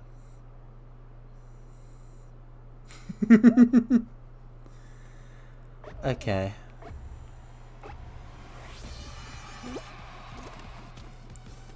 Okay, what am I trying for here? I want to get into the... I want into the light.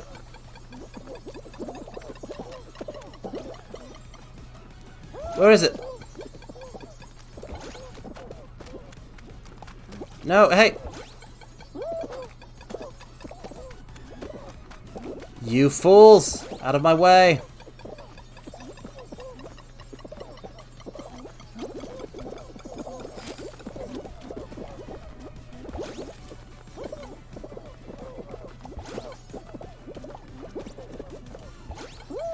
Yes, come on!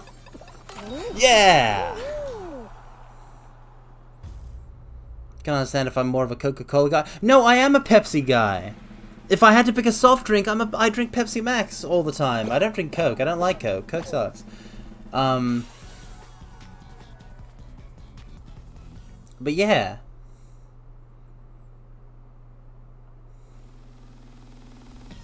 Carmine is Pepsi Man. Oh, you've discovered my secret. I have a. You see, I have this. I have this belt. And if I wrap it around my waist and I slot a can of Pepsi into it, I can kind of twist the can and I henshin into Pepsi Man. Pepsi Man.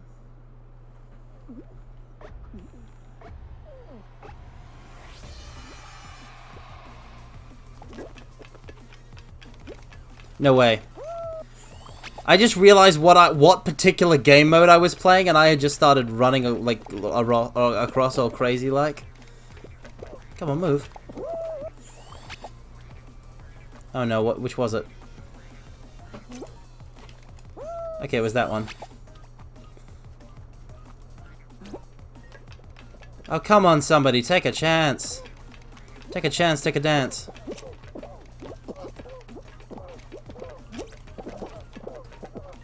Go on.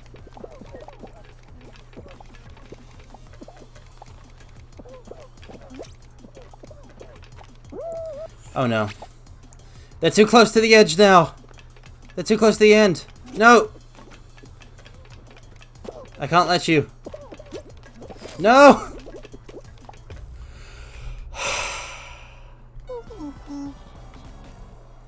This law has now been added. This can't be reversed. I can't possibly... Oh wait, no, it's about the Pepsi Man thing. No, that's fine.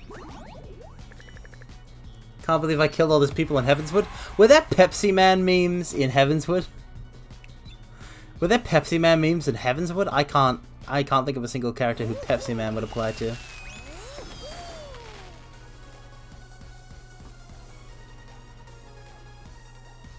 Who's Pepsi Man? I mean, I know who Pepsi Man is in real life. It's the Pepsi Man. It was the Living Liquid Savage. Oh, now I remember. Yeah.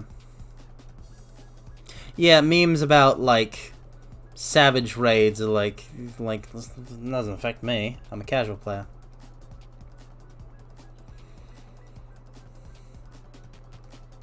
Like Savage, fun in concept, in execution, no. You have to have a team. I don't have a team. Turns out Carmine can pull a whole can of Pepsi from the left eye. That's why they put an eye patch over it. Yeah, you've cottoned on. Instead of having the all-seeing eye, what I actually have here is a big hole that I slot a can of Pepsi into and it keeps it cold. Carmine, what's the most unpleasant thing you've ever eaten and drank? That's a very personal question and not one I'm ever going to answer. Nope, not going to happen. Mainly because, like, I know what the most unpleasant thing I've ever eaten was, but, like, I don't know what it was called or, like, what the dish was. Like, I just remember the incident, the event. Yeah, it was just, like, a regular meal. It was something my mum made for me when I was a kid, and it was just very bad. I couldn't finish it. How would you even get the Pepsi out? You just kind of flip the eye patch up, and you just kind of dig your nails in and you pull it out. Swoop. It's not a never-ending void. No, Meiji, it's not a never-ending void. See, the can extends back into the brain, so I've got a chunk of my brain missing, and that's why I'm so bad at everything, because I have a chunk of my brain missing because of the Pepsi can.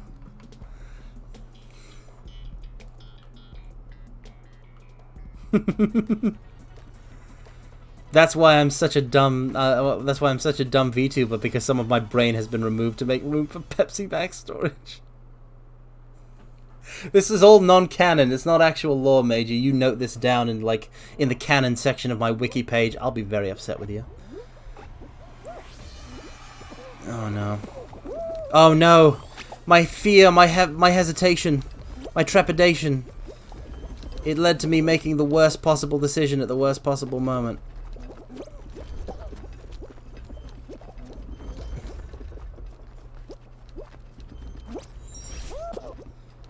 Okay. Nope. Not gonna work. Not gonna work. Not gonna work. Not gonna work. Oh, totally gonna work. Let's go. No, don't you hangers on. Don't you mess with me. This is bonus chapter lore. This is the non-canon omake at the end of the physical volume release. This is between chapters.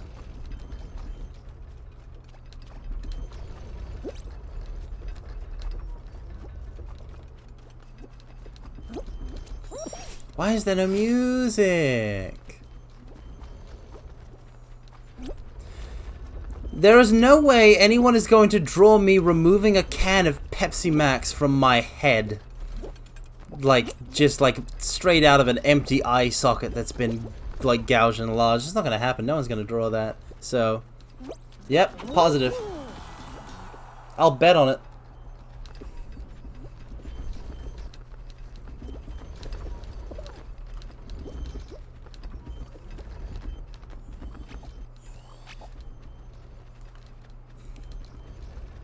You don't know that. There may even be swimsuit Carmine art somewhere. There is no way. I mean, no, because there's no Carmine.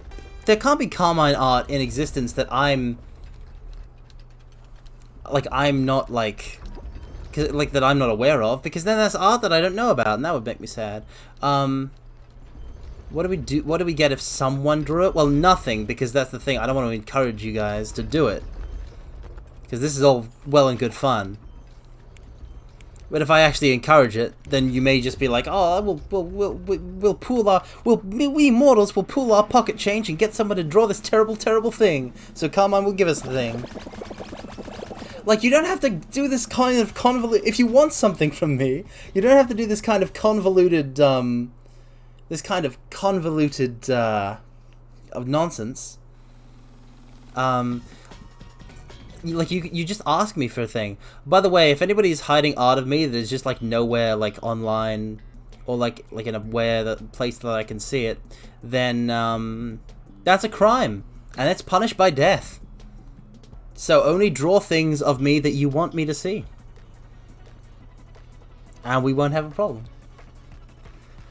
Bam bam bam bam bam.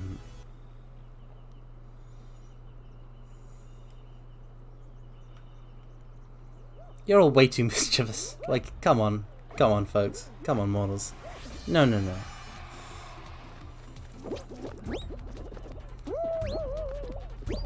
You got the souls of pranksters.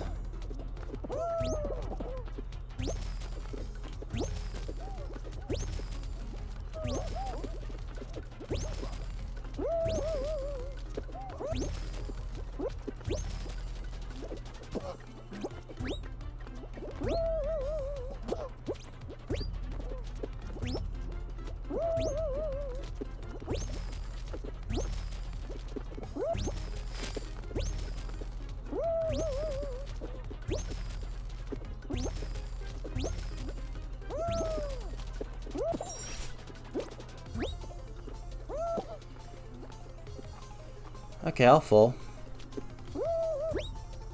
I'll give falling a try. Focus, focus, focus mine. Come on. Yes. Whew. What if someone was to draw you enjoying Pilk? Gale, I just told you again with this thing. Like, I understand this is a very funny meme for all of you, but I hate it, so stop.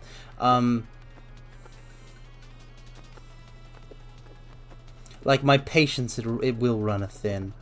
I don't know when that'll be, but it will be at some point.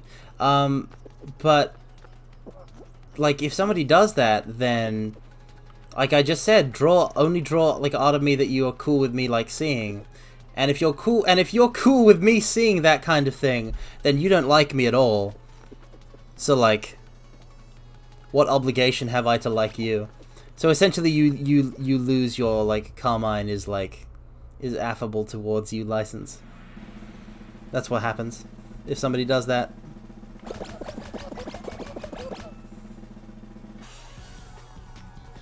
Time to burn some unseen Carmine art then.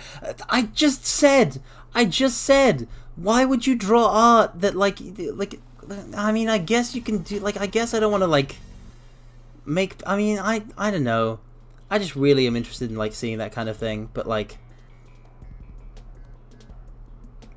if somebody, like, draws a thing that they don't want people to, like, see, I can't really be like, oh, like, show that to the world, you know? It just kind of frustrates me. But again, punishable by death. It's a team game about pushing a snowball. This is awesome. I've never done this before. I've never seen this. Let's go. I'm totally gonna get in the way of the other team's snowballs. Okay, so we want it to basically hit as many hexagons as we can.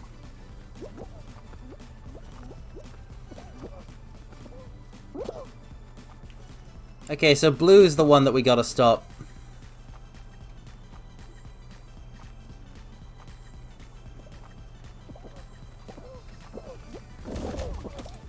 Oh dang! Oh dang! Blue's going crazy! Red. Don't push it further! Guys, we're just pushing it in that way. No. Yeah, great. Get that one. Yep, come on. Oh, yep, got some of it. We got some. No!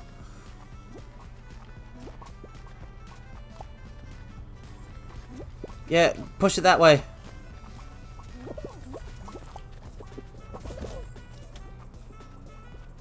Yep, come on. Grab it. Oh, it's got funny sprinkles. Yes. Bump into that one and roll on that.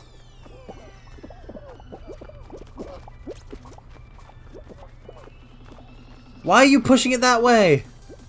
You're on our team, right? Push it towards the thingies. Oh wait, no, we just want to get it up to 100. Yep, got it. Blue loses. Yeah, no, see, this is what I'm saying, Robert Round. I'm like, if you want to draw and you don't want to show me a thing, that's fine. That's basically the point that I wanted to say. I just get a bit frustrated because I don't get to see it. And, like, you know, fan art is like the biggest flattery a VTuber can receive. So I'm like, no, but it's genuinely fine. Please don't worry about it, people. But, like, also just the very specific descriptor of swimsuit Carmine, like, what kind of swimsuit is it, though?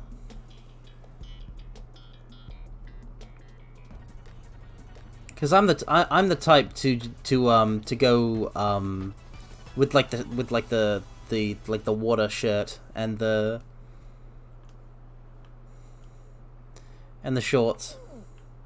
Sukumisu? No, that's not the kind. See, that's not the kind of Gale. That's not the kind of swimsuit that, like, I wear.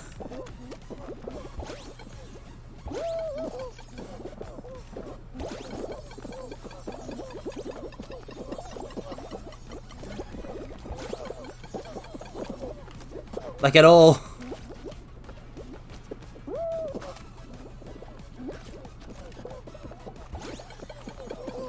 Like, that's not the wrong... that's the wrong type of swimsuit.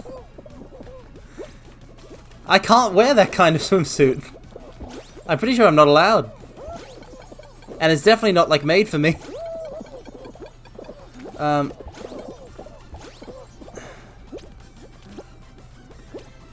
least if I understand that, if I actually understand the full connotations of the word correctly. Oh, no, come on. Come on. Come on. No, I lose. 98.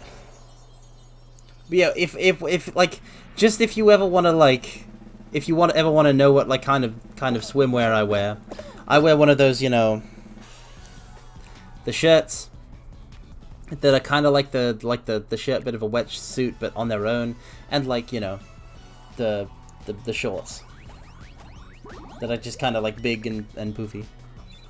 I don't know how else to describe them, but that's the kind I wear.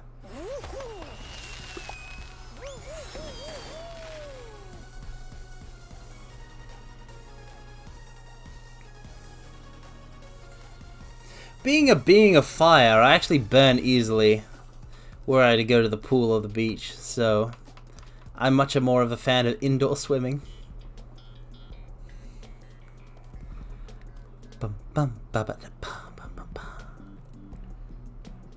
Sunburned mine. Yep. I absolutely am the kind of individual that does not tan, just straight burn. Dressed like an MMA fighter at the beach. I'm pretty sure I did not describe being dressed like an MMA fighter. I'm pretty sure MMA fighters go shirtless, right? I'm definitely wearing... I'm telling you, I wear a shirt.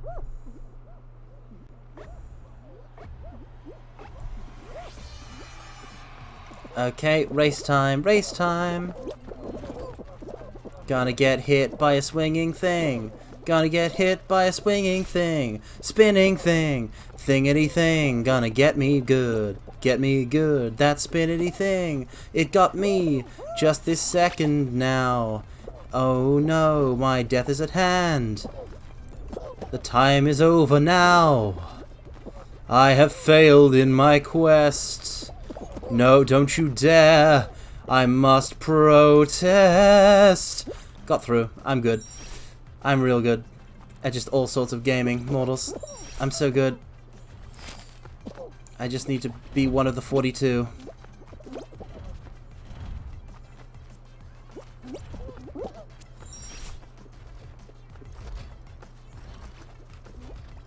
Kind of thinking of wear a tight plastic fiber long sleeve shirt. I'm not sure.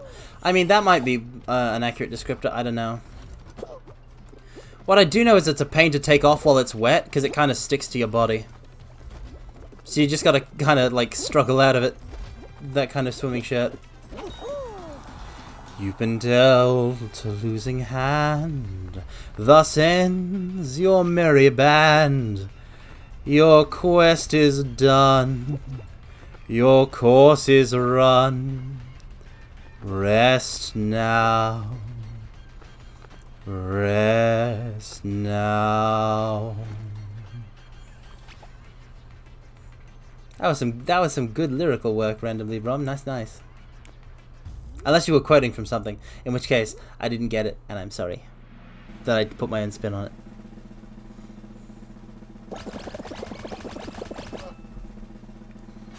But it does make me think of an adventuring party that just up and died. Like a game over screamed in a JRPG. Quote from a Man on the Internet song, to be exact. I have no idea who that is. Ba ba ba ba ba ba ba ba. Bum bum ba ba da bum ba ba bum ba ba ba bum bum ba ba da bum ba da bum ba ba ba bum bum ba ba ba bum ba ba ba. Ba ba da ba da ba da ba da ba da. I imagine he's a man on the internet. Almost certainly, yes. I think this one will be our last one, and then we'll find someone to raid. So if you want to rev up those recommendations, if you've got any. Not immediately, because I'm totally going to ace this one, so we're going to be in this one a long time. And if I lose in this very first one, because I've jinxed myself, then we'll do another.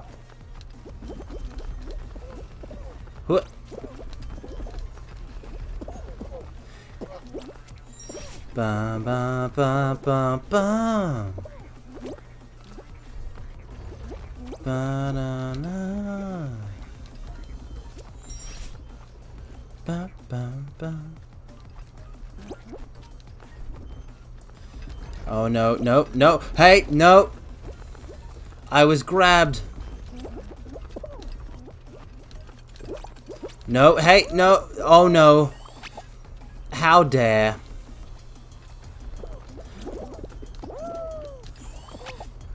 Revs up the recommendation in fryers. What are you revving up a fryer for?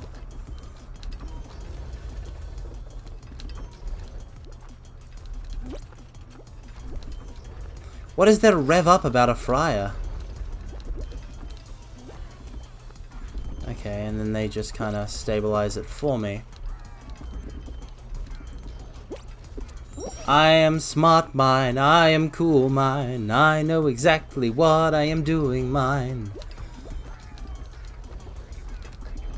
Like waiting for the right moment to pounce on yellow, and then I jump across onto pink. And it's stabilized, and they go that way while I go this way, and everybody gets what they want.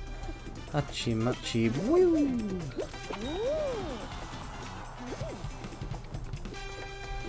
No! Listen. You don't get to just suddenly, like asterisk, like double asterisk RP in my chat. That's a slippery slope, mortals.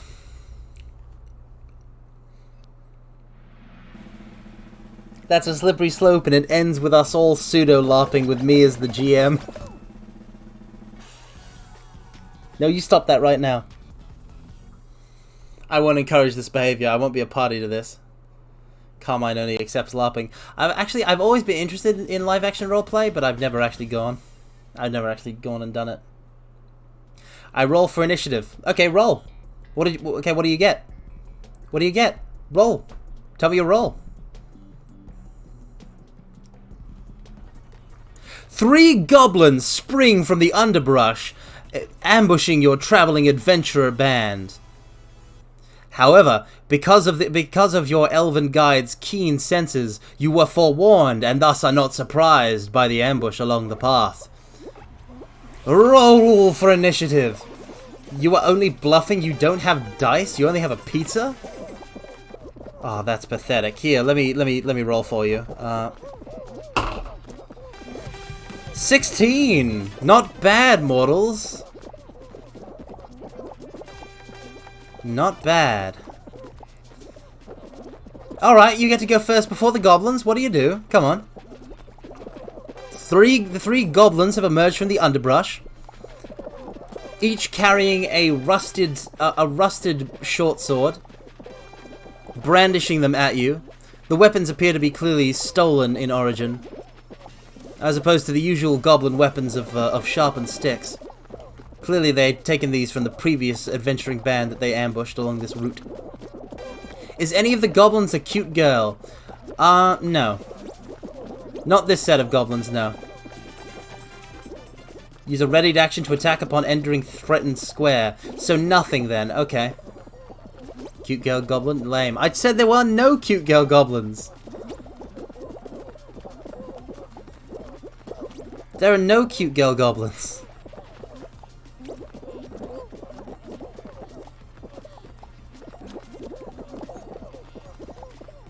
I'm not just gonna give you a cute girl goblin like party to fight like right off the bat. You have to work for your cute girl goblins. You gotta work with me here, Lapis. You gotta put in effort.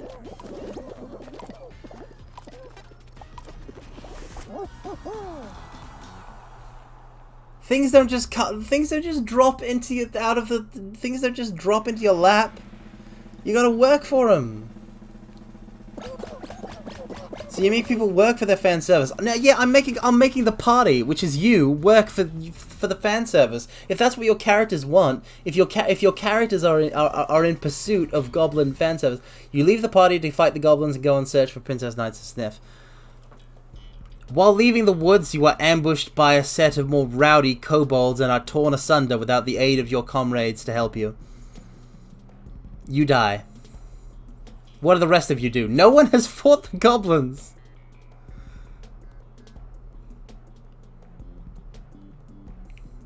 You even rolled a 16. No, they weren't. Nope, they weren't girls.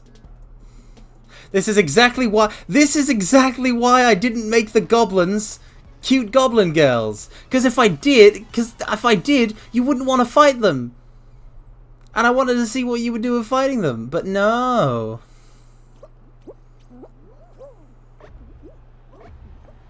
I mean, if that's the kind of campaign you want, like, if that's the kind of campaign you want to play, you got to tell me these things, okay? You got to work with me as your GM. If that's the kind of thing you're looking for. All goblins are cute, yes, but not all goblins are cute girls. Some goblins may be cute boys, you know. Oh.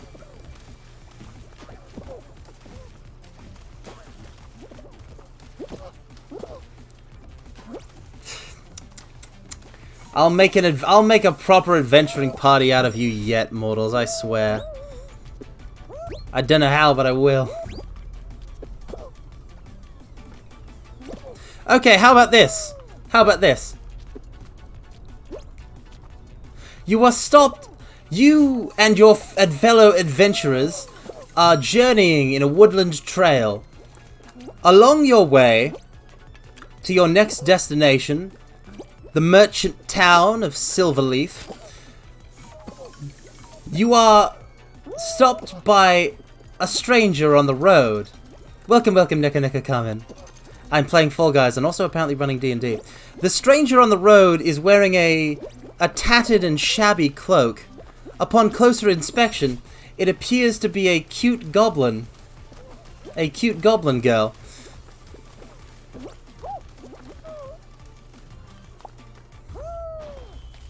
The goblin girl stands in front of you on the road and blocks your path, and pulls down her hood to reveal short about neck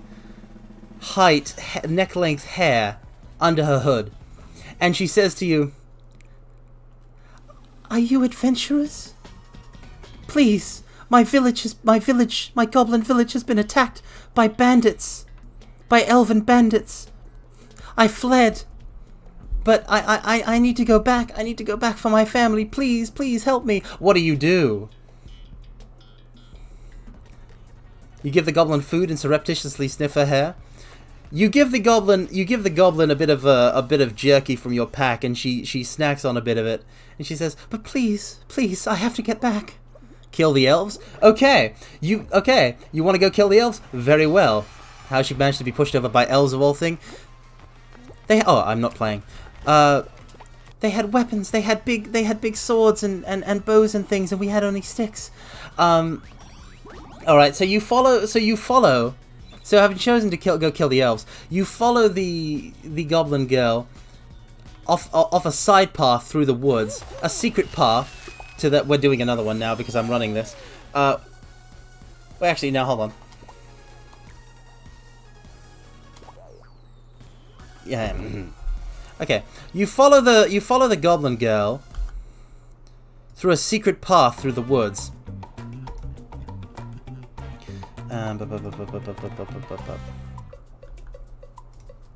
It is a path. It is a path that you would never have noticed if not for her guiding you. Now, basically it's a very well concealed sort of series of half trails through the dense woods, barely used. After about half an hour's march, you come across the goblin village. Several round huts made of thatch, with cute little painted roofs, painted in different colors, have been basically torn asunder, partially demolished. Some of them have like broken branches sticking out of them.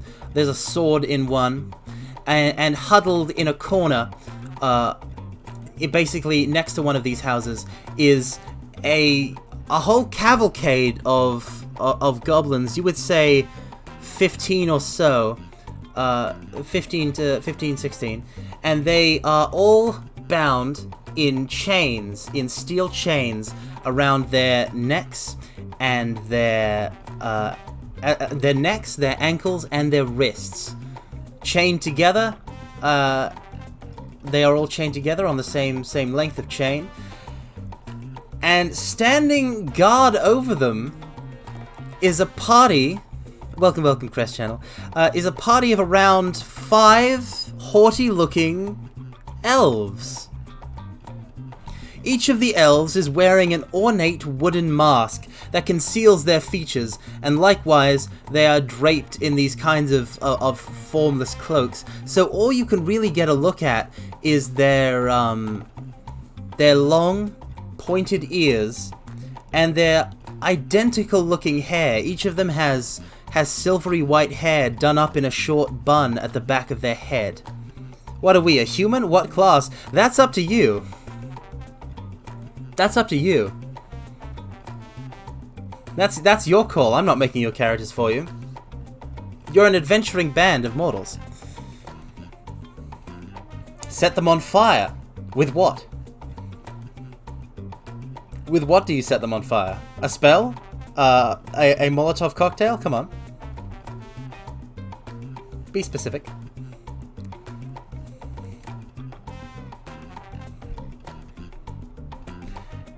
They are basically standing watch over these captured goblins, talking amongst themselves casually, tending to the very minor cuts and scrapes that they were given during when the goblins resisted. You overpower the elves with my muscles and give them all Hime cuts. Cast burning hands on them. Firebomb. Okay. Alright. Climb up on one side of a hut and steady a shot with my crossbow on the roof. Okay, mortals. So the first thing that happens is a firebomb is lobbed right into the midst of this small gathering of elves, and it goes off, and it sets their cloaks aflame, and those cloaks burn away to reveal sort of short, like very very well cut, sort of fashionable elven leather armor, very tightly fitting, revealing the group of elves to be a set of 2 female elves and 3 male elves, and their masks, however, despite being made of wood, are not burnt away by the firebomb. But you see that the skin of their ears and necks does appear to be singed. The firebomb has done some damage. You can't cast burning. I'm pretty sure you can't cast burning hands unless you're in touch range, randomly, Brom. So one of you runs up to these elves and starts attempting to touch them with fiery hands, and they are quickly kicked aside. One of the female elves does basically a roundhouse kick to kick randomly Brom into a tree. Burning hands is a cone, actually. Fair enough. The kick still happens, but you did AoE damage before that. You try and overpower all the elves with your muscles. However, one of the male elves grabs your arms in like a lock, and you're out of the count. But then so is he for now. Mithril Diggy climbs up the side of the hut and readies a shot with a crossbow on the roof. You do manage to climb up. However, there's no stealth in it, as you're easily spotted. So you get no real advantage in the shot. You try and shoot one in the hand. I'm gonna roll for that. 18. You manage to strike one of the elves right in her hand, and she yelps in pain and drops the short sword she was holding. Keep wrestling the elf, angling for a good hair sniff. Yep, that's still happening. Neither side is really giving any budge. You seem to be equally matched in strength. One of the female elves has dropped her weapon. One of the male elves is currently wrestling one of you, and the other 3 are going to attack the party. So let me just roll for their damage, shall we? 18, 16, 5. One of the male elves just completely misses you. He basically just kind of like swings wildly, not really focused. But one of the other male elves and one of the female elves, I'm pretty sure I said it was like 3 male, 2 female. Basically, a male and female pair go all kind of like elven warrior duo on you two and do like synchronized attacks. They're hacking, they're slashing. Some of your number go down from the sheer wounds inflicted upon them. Grievous cuts gouge into their flesh. These are 2 elves that are dancing, whirling dervishes of death. You have taken... Collectively, you have all taken 20 points of damage. 3 of your number have perished. Or at least they are out of the count. They're not dead, but they will need to be stabilized after the battle. They will need healing attention. Now, what do you do?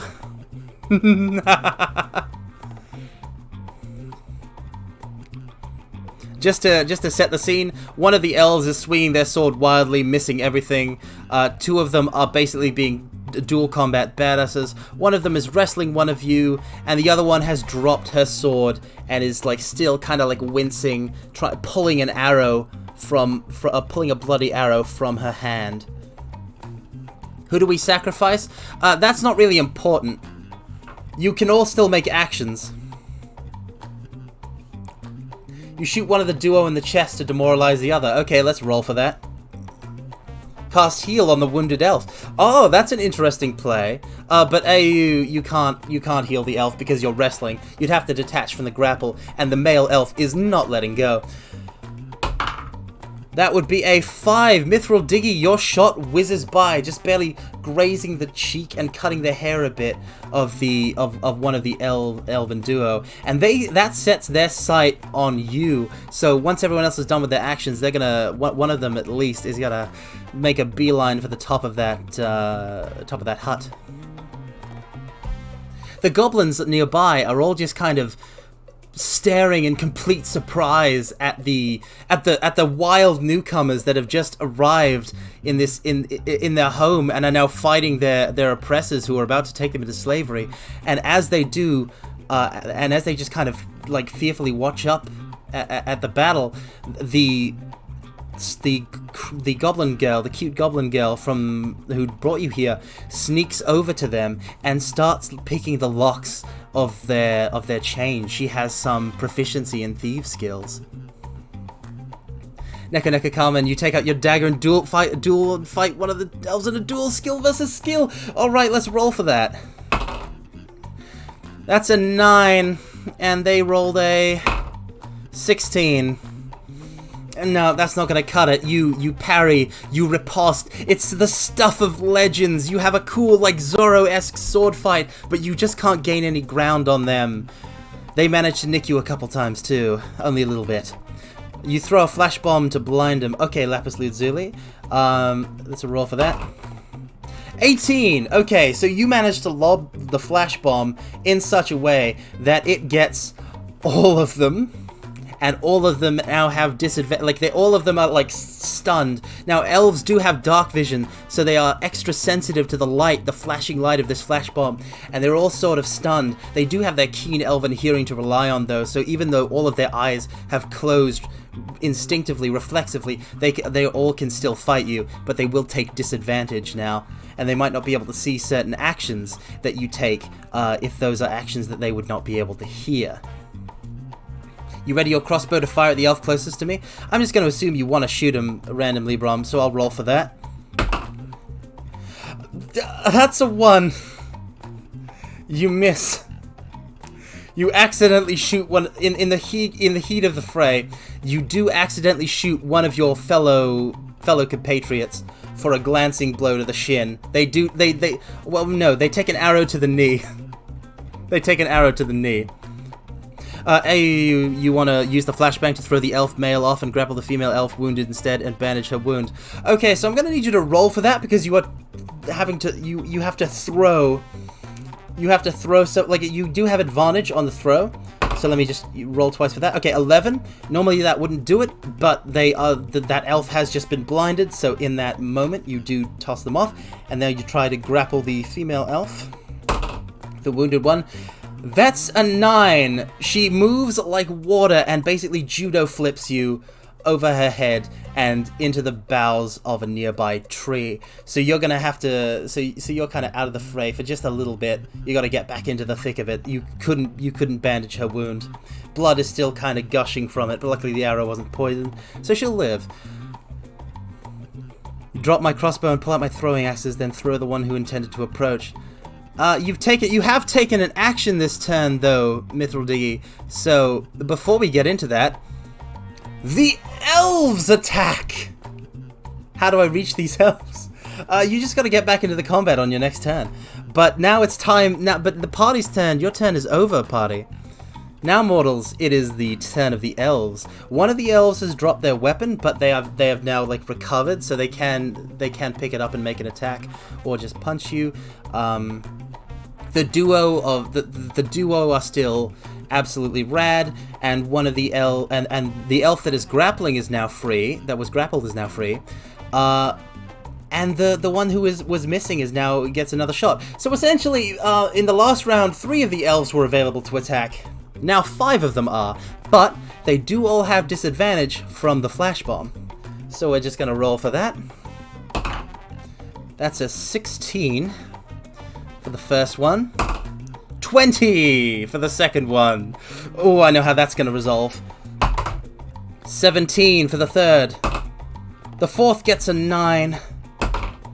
And then one gets the 5. Okay, so the first thing that happens is the one who is just swinging wildly with his sword, he just continues to swing clumsily and not manage to hit everyone, as you all deftly dodge out of the way of this fool's strikes. However, the injured elf girl tries to pick up her sword with her injured hand and goes to swing it at you, but she winces in pain and she can't make any good strikes, and she backs off a little, like looking pained. The arrow to her hand has debilitated her combat ability more than she thought, and she drops her sword and just clenches her fist in anger. Next, that 20 earlier. So Mithril Diggy is still kind of like on the is still kind of on the top of the thatch hut, if I recall correctly. Partial cover or no. So one of them basically does one of the duo does one of the cool combat duo from last round. They're still doing their thing. She basically she pulls back. She brings her arm back and then moves it forward and throws her sword, and it just directly makes contact with your shoulder, Mithril Diggy. So you now have a big piece of metal sticking out of your shoulder, and it is a debilitating wound. You can still fight, but it's gonna be rough. She has lost her sword, but she then like kind of reaches down and pulls out twin daggers and like continues her combat assault on the party, inflicting some more bodily harm. Now, meanwhile, the male elf that was grappled and the other male elf from the combat duo from before, now they sync up. Now they've synchronized, and they're basically like there's a move where like one of the elves like reaches down, like puts his head towards the ground, and the other one rolls across his back while doing a cool parry, and they're basically just absolutely wrecking shop. You're taking significant casualties. I'm afraid that you all take 9, 15, 5, a further 29 points of damage to your party. Ooh, another five of your number go down. You're losing ground. Some of them more cowardly amongst your large band of mercenary adventurers have begun to flee. Only the most stalwart remain. What do you do?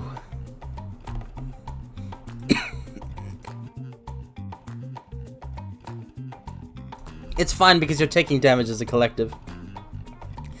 Will the party die in their session 0? That's what I want to find out. Throw a cluster of firecrackers to distract and deafen the elves. Okay, Lapis Lazuli. After the flash bomb, let's see. This is a good tactic because they're already still recovering their vision. Let's see how good the roll is. 19! Once again, you like lob the firecracker into the equidistant area of the elves, and it just goes off. These loud firecrackers that you purchased for a festival in the previous town, they just go off, and it makes such a loud noise. Everyone is at least partially like very slightly partially deafened here, but the elves, with their sensitive hearing, and because the firecrackers were so close to them specifically, they all of them clutch their heads. They're all sent reeling. They're all distracted. Now is the time for a coup de grace. You want to worm your way out of the tree and grapple the elf FW again. I assume that you also want to grapple to bandage the hand wound this time. You've got a better chance at this time because of the firecracker on top of the blindness. So that is a 9. Ordinarily, I'd never give this to you on a 9, but they have all just been blinded and like deafened because of this particular elf has been injured in her hand and just failed an attack roll. So because of Lapis's excellent support, you do get to grapple. You do get to grapple the wounded elf female, and you manage to like basically, while you're grappling and doing all of these kind of like movie style maneuvers, you manage to wrap some bandaging around her hand in a way that she doesn't even realize you've done it until you kind of like disentangle from her, and she looks down at the hand, realizes it's bandage, and she's just looking up at you, incredibly confused as to why one of her foes has just like helped her out in mid-battle. So she's kind of just confused. Mithridigi casts Entangle, 40 feet radius to destroy their mobility. Alright, you're gonna have to describe what kind of class that spell is. Is it just a general mobility thing? Is it like Entangling Vines? Let me actually look that up real quick. Yep, I knew it. It's grasping weeds and vines sprout from the ground in a 20-foot square. Starting from a point within range. For the duration, these plants turn the ground in the area into difficult terrain. Oh, no, this is D&D. So, the Entangle Pathfinder. Okay, yeah, very different. This spell causes tall grass, weeds, and other... Okay, Pathfinder, we can please. Tall grass, weeds, and other plants wrap around creatures in the area of effect or those that enter the area. Creatures that fail their save gain the Entangled condition. Creatures that make their save can move as normal, but those that remain in the area must save again at the end of your turn. Creatures that move into the area must save immediately. Okay. So it is an area of effect. Okay. I'm gonna need you to roll for that. So 15. Okay. They get to... Well, actually, they just have to make a save. So I'll make saves for all of them. 15, one of them saves. 15, another one of them saves. 18, one of them saves. 19, another one of them saves. 16, all of them save. Let me just roll a couple saves for your guys. That would be a 9. 9. 7. Okay, so everybody who is at all in melee combat range, for like fighting the elves, Mithridigi has just kind of cut your mobility. So yeah, you're all just kind of getting tangled up in these vines, while the basically, these vines are cast forth and they spring from the ground and they try to wrap around the elves, but the elves are nimble forest dwellers and they are in commune with nature. They move around. They know which way these plants will move, and they move around them in such a way that you all get wrapped up instead. Okay, so after that, Neka Neka Carmen, I'm no paladin, I kick the elf I'm fighting in the nuts. Rolling. That's a 9. Again, I wouldn't normally give this to you, but that elf has been... he has been like blinded and deafened, so he has no idea what's coming. His elven honor just does not prepare him for the possibility of this event. So, your foot makes impact with his groin, and he just goes down like a sack of potatoes. One of the elves is unconscious from the impact. It was the elf that was just swinging wildly and not doing much, out of sheer incompetence. So you have four elven enemies remaining, and I don't think you guys have done any more actions. So they're going to attack again. I only get to roll 4. Sorry, I didn't expect to like go this long, so my voice is just kind of shot. But I want to keep the momentum going, so I'm not gonna go take a break to get a drink. But this is very fun. 9. One of them misses. 2. Another of them misses. 11. Because of the deafening and the blinding, another of them misses. 4. All of the elves. These elves have been blinded. They have been deafened. They have been like assaulted in various ways. One of them has been like bandaged by the enemy, and she's so confused. All of them miss their attacks. All of them, like, they are disorientated. Their highly trained elven fighting styles have all just kind of collapsed into chaos, and you start mopping them up. Make your next series of attacks, because they did not hit you at all. You take no damage. My favorite sandwich? I don't have one, but if I had to pick, it would have it would have a bit of meat maybe in it, or actually, no, just like a peanut butter sandwich, I guess. I do like lemon curd on toast, but I don't know how much I'd like it in the sandwich.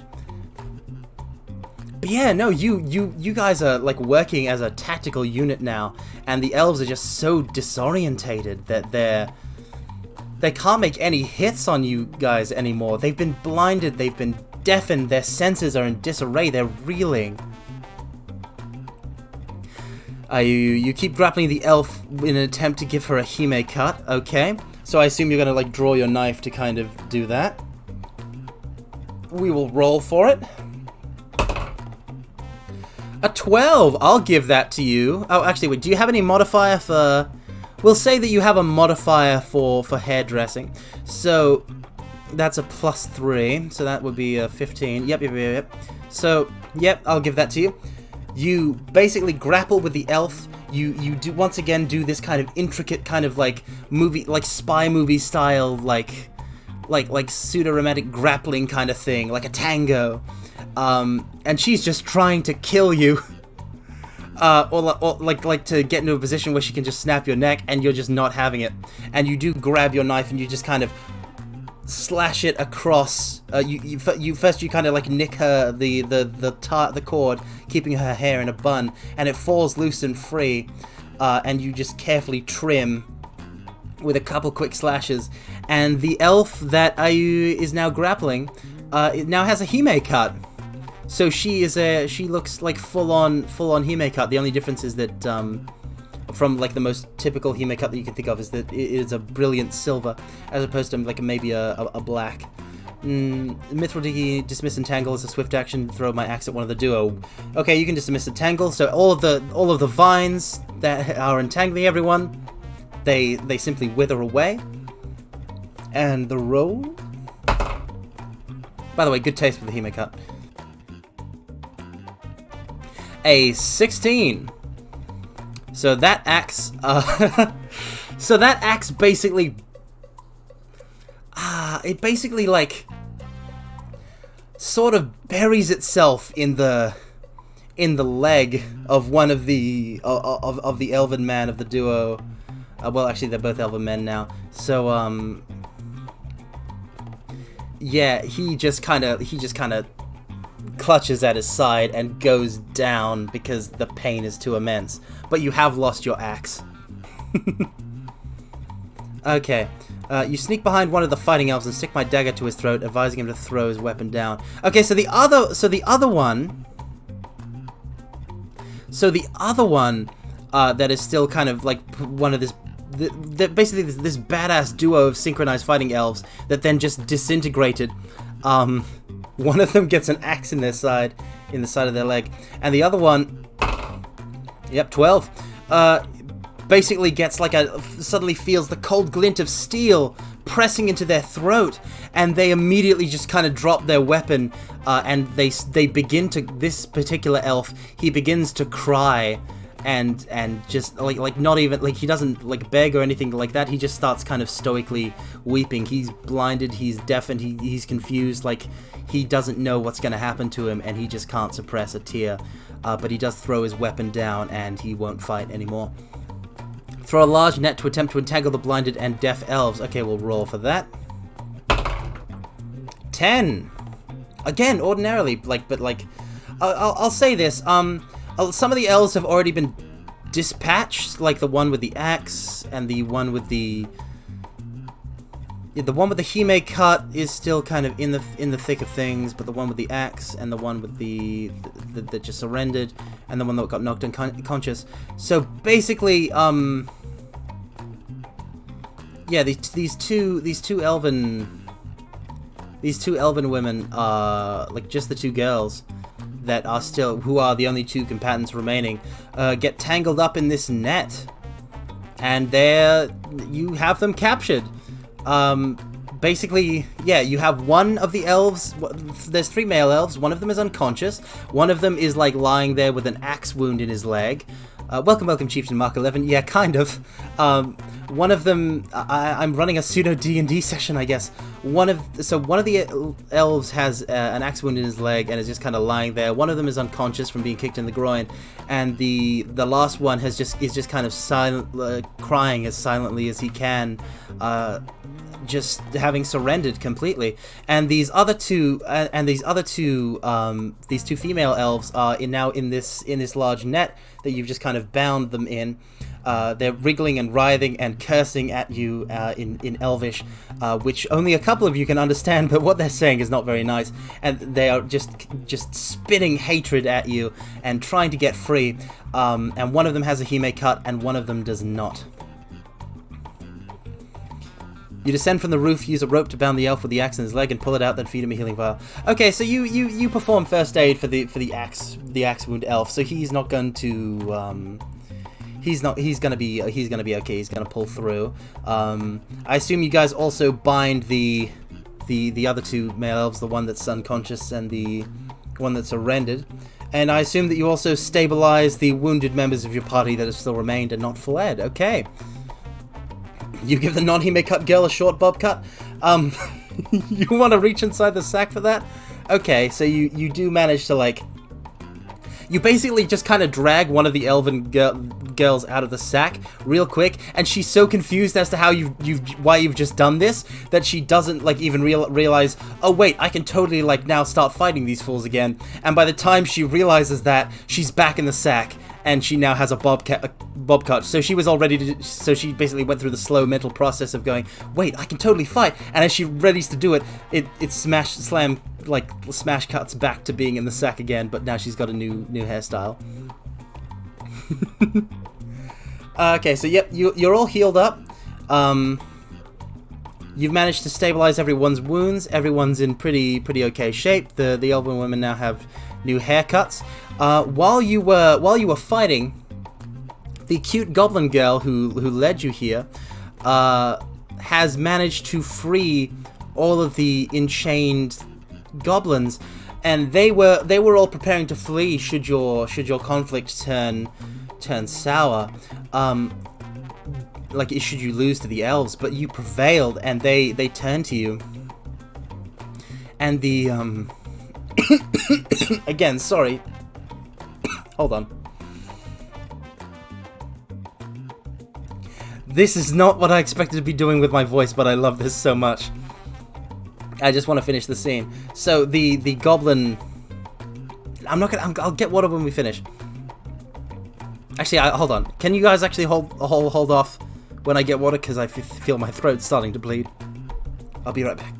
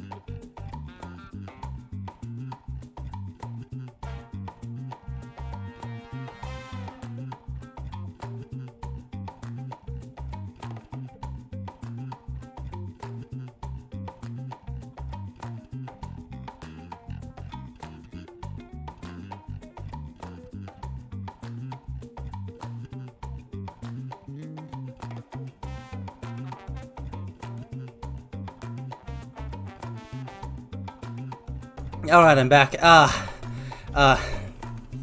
That's actually very good. Thank you. Thank you for waiting. Yeah, chat has been a good party.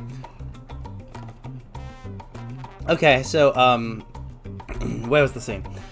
Whew.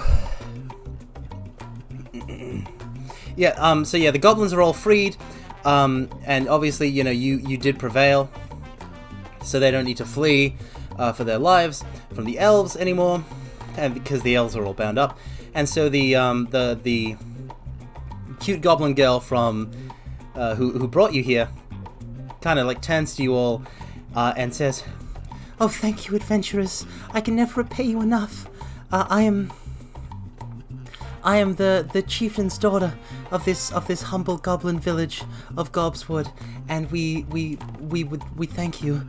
We have very little in the way of riches, and we will need to rebuild. But we do have this. It's an ancient relic passed down through the family line of the rulers of this small village." And she hands to you, to whoever's like somebody at the front of the party, a scroll, an old weathered scroll bound in a gilded ribbon, sealing it tight. Now, obviously, you having received a scroll, you open it up and unfurl it, and you see on the scroll. Yep, sorry. Somebody else in the party has taken the scroll and unfurled it. Sorry, Mithril D.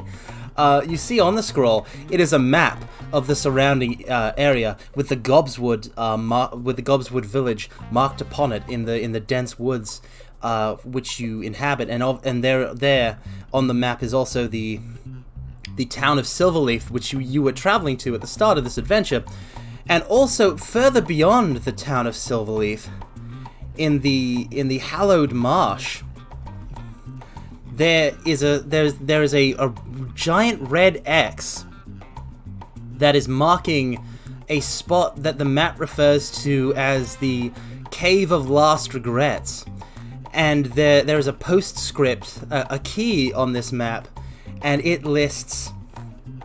It states the following: location of the ancient armory of the Goblin King.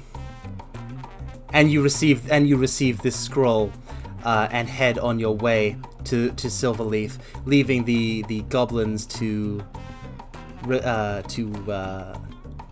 basically repair their busted up village. You take the elves with you, calling them on behind you. And so you just kind of have interrupted the slavery attempts of a band of elven bandits who you can now turn into the authorities upon your arrival at Silverleaf for a considerable bounty, which will no doubt fuel your adventures to come, and especially a rousing night at the tavern for your adventuring band on this day. There's more than enough left over after claiming the bounty to have basically a big party at the tavern in the town of Silverleaf. And that's how your very first adventure as a band of wandering mercenaries in this world comes to a close. Thank you. I hope you all enjoyed this sudden impromptu D&D session.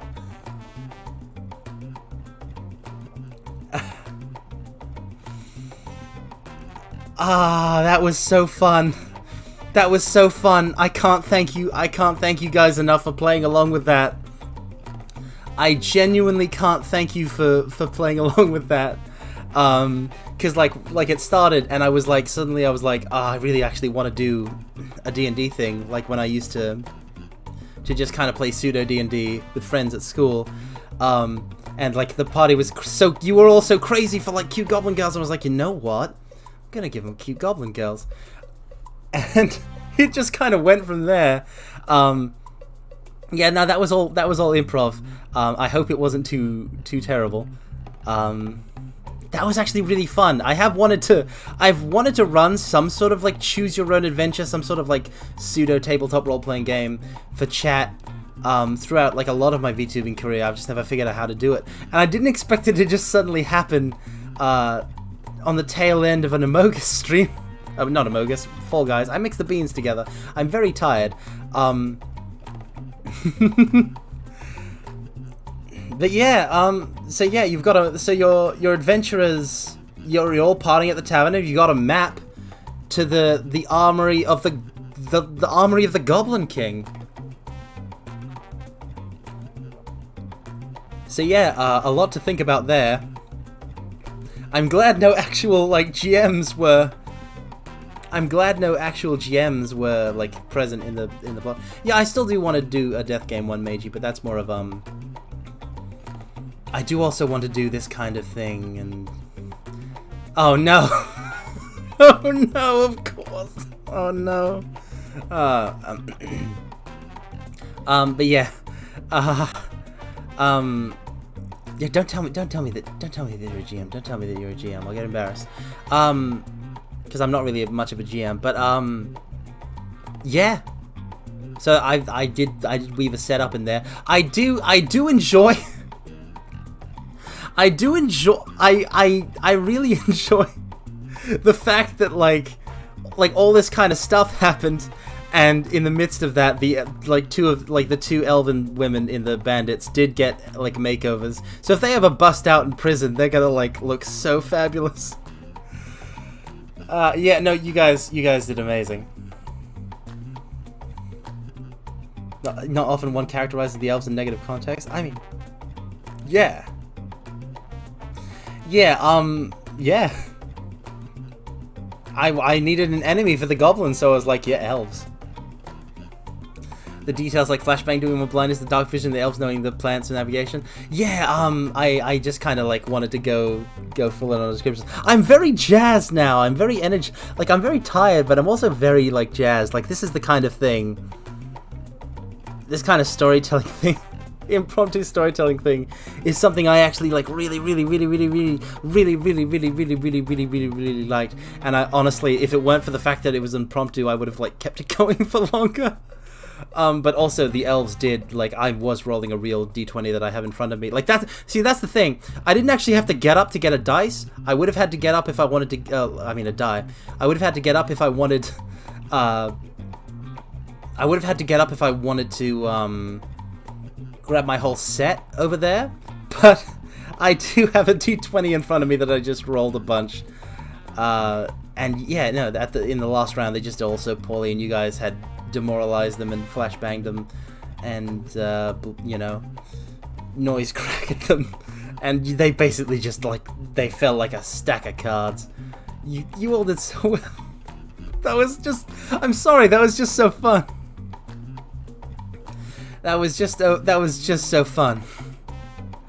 I'm over the moon right now. So I just want to thank you to like, I mean, if you participated or not, but I want to thank, like, obviously, thank you everyone to coming to the stream, but I just want to thank everyone who participated, because I basically just went full improv, and you all yes-anded me in a way that let me do the thing.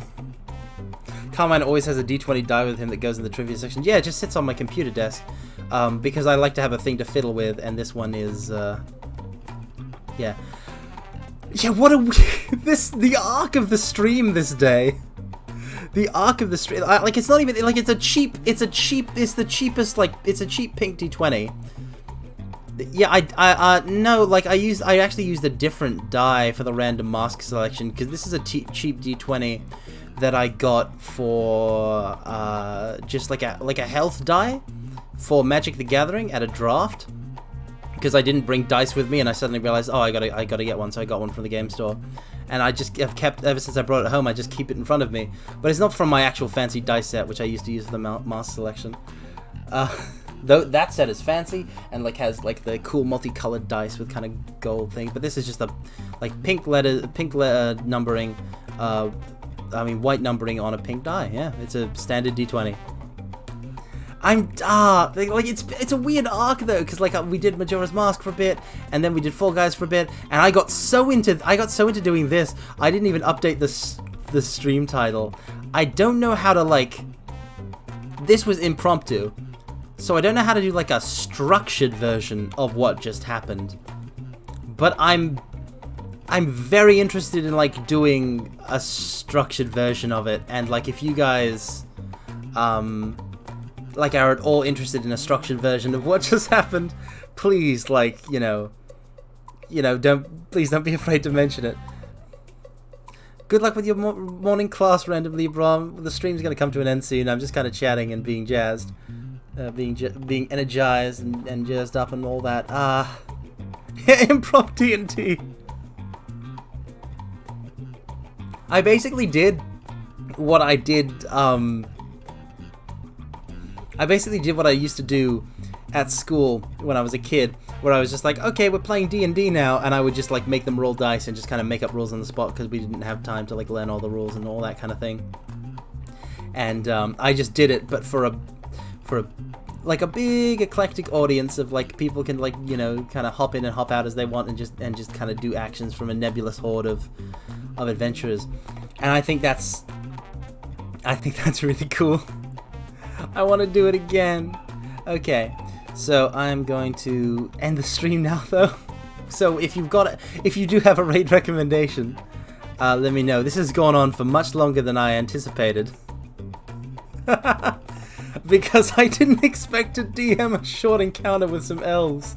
Yeah, we're gonna look for a raid target, and I just want to again thank you all so much for the absolutely wonderful stream. Oh no, it's a yeah, no, I've actually got one. You guys don't need to look for. We're gonna raid. Actually, hold on, let me double check. But I think we're gonna raid Felty. Felty does karaoke. Okay, it's karaoke. It's not even a drawing screen. It's Felty karaoke. Okay, well there. Okay, there. Yep. Okay. We know. I'm going to send you guys. I'm gonna do like all of you a favor and send you over there. Raid message. I was the stuff you don't plan for can sometimes just be the best stuff. Thank you all so much. You're the best. Meiji, they are a Japanese streamer. But they also like Felty. She's also just like a really good singer, and she does speak a little bit of English. I'm not sure how fluent, but definitely not 100% fluent, I think. But she's also just a genuine sweetheart. Raider with a lovely singing voice. So I've got to throw you guys that way. Start raid. That's the raid message. I posted it in the chat. If you are the kind of person who likes to use a raid message, please, use that one. It is a fragment of my most powerful technique. And I just want to thank you all. Thank you all to everybody who raided. Thank you to everybody who chatted. Thank you to everybody who lurked. And thank you all to everybody who participated in my impromptu D&D session. You are all wonderful people, wonderful mortals, and I hope you have a good rest of your day, or simply just a good rest. Now, I shall send you through the portal to a realm unknown and beyond. Commence the unlimited Omega Reverse Umbral Shining Royal Majestic Incandescent Infernal Draconic Demonic Meteor Hellfire Raid. That's a 2. Good luck. Farewell.